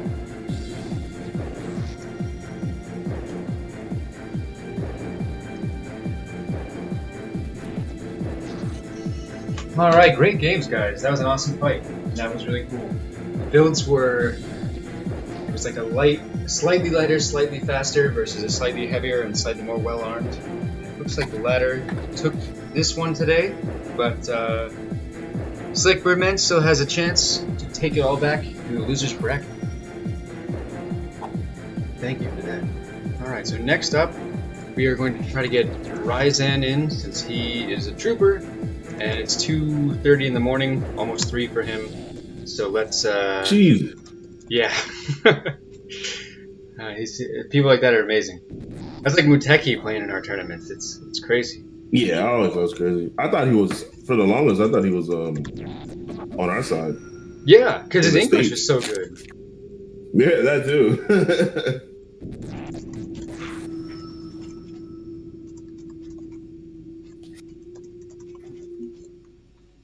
Alright, so English was good. He was always playing with us. I was like, this guy's from the States. He just knows Japanese.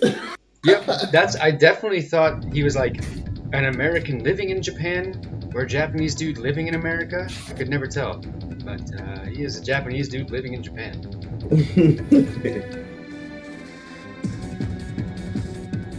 Hang on, is it? Yes, it is. It's Ray Shadow versus Ryzen next. Awesome. Let's see. A lot of R's. Ray Shadow, Reginald, Ryzen. A lot of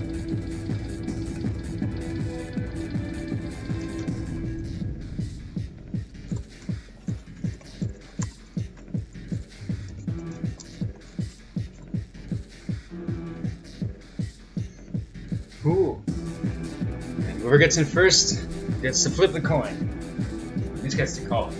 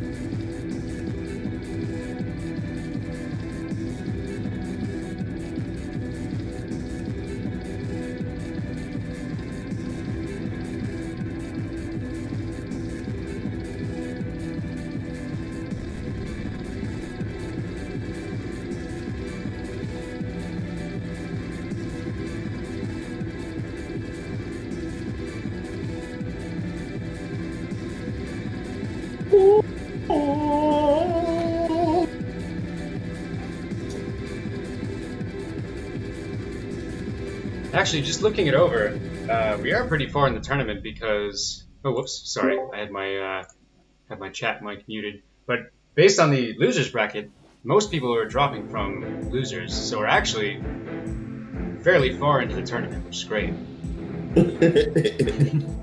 I think we will have every time, my boy. That's all good. We will have to continue at a later date for sure, just to make sure we can finish it up. But for now, we're making pretty good progress. What do you plan on stopping? Whenever we can't play any more matches. So whenever we come to a position in the bracket where someone is not available, but I don't want to DQ them, then that's when we stop.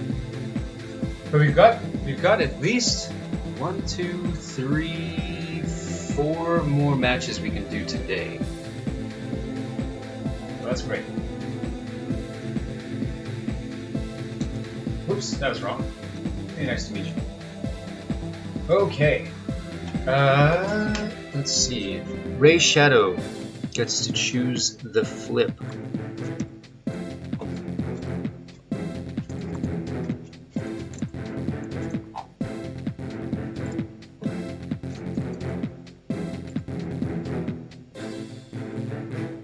Hills again. Alright. Flip, and it is heads. Wow. I think we've only had one person actually win the coin flip today. So, sorry, Ray Shadow, but Ryzen.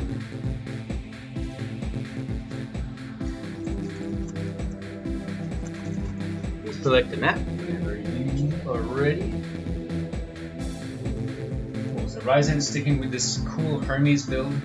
I enjoyed seeing this last night, and he won his first game. I'm sorry, Ray Shadow. I think I said Ryzen, but I meant Ray Shadow. And yeah, really unique, really cool build, and so far successful, which is awesome. And Ryzen's build is awesome. It feels a lot like the way I like to play sniper rifles, so I am a little bit biased. I think it's cool build.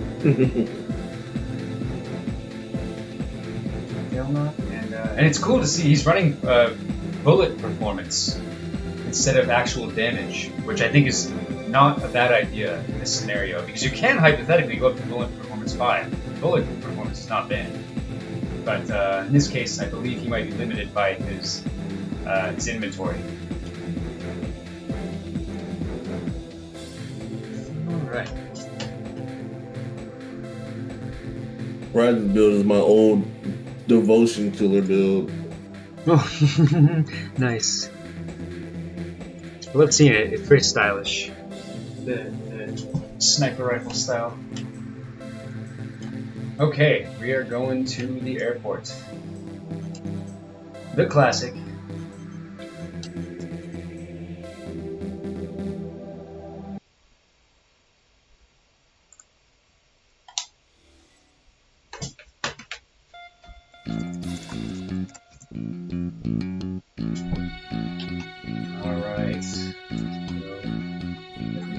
We'll get this underway.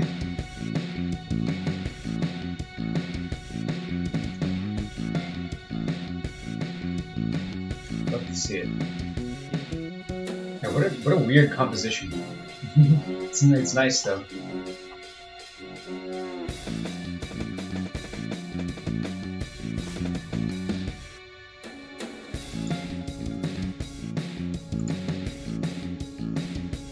Alright, here we go.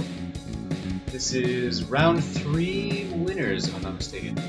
Oh no, I'm sorry. This is the last match of round 2 winners. And we have Ryzen versus Ray Shadow. And I know both of them are... I keep saying this, but then I keep not sure if I'm keeping it straight. But I believe both pretty new to the PvP scene. Both taking it pretty seriously. Ryzen has been looking for fights and gathering information from competitive players, and Ray Shadow has been participating in fight nights for the last couple weeks in preparation for the tournament. So that's awesome. Awesome to see. And 2 very unique styles. A total clash. On one hand you have Hermes. It's cool to see. Oh, sorry, go ahead. I've been talking too much. It's cool to see some new players and doing pretty good and pretty far along in the tournament. Yeah, both of these guys were kind of wild cards. Like, we weren't sure what to think, how they would do, but both doing very well. Round 3 winners, round 2 winners.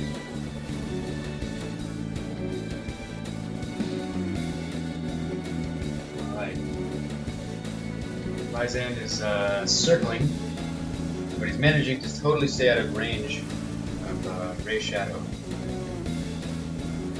Yeah, Azur's doing a pretty good job of avoiding those sniper shots, it looks like. Blitz is probably going to be really useful here just because hard to hit with sniper rifles and that's a lot of ammo he can lose. Right, especially on those fail knots, which ammo is like a major issue. So for every shot that a Blitz takes, instead of you, that is like really valuable.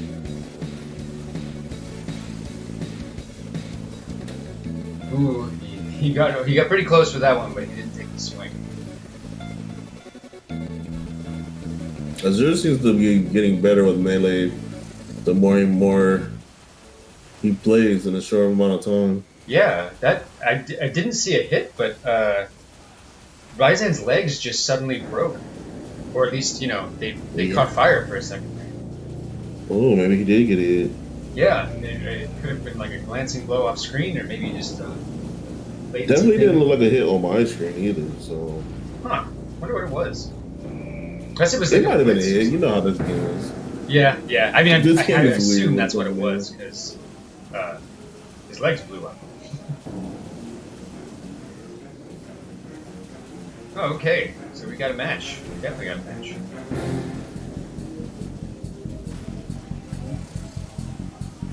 It's getting closer.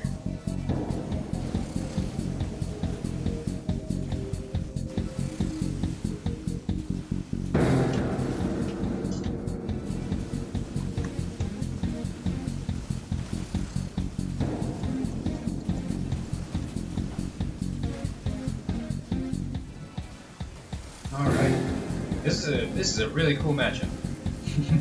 I'm kind of speechless. It must be so tense for Ryzen because he, again, you can ping away and do little chips of health here and there, but they get one shot and that can totally undo like 3 minutes of work. Yeah, and I doubt he has a lot of health or defense in that build. So one hit could literally definitely not take half his health maybe. Flash Especially phantom legs. Azur's There's no way. Yeah, just being super aggressive, using his shifts, he can do a ton of damage. And you'd be surprised at how much those blitz do, damage they do if you let them tap you. True.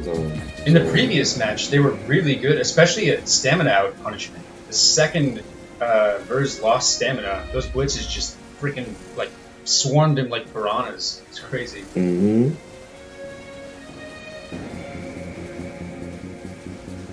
Okay, so it looks like Ryzen is likely out of ammo because he's busted out the Baldur's Edge 2. A rare choice, Baldur's Edge 2, but for some reason I just like it, so I'm happy to see that. I like all the lightsabers. I'm not good with them, but I like them.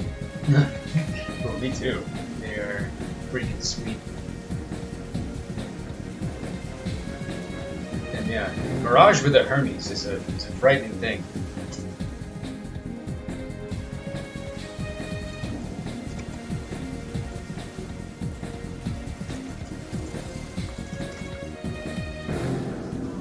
Come down to the 13-second mark, and Ryzen appears to be in evasion mode. Don't think he wants to get caught. Oh, Azur's out of stamina. Ooh! Oh, he did that on purpose. Saved by the bell. Oh man! And wow, Ryzen took it. I was a little surprised after I saw his legs. Oh, really? Fire. Damn. Oh, wow. That must have been one hit. Yeah, that must have been one hit. It must have been right in the knee or something. Holy cow. GG.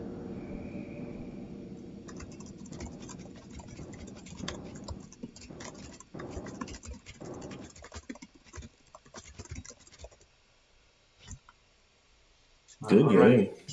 Ryzen He is so far he's fulfilling the Dandy's prophecy. Ryzen has is high prospect.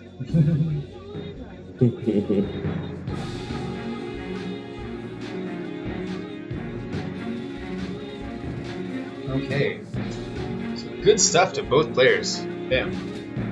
So, Ryzen, Hey, you got the hit. Am I muted? What's I thought my game froze for a second. It's good. I think Ray Shadow landed that sword hit pretty early, so it's possible that Ryzen had to kind of scramble and adjust his playstyle in order to prevent that from happening again. Do whatever it takes, man. That's another thing people need to start doing too. Is like, if it's not working, switch it up. And you'd be surprised on how many different ways you can switch it up in this game. Sometimes just being patient. Sometimes maybe it is being more aggressive. But there's a lot of different ways to maneuver in this game to kind of help you get an advantage. It's true, and you get into like bad rhythms. I know I do, where it's just like you keep making the same mistake over and over, and you watch yourself making it, but because you're just used to playing in a certain way, you keep making it. But you know, sometimes in that situation you have to take a break, or you have to, you know, just completely switch your playstyle to like, you know, a different gun type or something. And when you come back, you might break that out. Anyway. Yeah, that's actually not a bad idea. I always tell people to experiment with like weapons and stuff and to see how stuff works. Because the more you know, you know how to combat those situations. Yeah, true. Playing sniper rifles definitely opened my eyes to sniper rifles. Like, I thought I understood them pretty well, but it wasn't until I actually started using them that I'm like, oh, okay, I see what's going on here.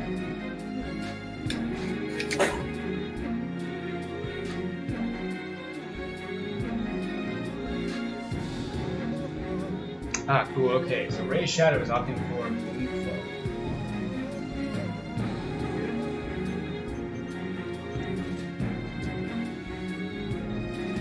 Oh, and he's definitely switched it up.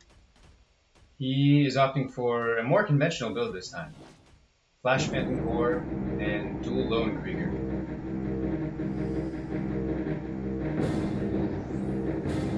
Look like a Gundam, bro. Yeah, with the stripes and everything, that's awesome. He's keeping one sword. That is respectable. Double check the attachments.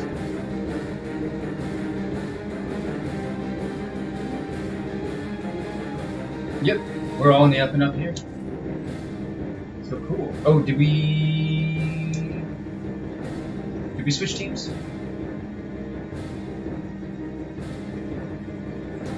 Oh, my bad. No, all good. Perfect. Perfect. Ah, yeah, Ray Shadow, that's how it goes sometimes. If you land one melee hit in a given match, then that's good. That's successful.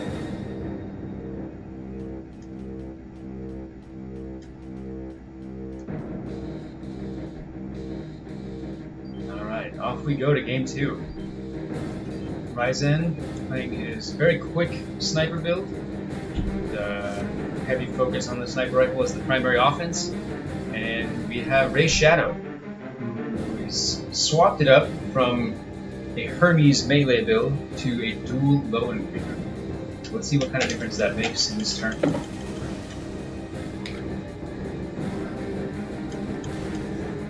Alright. Melee is difficult, man. Anyone trying to use it gets respect from me.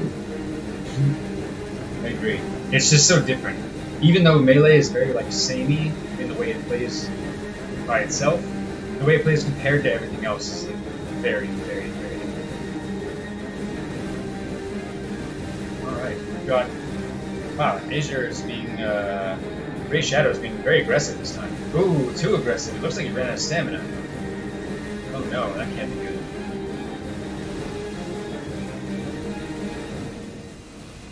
he's running assault shift with those Lowenkriegers doing pretty good. He's still rocking that grounded style that we saw in the previous game. That's pretty interesting. I feel like it would be a little more effective here because at least you have ranged weapons now. But yeah, ranged weapons could help. I don't know if it's a good idea against those snipers. I mean, I think just in general, it's not really a great idea. But players coming from other games or from other like Armored Core games, it's hard to adapt to that just in the air all the time type of style. It's funny because a lot of people love it and a lot of people hate it. Like, true. I'm in the first camp personally. I'm a big fan. But I love ground-based Armored Core combat. Is really fun too. But it's just not. Yeah, I'm in the middle. I can go either way. Oh wow! It happened again. Oh, this time it was Ray Shadow's legs that inexplicably blew up. Interesting. So Ray Shadow has busted out the Dane sleeve. Looks like he's going to go for an even more aggressive approach. Oh, he's moonwalking. We moonwalking, boys.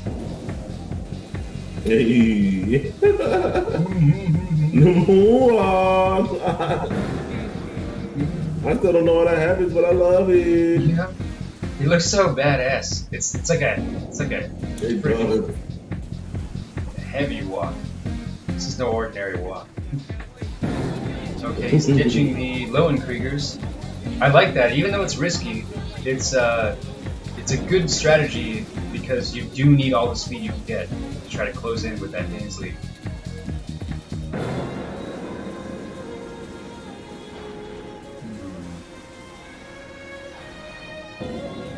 And I think Ray Shadow may have also lost his core, and he is currently in the red.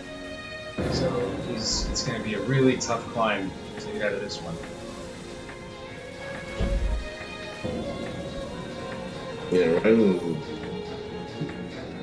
Still in the white. He's still clear. Yeah, looks like Ray Shadow. Yeah, then that was especially wise to lose the extra weight because you're really going to have to land those sword hits in order to make up the BP difference. But he's shown that he definitely has the chops. He's landing hits in other matches. Yeah, he's doing really good.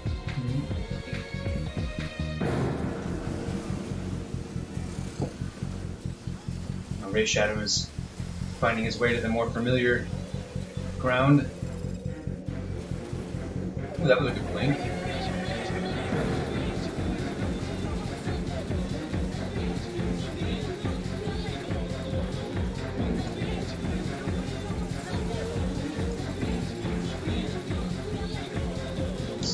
Nice. Alright, we're just under a minute left. Can Azure bring this back? Oh, his Mirage just ate a Baldur's Edge 2 hit. So that was good. That means he didn't eat it.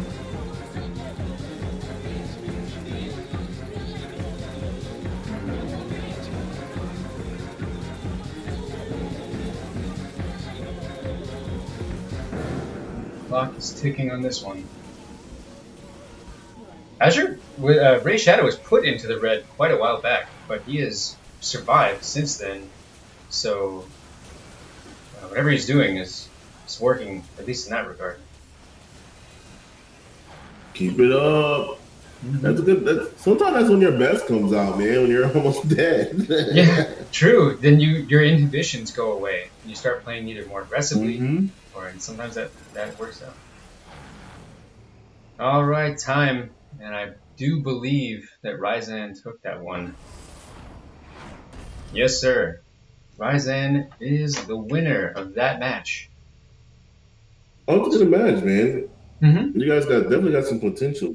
Absolutely. GG's, guys. Not bad at all. I think Ray Shadow might need to find himself a little bit in this game in terms of like a build or a play style. But once that happens, I think. Yeah, and it's definitely hard to do in a tournament like this. Yeah, right. You're pretty much on the spot. Like you gotta learn But on the fly. definitely a lot of potential, man. Agreed. Absolutely. And you can tell because people who show up for fights all the time, they're hungry. So this is great.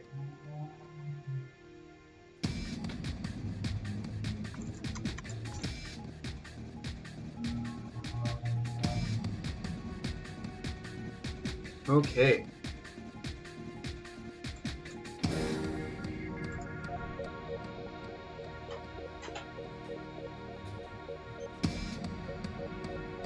Hey Boomgar, I'm glad you're enjoying the music.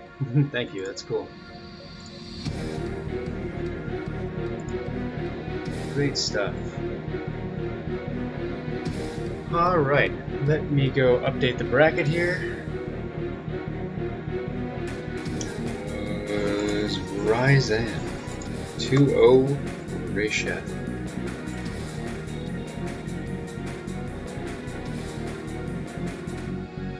Okay. Unfortunately, I think Cosmo had to drop from the tournament, but I do appreciate them playing with us today. Sorry, guys. I know that, the time zones really are rough, but I think it's awesome that you all are, coming out anyway. That's great. It's really cool. Shout out to the DXM community. Yeah, we out here playing. It's fantastic. All right, so we got. I think Verz. Did Verz also say he was no longer playing? So. Okay, so we've got a couple matches left for today. Next up, we would have Boomgar versus Nathan Truby. Boy! Oh, Verz is still in it. Okay, great. Awesome. Good. And so you shall remain. But in order to continue, we will need the winner of this match.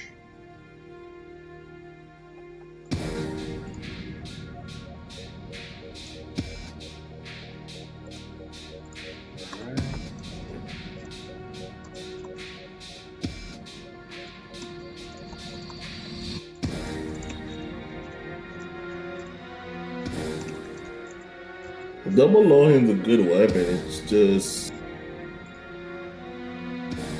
it's hard to hit. Your tracking, your speed kind of got to be up there. You got to be up close and personal, kind of. It's the same thing as with sniper rifles, but compounded, because even though the bullet speed on Low and Krieger is pretty respectable, but you're still gonna have to get right in their face. Yeah, going against snipers with Lowen is probably not a great idea. You can probably make it work, but it's kind of difficult. Yeah, I think you could make it work if you were faster than them, but Ryzen's build is built pretty quickly. Pretty speedy build. And it's another one of those things where if you're just not used to it, then you're just not used to it. Right. Okay, is this the... Let me show you what a paladin can do.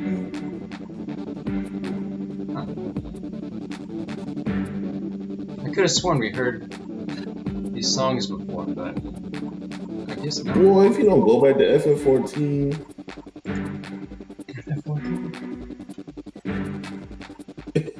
He said, I'm going to show you what a paladin can do. I was like, you know what? It's not Final Fantasy. Wrong game.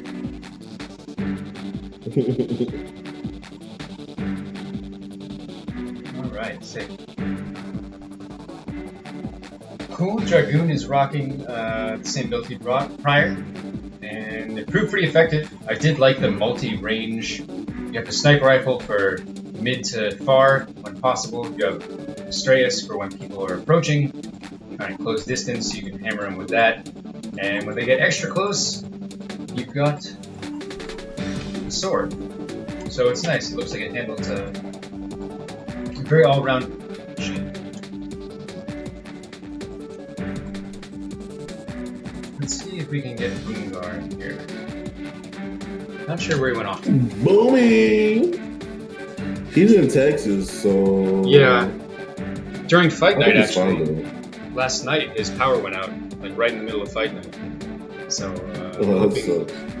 it's not that. Oh, he's Hey. back on. There you go. There he is. Wow, he entered the room in online at the same time. That was crazy. This thing is lightning.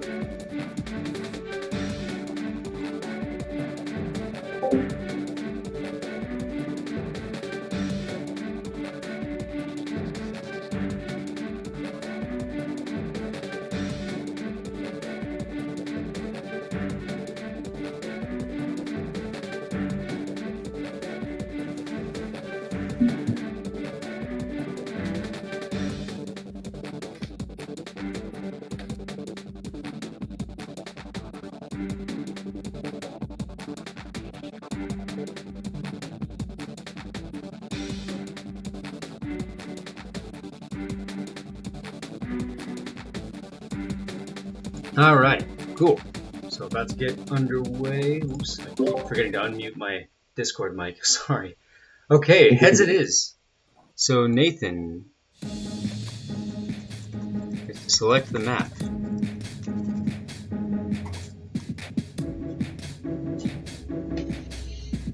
See, it looks like Boomgar is going to be sticking with his tried and true. Rocking them Silver Ravens.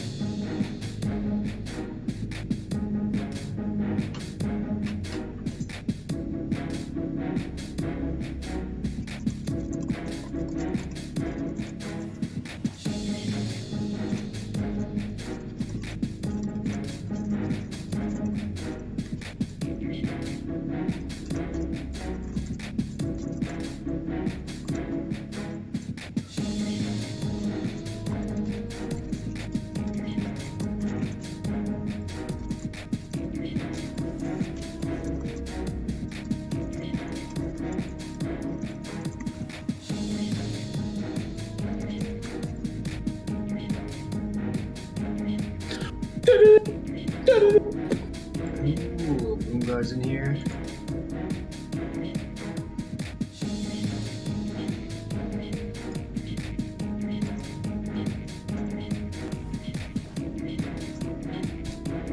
See here. Psycho Mewtwo.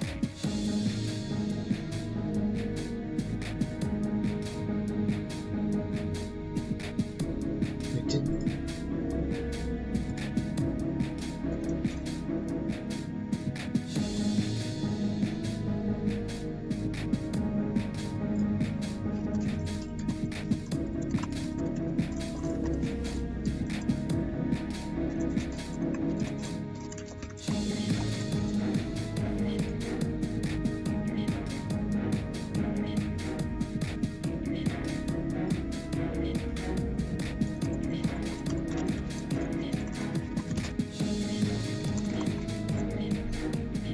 Okay. Sorry guys, just sorting some stuff out since trying to get the bracket organized. Looks like we are doing Desert City. Desert City 3, the White Anima. Should be a good one.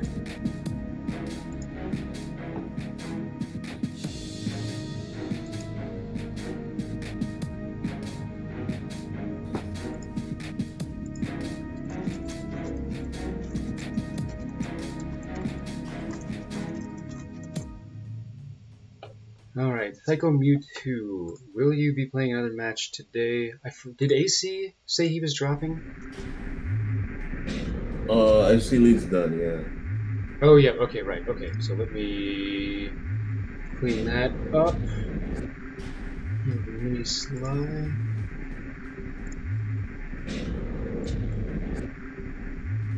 Okay.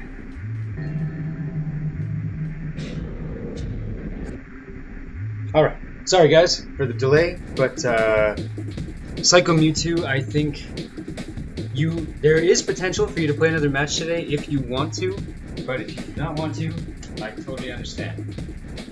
Alright, thanks guys for being so patient. I apologize. Just A lot of loose ends to close up in that bracket, but they're closed. I think.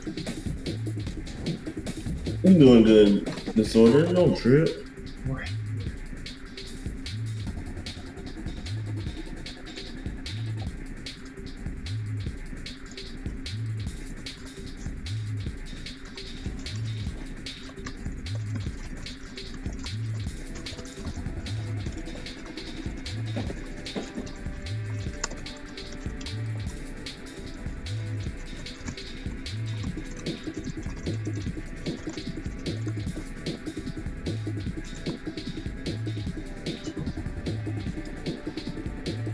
Oh, Yep. All good. so happy hitting, then you change the map and like, oh, Oh, yep. Everyone gets knocked out. Ready. Okay, so this is winners round 3. The final match in the winners round 3 bracket. We have Boongar and we have Nathan, aka Dragoon, going at it. Boongar is rocking his SMG build, super lightweight SMG build, and Dragoon is rocking his all range mode build, so it's pretty cool.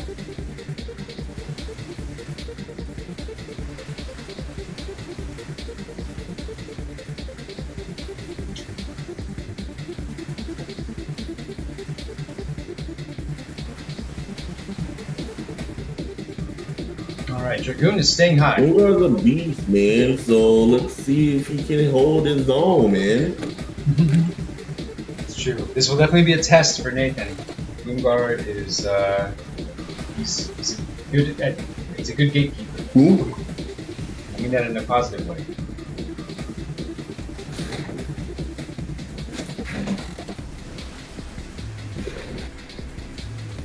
Dragoon is staying far away this whole time, as much as he can. I'm sure Boongar is trying to close distance frequently, but Dragoon is... Yeah, I think that'd be a safe bet because most of Boongar's weapons are close range weapons. So you can stay back and pepper them with rocket launchers or grenade missiles and whatnot. Mhm. Should be fine.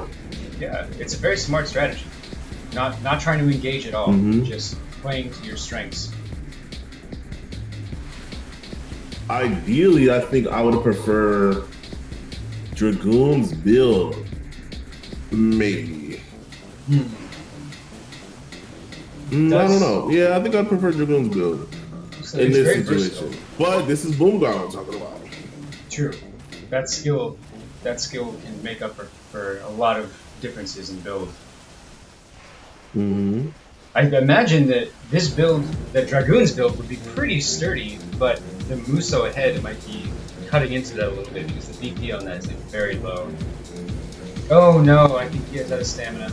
Uh-oh. Oh, that's bad luck. Boongar did get a nice little mistakes. punish. Be ever aware of that sort of thing.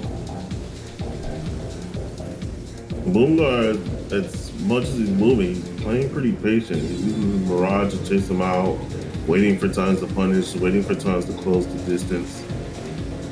That's clever. He's adapted to the adaptation. Dragoon. Might be, if he's faster, he's possibly dodging most of those Garuda missiles.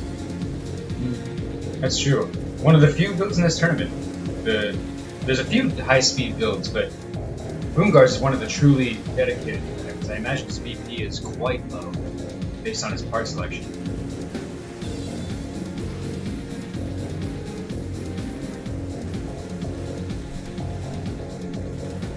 Keeping back to a safe distance on Dragoon's part.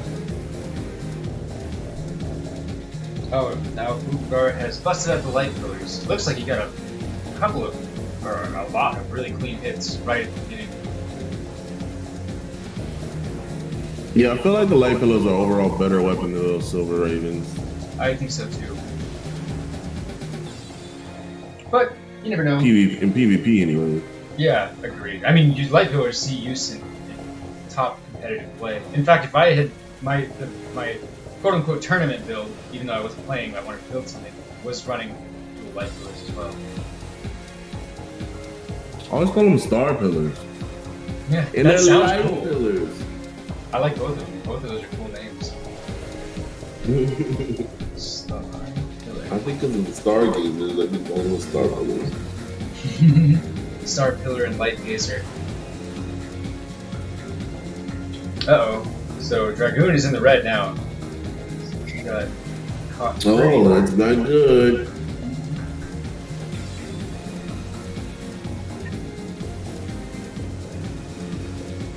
He's gonna have to claw his way back from this one. I think the VP tank is still there, but that's gonna be really risky.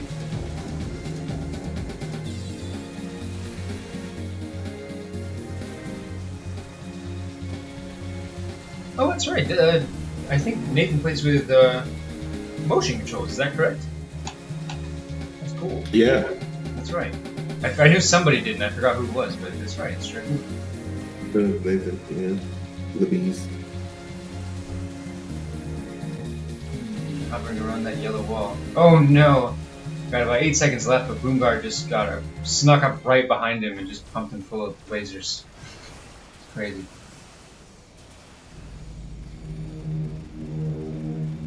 GG. Looks like Boomgar was the victor in that round. That is correct. What we got? 58-8. Well, Boomgar certainly had the advantage there. But, good fight nonetheless. Boomgar's a beast, man. He's top 3 almost every tournament. True. This man is a at least. threat.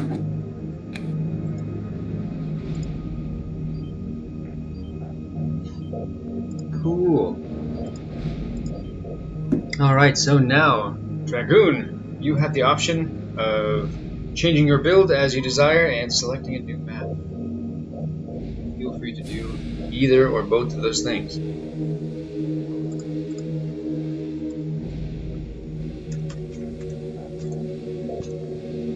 Oops, wrong one.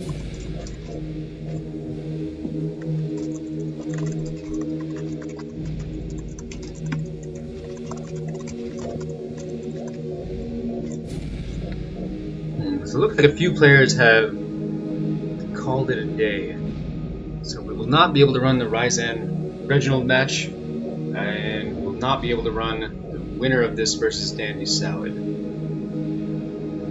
However, there are a couple more matches. It looks like we have Mini Sly versus Ray Shadow and losers. And the loser of this will go on to meet Verz in the losers bracket. Oh, switch. Good call. Good call.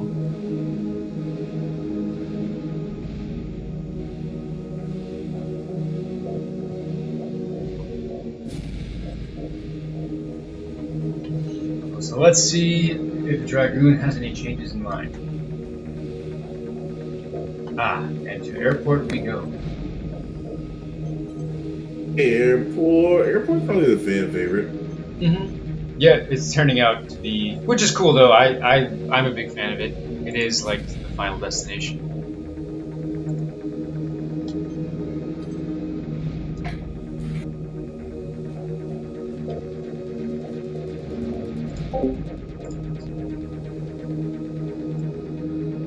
We're doing some of it now, Ray Shadow.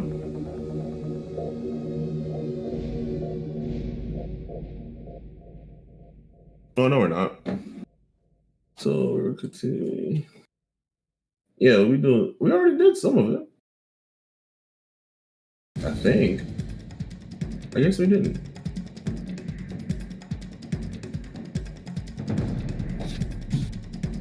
Because everybody else dropped out.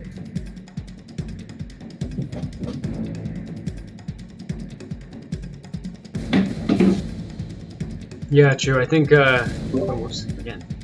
Yeah, I keep screwing that up. But I think once one person passes on it, then typically a few other people tend to follow. But that's okay. I mean, the fact that a bunch of people aren't available makes me think that maybe we can schedule this on another day and do it all live rather than trying to have individual matches. But we'll see. Let's see.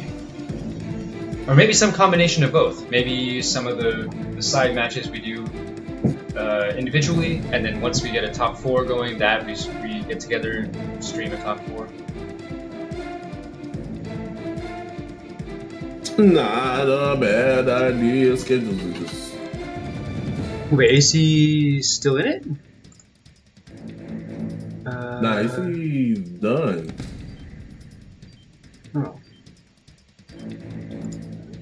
I can undo that result, I guess. If you still want to play, we can undo that result. Because neither of the matches have been played yet, so.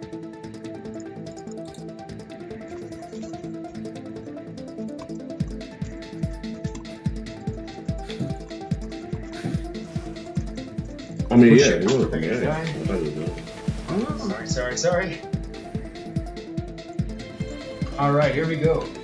Bungar versus Dragoon, round 2. Oh no, it looks like Dragoon may have ran out of stamina right away, but it's hard to tell.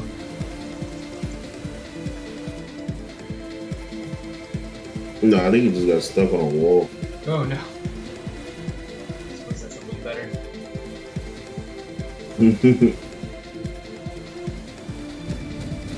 Bungar is firing away.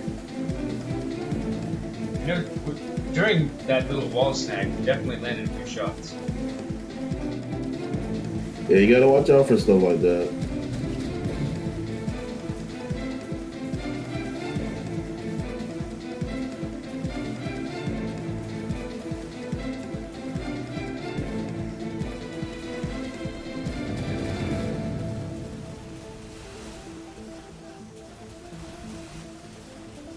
Those rookie mistakes is what can get you killed. Mm-hmm. Every 1% of VP is crucial, super important. Oh, it looks like he's landing a few shots. I didn't catch if Dragoon changed his build up. I didn't think he did, but then again, I didn't get a good look. But from a distance, it looks like he might have changed something. He's firing lasers now. I don't believe he had lasers in the previous round. Yeah, he got a I forget what it's called. Tasamakazuki. Oh, yeah. I just call it the Take. Yeah, that. Bungar popped his Mirage and he's switching to light flips.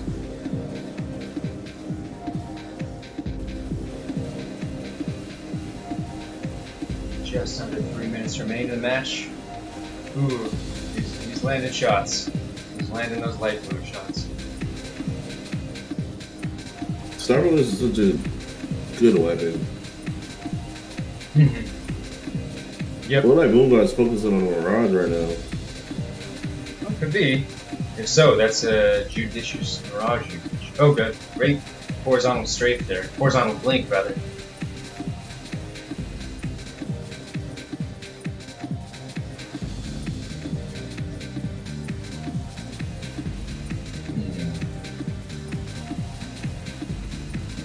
Bungar has switched to a less mobile style.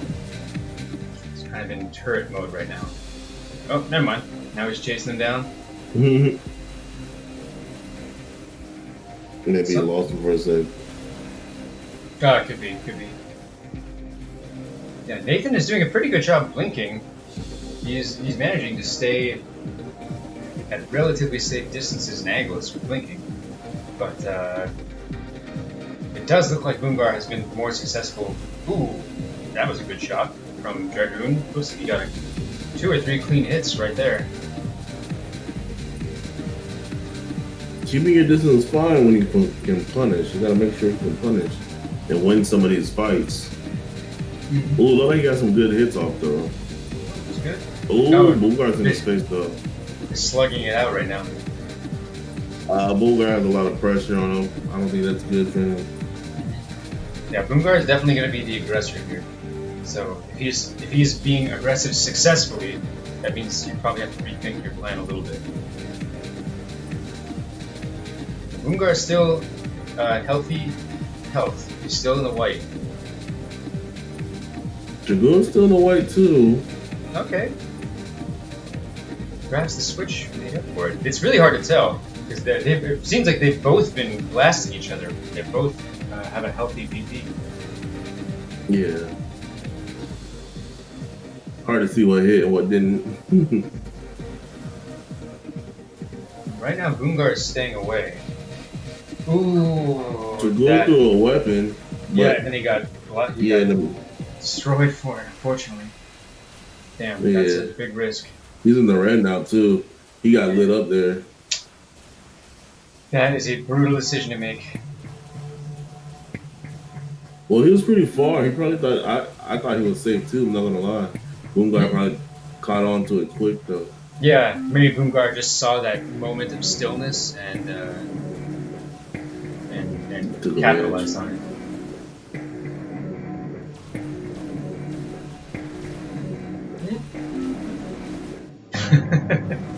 No wonder. GG. Well done, Boomgar.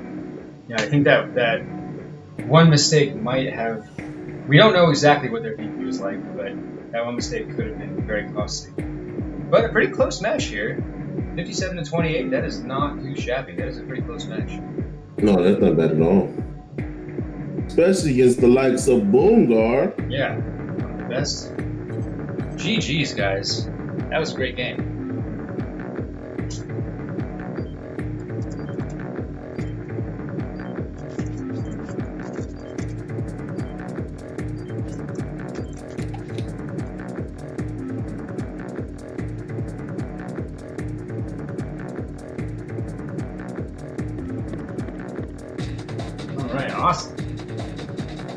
Awesome fights, and especially if you're not used to Boomgar, if you're not used to just playing someone against someone of that caliber all the time, and he will catch you by surprise because he will do stuff that you have never seen before.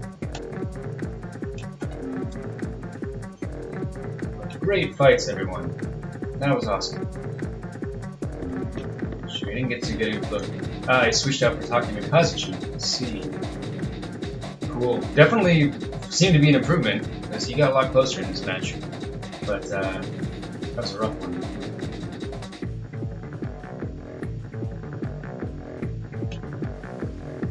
GG's, y'all. That was a good one. Yeah, that was a good match. Alright, what have we got? Here, let me record it. Boomgar. Ooh, that means the winners round 4 will have Ryzen versus Reginald, and it will have Boomgar versus Andy.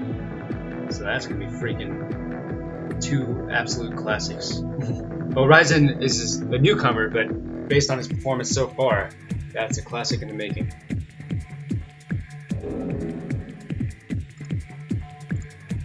Should be pretty sick winners. Absolutely. Absolutely. Alright, let me try to get the next match up and running. I think we've got a few more today. Let's see. AC can play a match if you want. His opponent is right here, if he'd like. Maybe he's like out of the house. Who won that? My Twitch died. Boomgar won. Boomgar took it down, and that second match was a doozy.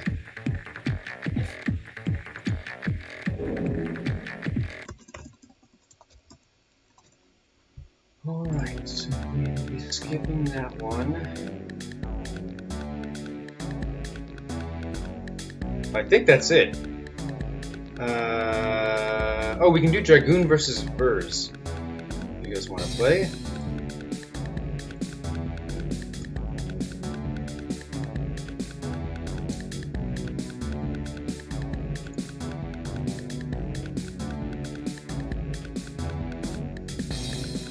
Come on back, Dragoon.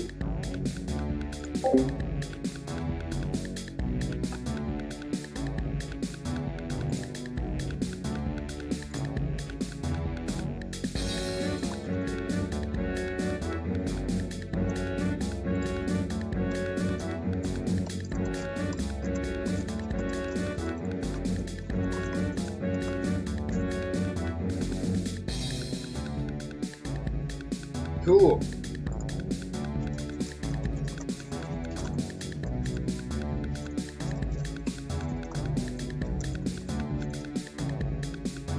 Actually, guys, give me 1 second. I'm going to run to the restroom, get another drink.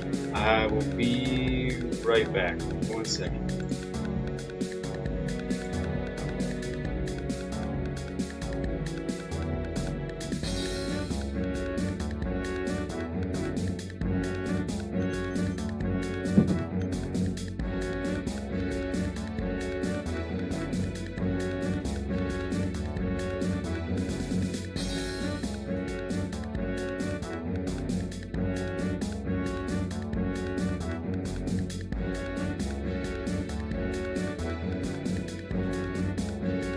Ooh, Empress is rocking the what are these called again?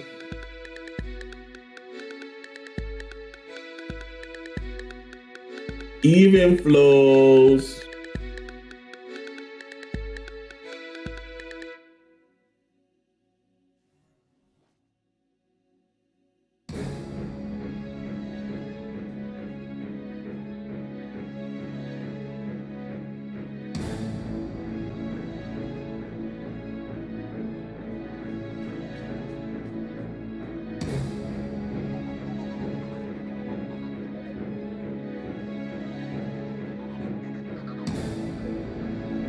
Even flows are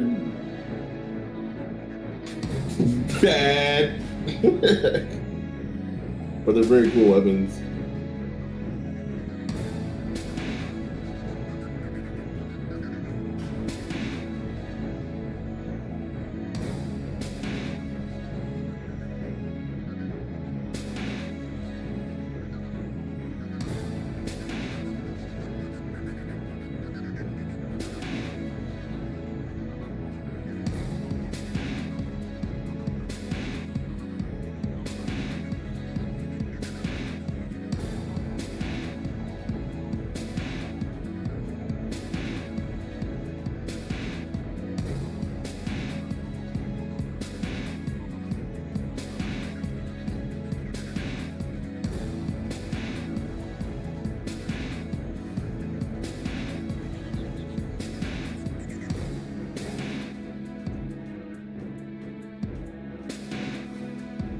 You're bad. I'm mediocre at best, bro. Hey, sorry about that. I am back. Cool. Alright, what have we got here? Got Dragoon playing the villain from round 2 in the last match. Good. Definitely had a very solid performance. List.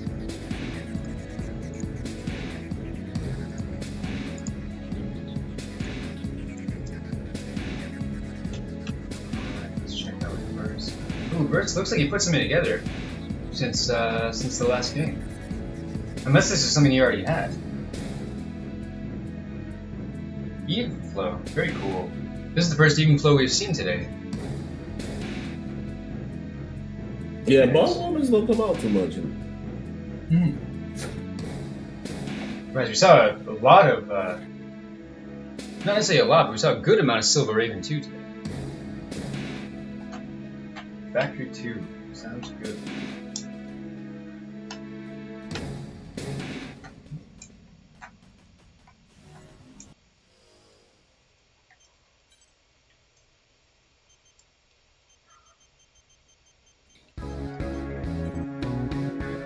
Even flows goaded.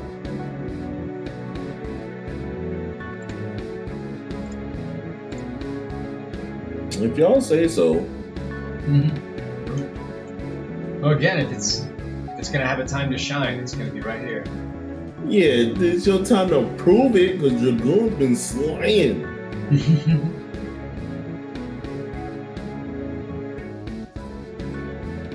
Alright, here we go.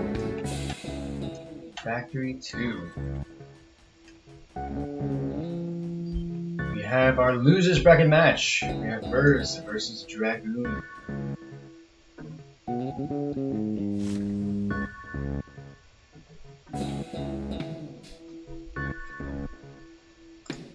This is losers round. Oh, where is this? Where are we in the bracket? Losers round 3. Okay, great. Great.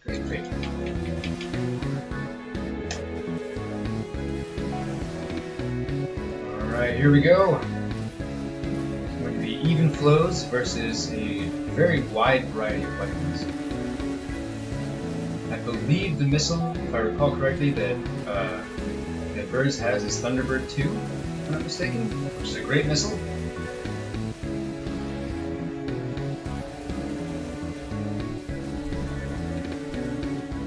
Bird is trying to stay close and he is firing.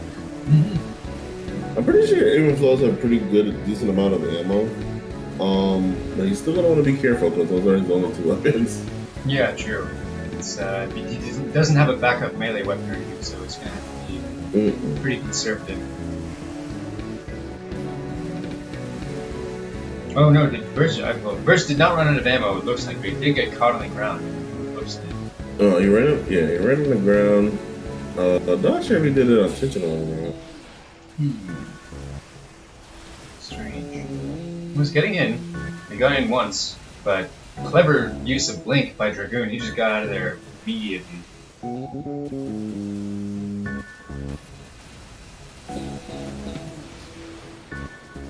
Ooh, we got a good little blast right there.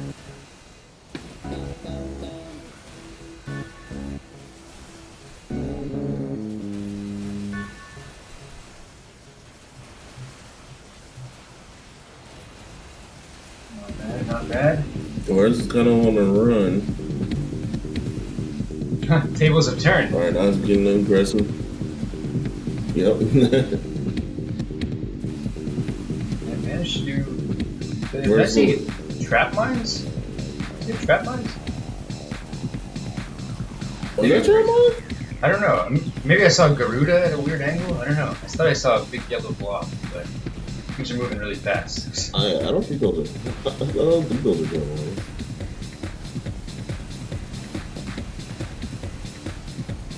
Awesome stuff. A lot of Garudas, missiles everywhere. Tons of missiles.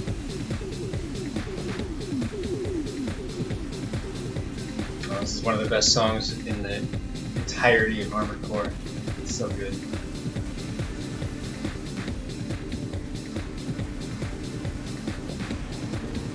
Firing away with those Garudas. It looks like a fairly even match so far. I do think that Dragoon has the edge on damage output, but with a few sustained bursts, Burst could definitely close the gap. Yeah, all he needs is some good sustained burst and keeping those missiles on them for that chip damage. Yep, everything away. Try to keep that shield down too. That's one thing missiles actually are decent for. They're pretty decent at breaking shields when they land. Oh, got tricked by the Mirage for a second there. Oh, damn! Ooh. Verse kind of sandwiched him between the Mirage and himself and was hitting him with bullets from both sides. That looked like a pretty good exchange for him. Very good strategy to have.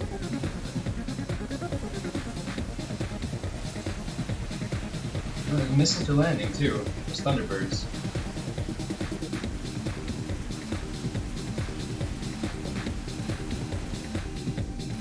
Alright, about a minute on the clock. And I'm curious to know how Burrs' ammo situation is going. But he is still firing from the looks of it, so it might be alright. Yeah, he's still firing. I'm pretty sure there's a lot of ammo on those. I don't remember. I know Silver Raven 2 has 800, but I don't remember what Even Flow does.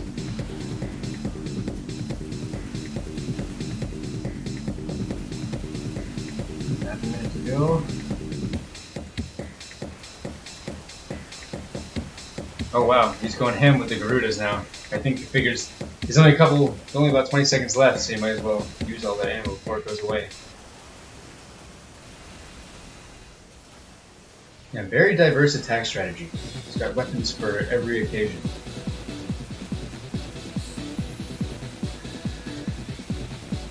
First, I'm smart with the shield, but let's see what this. Let's see if you guys prove me wrong about these weapons. oh, all right. Damn, Verse takes it down with the even flows. Very good. Ooh, that was a close one. That was indeed a close fight. Oh, that was close to 10. But well done, Verse. Good stuff with the first sighting of even flow today, and making it work, making it look very impressive. Weapon's still trash. Maybe. But not here. Not today. Today it's a bargain.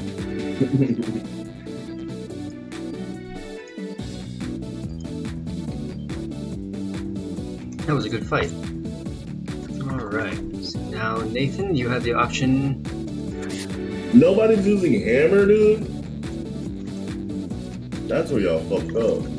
Hammer Bill will be winning this tournament.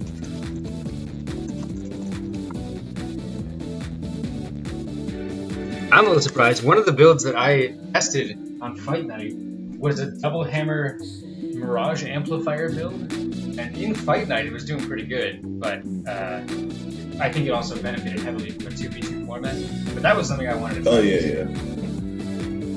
Hammer and 2v2 is way better than 1v1s. Yeah, it's much harder. So that doesn't sound too different from my Mirror Killer build, bro. Though. So, and that was 1v1. Yeah, true. And I figured the fact that you, since it is a Mirage focused build, you're trying to prevent it from being 1v1 by having a Mirage up all the time.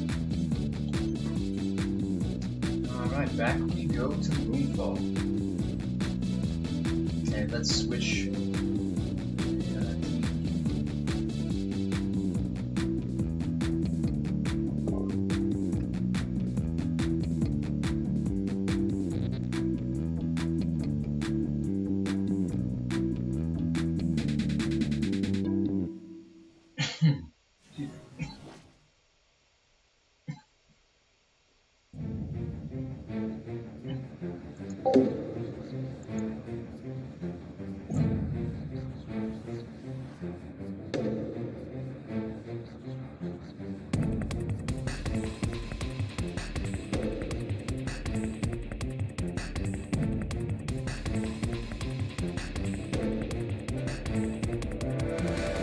Oh.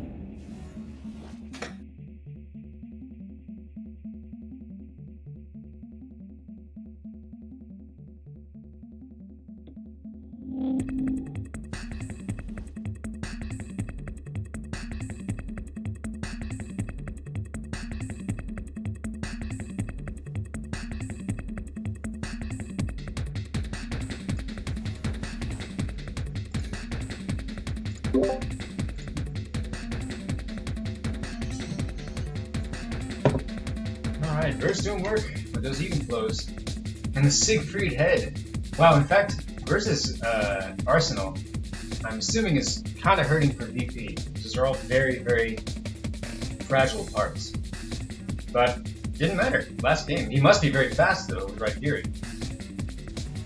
But sometimes it's all about speed. That is a philosophy I can get behind. Alright, here we go. Did Nathan change anything up? Nope, it looks like he's sticking, I believe, with the same build. So let's do it.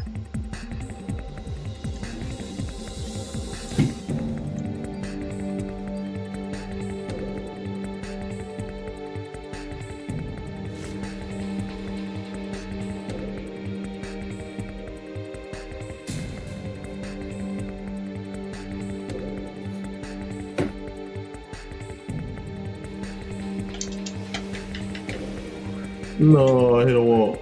Yeah, that's the only downside of Moonfall. You blink straight back, it's wall time.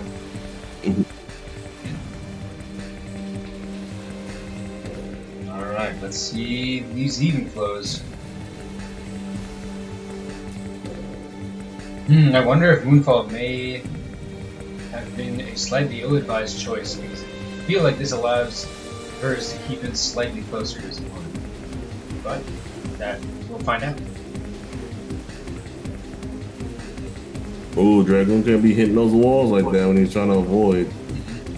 That sucks, because there's just this thin, tiny little bridge, and you're backing up, and you just happen to run into it. Yeah. Gotta look around. Gotta maintain awareness.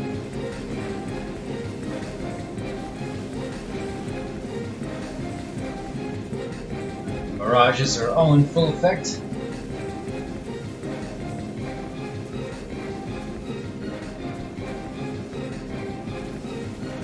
I really like this build though. This Thunderbird 2 is like a very competitive missile, but we saw very little of it today. Yeah, Thunderbird 2 is really good. It's slow firing, People- which interferes with shifts, but other than that, it's like really good. Yeah, the homing on it is just really carries it though. True. Kind of disgusting. They're very annoying. Even if you're faster than them, you gotta constantly avoid them or they do a lot of chip damage. Yep, true. And as I mentioned, they're great at breaking down shields. Mm-hmm.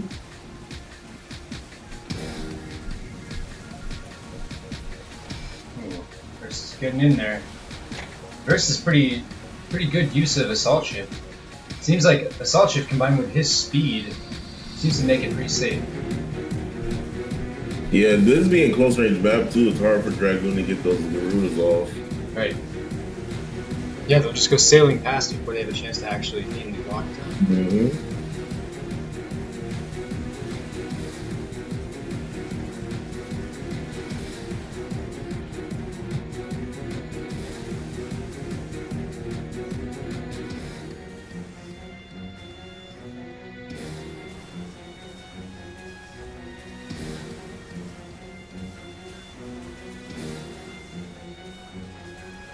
Alright, we are weaving between the bridges.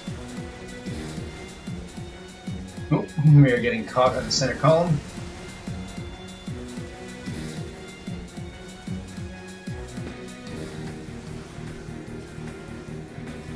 Another smart use of the center column.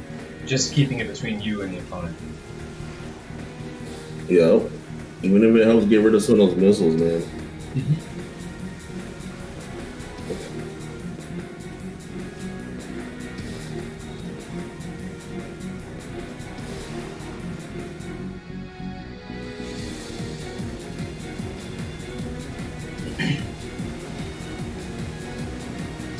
I don't think Verz is getting touched by the missiles. Might not be. Versus be really fast. Yeah, he's freaking speeding. Oh, I didn't notice the ammo ops, but he has an ammo ops. Okay. Good. Yeah, you gotta have ammo ops when you run into MGs.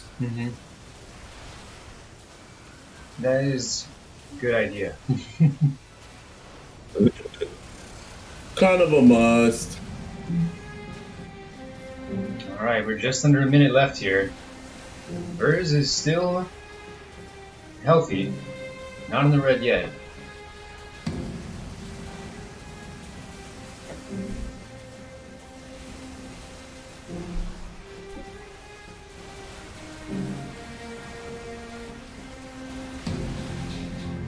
Oh, a couple Garudas landed there. Yeah. Ooh, a couple Yeah, more. hit with a couple. They're just exchanging missiles at this point. I'll trade you 2 More Garudas. bullet.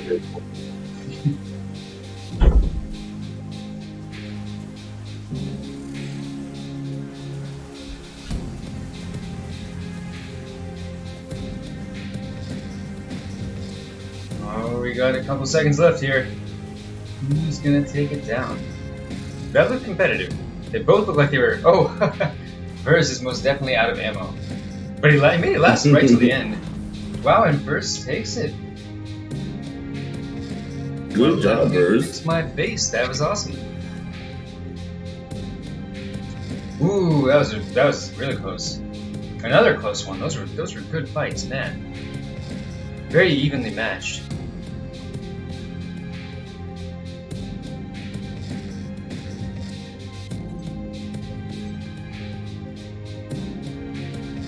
Wow, not bad. Vers takes it down. Cool. After forgetting he was in the bracket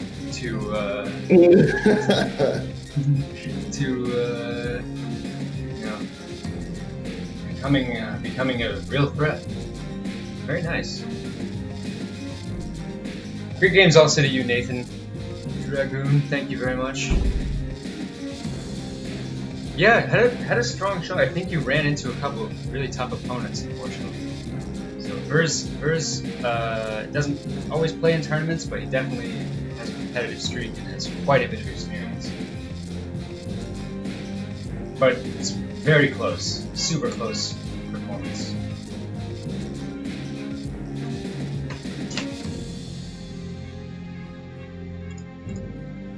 Say what?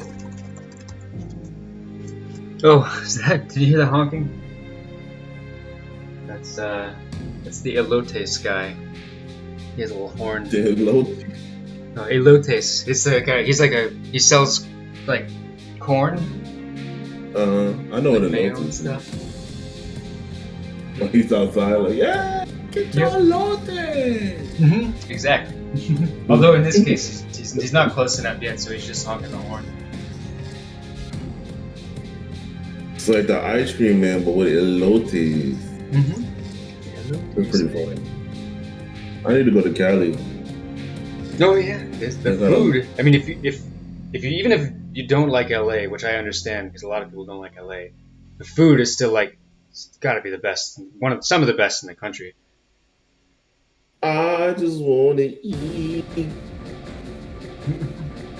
All right, let me. Are you in LA? What's it? I said, are you actually live in LA? Yeah. Oh. I live in Hollywood. Hollywood. Big baller. Hang on one sec. Let me try to see what kind of matches we can line up. Alright, so Briz is going to take that one. Really great showing again, Nathan. I understand being disappointed, but it's cool. Hopefully you can turn that into hunger and come back even stronger. You put on a great show today, so thank you very much. Yeah, you did really good, Drew. Alright, so here are the... You're going to be one of the bad. What? Sorry. No, it's all good. I think I don't know what's going on. I think my brain's a little scrambled from streaming for 5 hours. 5 hours stream. Snipet's gone, right? Who's gone? Oh yes, Snipe 10 is gone. Snipe 10? Right. So Verse can move on in that bracket. So I told AC that he didn't have to play today. But now there is a big hole in the bracket, or a big cluster. So both of the winners round matches are off the table for today because Ryzan and Dandy both left to get some sleep before work, which totally understand. The next match that we would actually be able to play would be AC versus Mini Sly. But I think AC is not able to play today. Hey, what's up, TSV Fluffy? How you doing? So, if that's the case, I think we might be all out of matches for the day.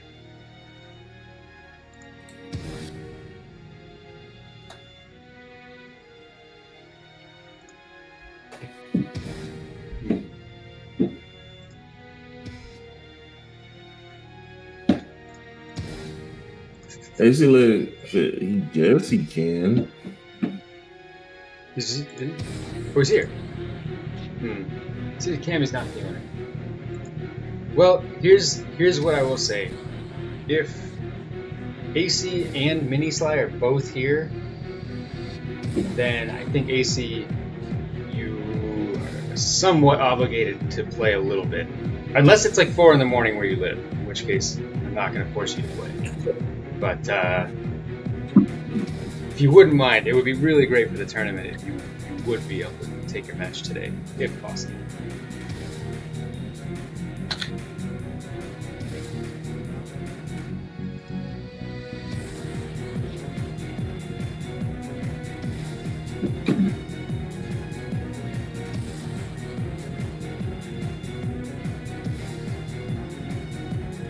It's just like if he doesn't want to, it's fine. Yeah, that's cool. All right, if Mini Sly is, if both players are okay with holding off on the match, then we can definitely hold off on the match.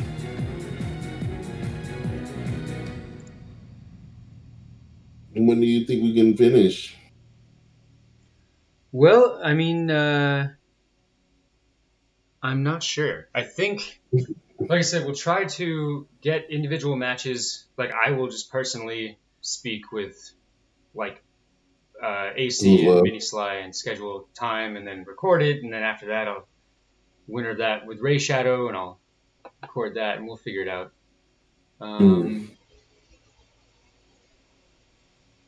Yeah, I mean, depending on how many people we have left, I could try to just schedule it again for like next Saturday, like I was saying.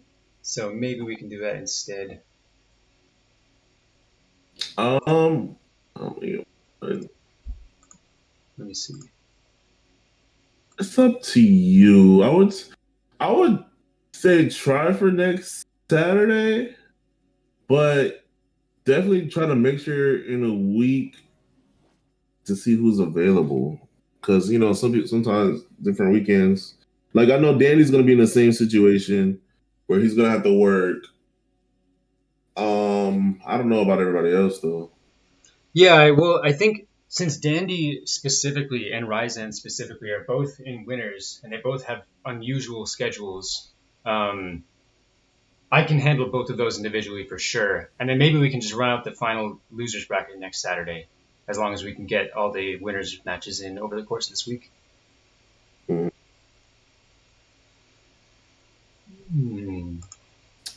Whatever you think is best, man. Yeah. I don't think there's a bad way to do it.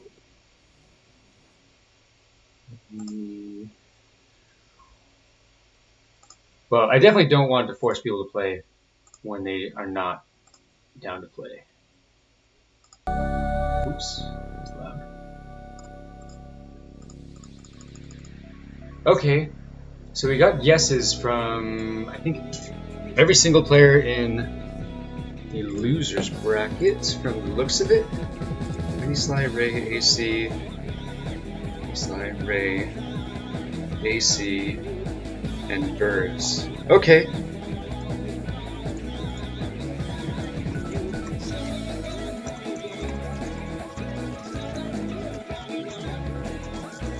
I may not be able to host, so I know Birds wanted to take my spot to host. Okay, tight.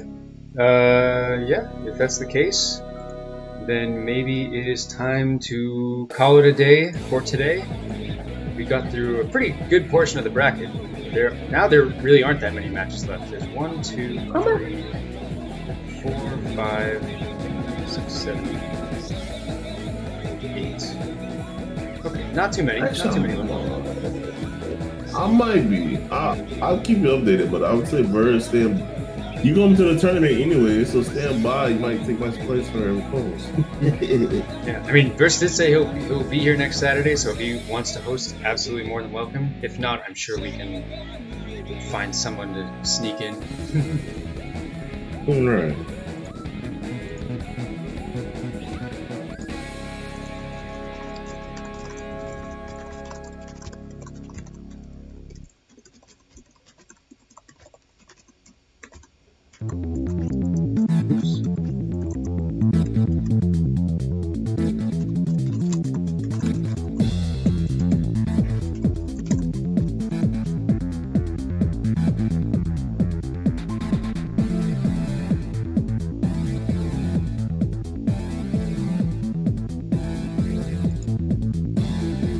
Okay, alright everyone, so here's what we're gonna do.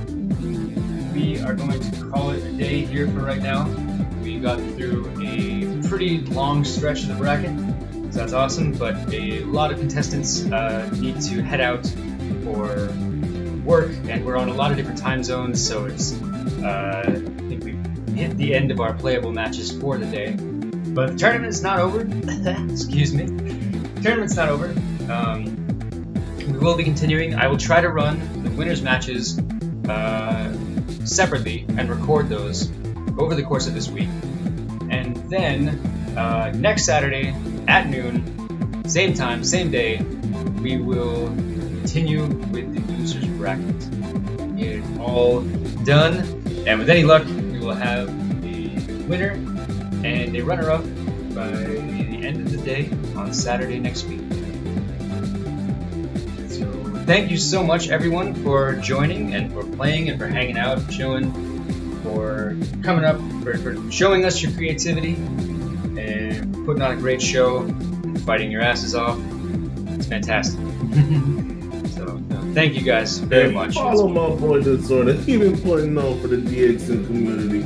You know he's doing fight nights every Friday. That's right. Now he's doing tournaments every Saturday. Whoa. Every Saturday. Well, here, I like the idea. I mentioned this before, but the way the Breon tournament was run, it wasn't really streamed except for the finals. However, it was just, here's the bracket. Every player get in contact with your opponent, play them whenever you want, send us a screenshot of the winner. And then the top 8 at that, or the top 4, I believe, was streamed all in one day. So maybe in the future, a format like that would be very helpful for people at other times. I don't think that's a bad idea. Because then you could probably, I don't think that's a bad idea. It was very fun. That's not a bad idea, and you could probably do round robin, so people could probably play more people more times if you want, especially since you're not streaming it. That is, it was in fact round robin at that time. And it was it was perfect for me because time zones. So even though I had to play at 2 in the morning, I only had to play like one match at a time. It was great. Yeah. All right. I think it's worth trying. Cool.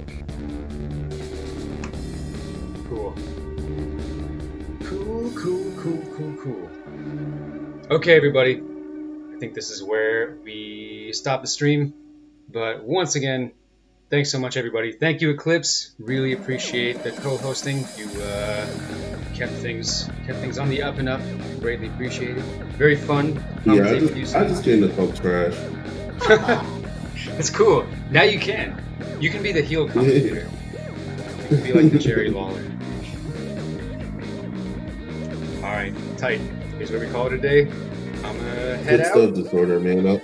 Hope you keep it up, and I'll support you any way I can. Great, thanks, homie. It's been a pleasure, everyone. And you guys be safe. Peace.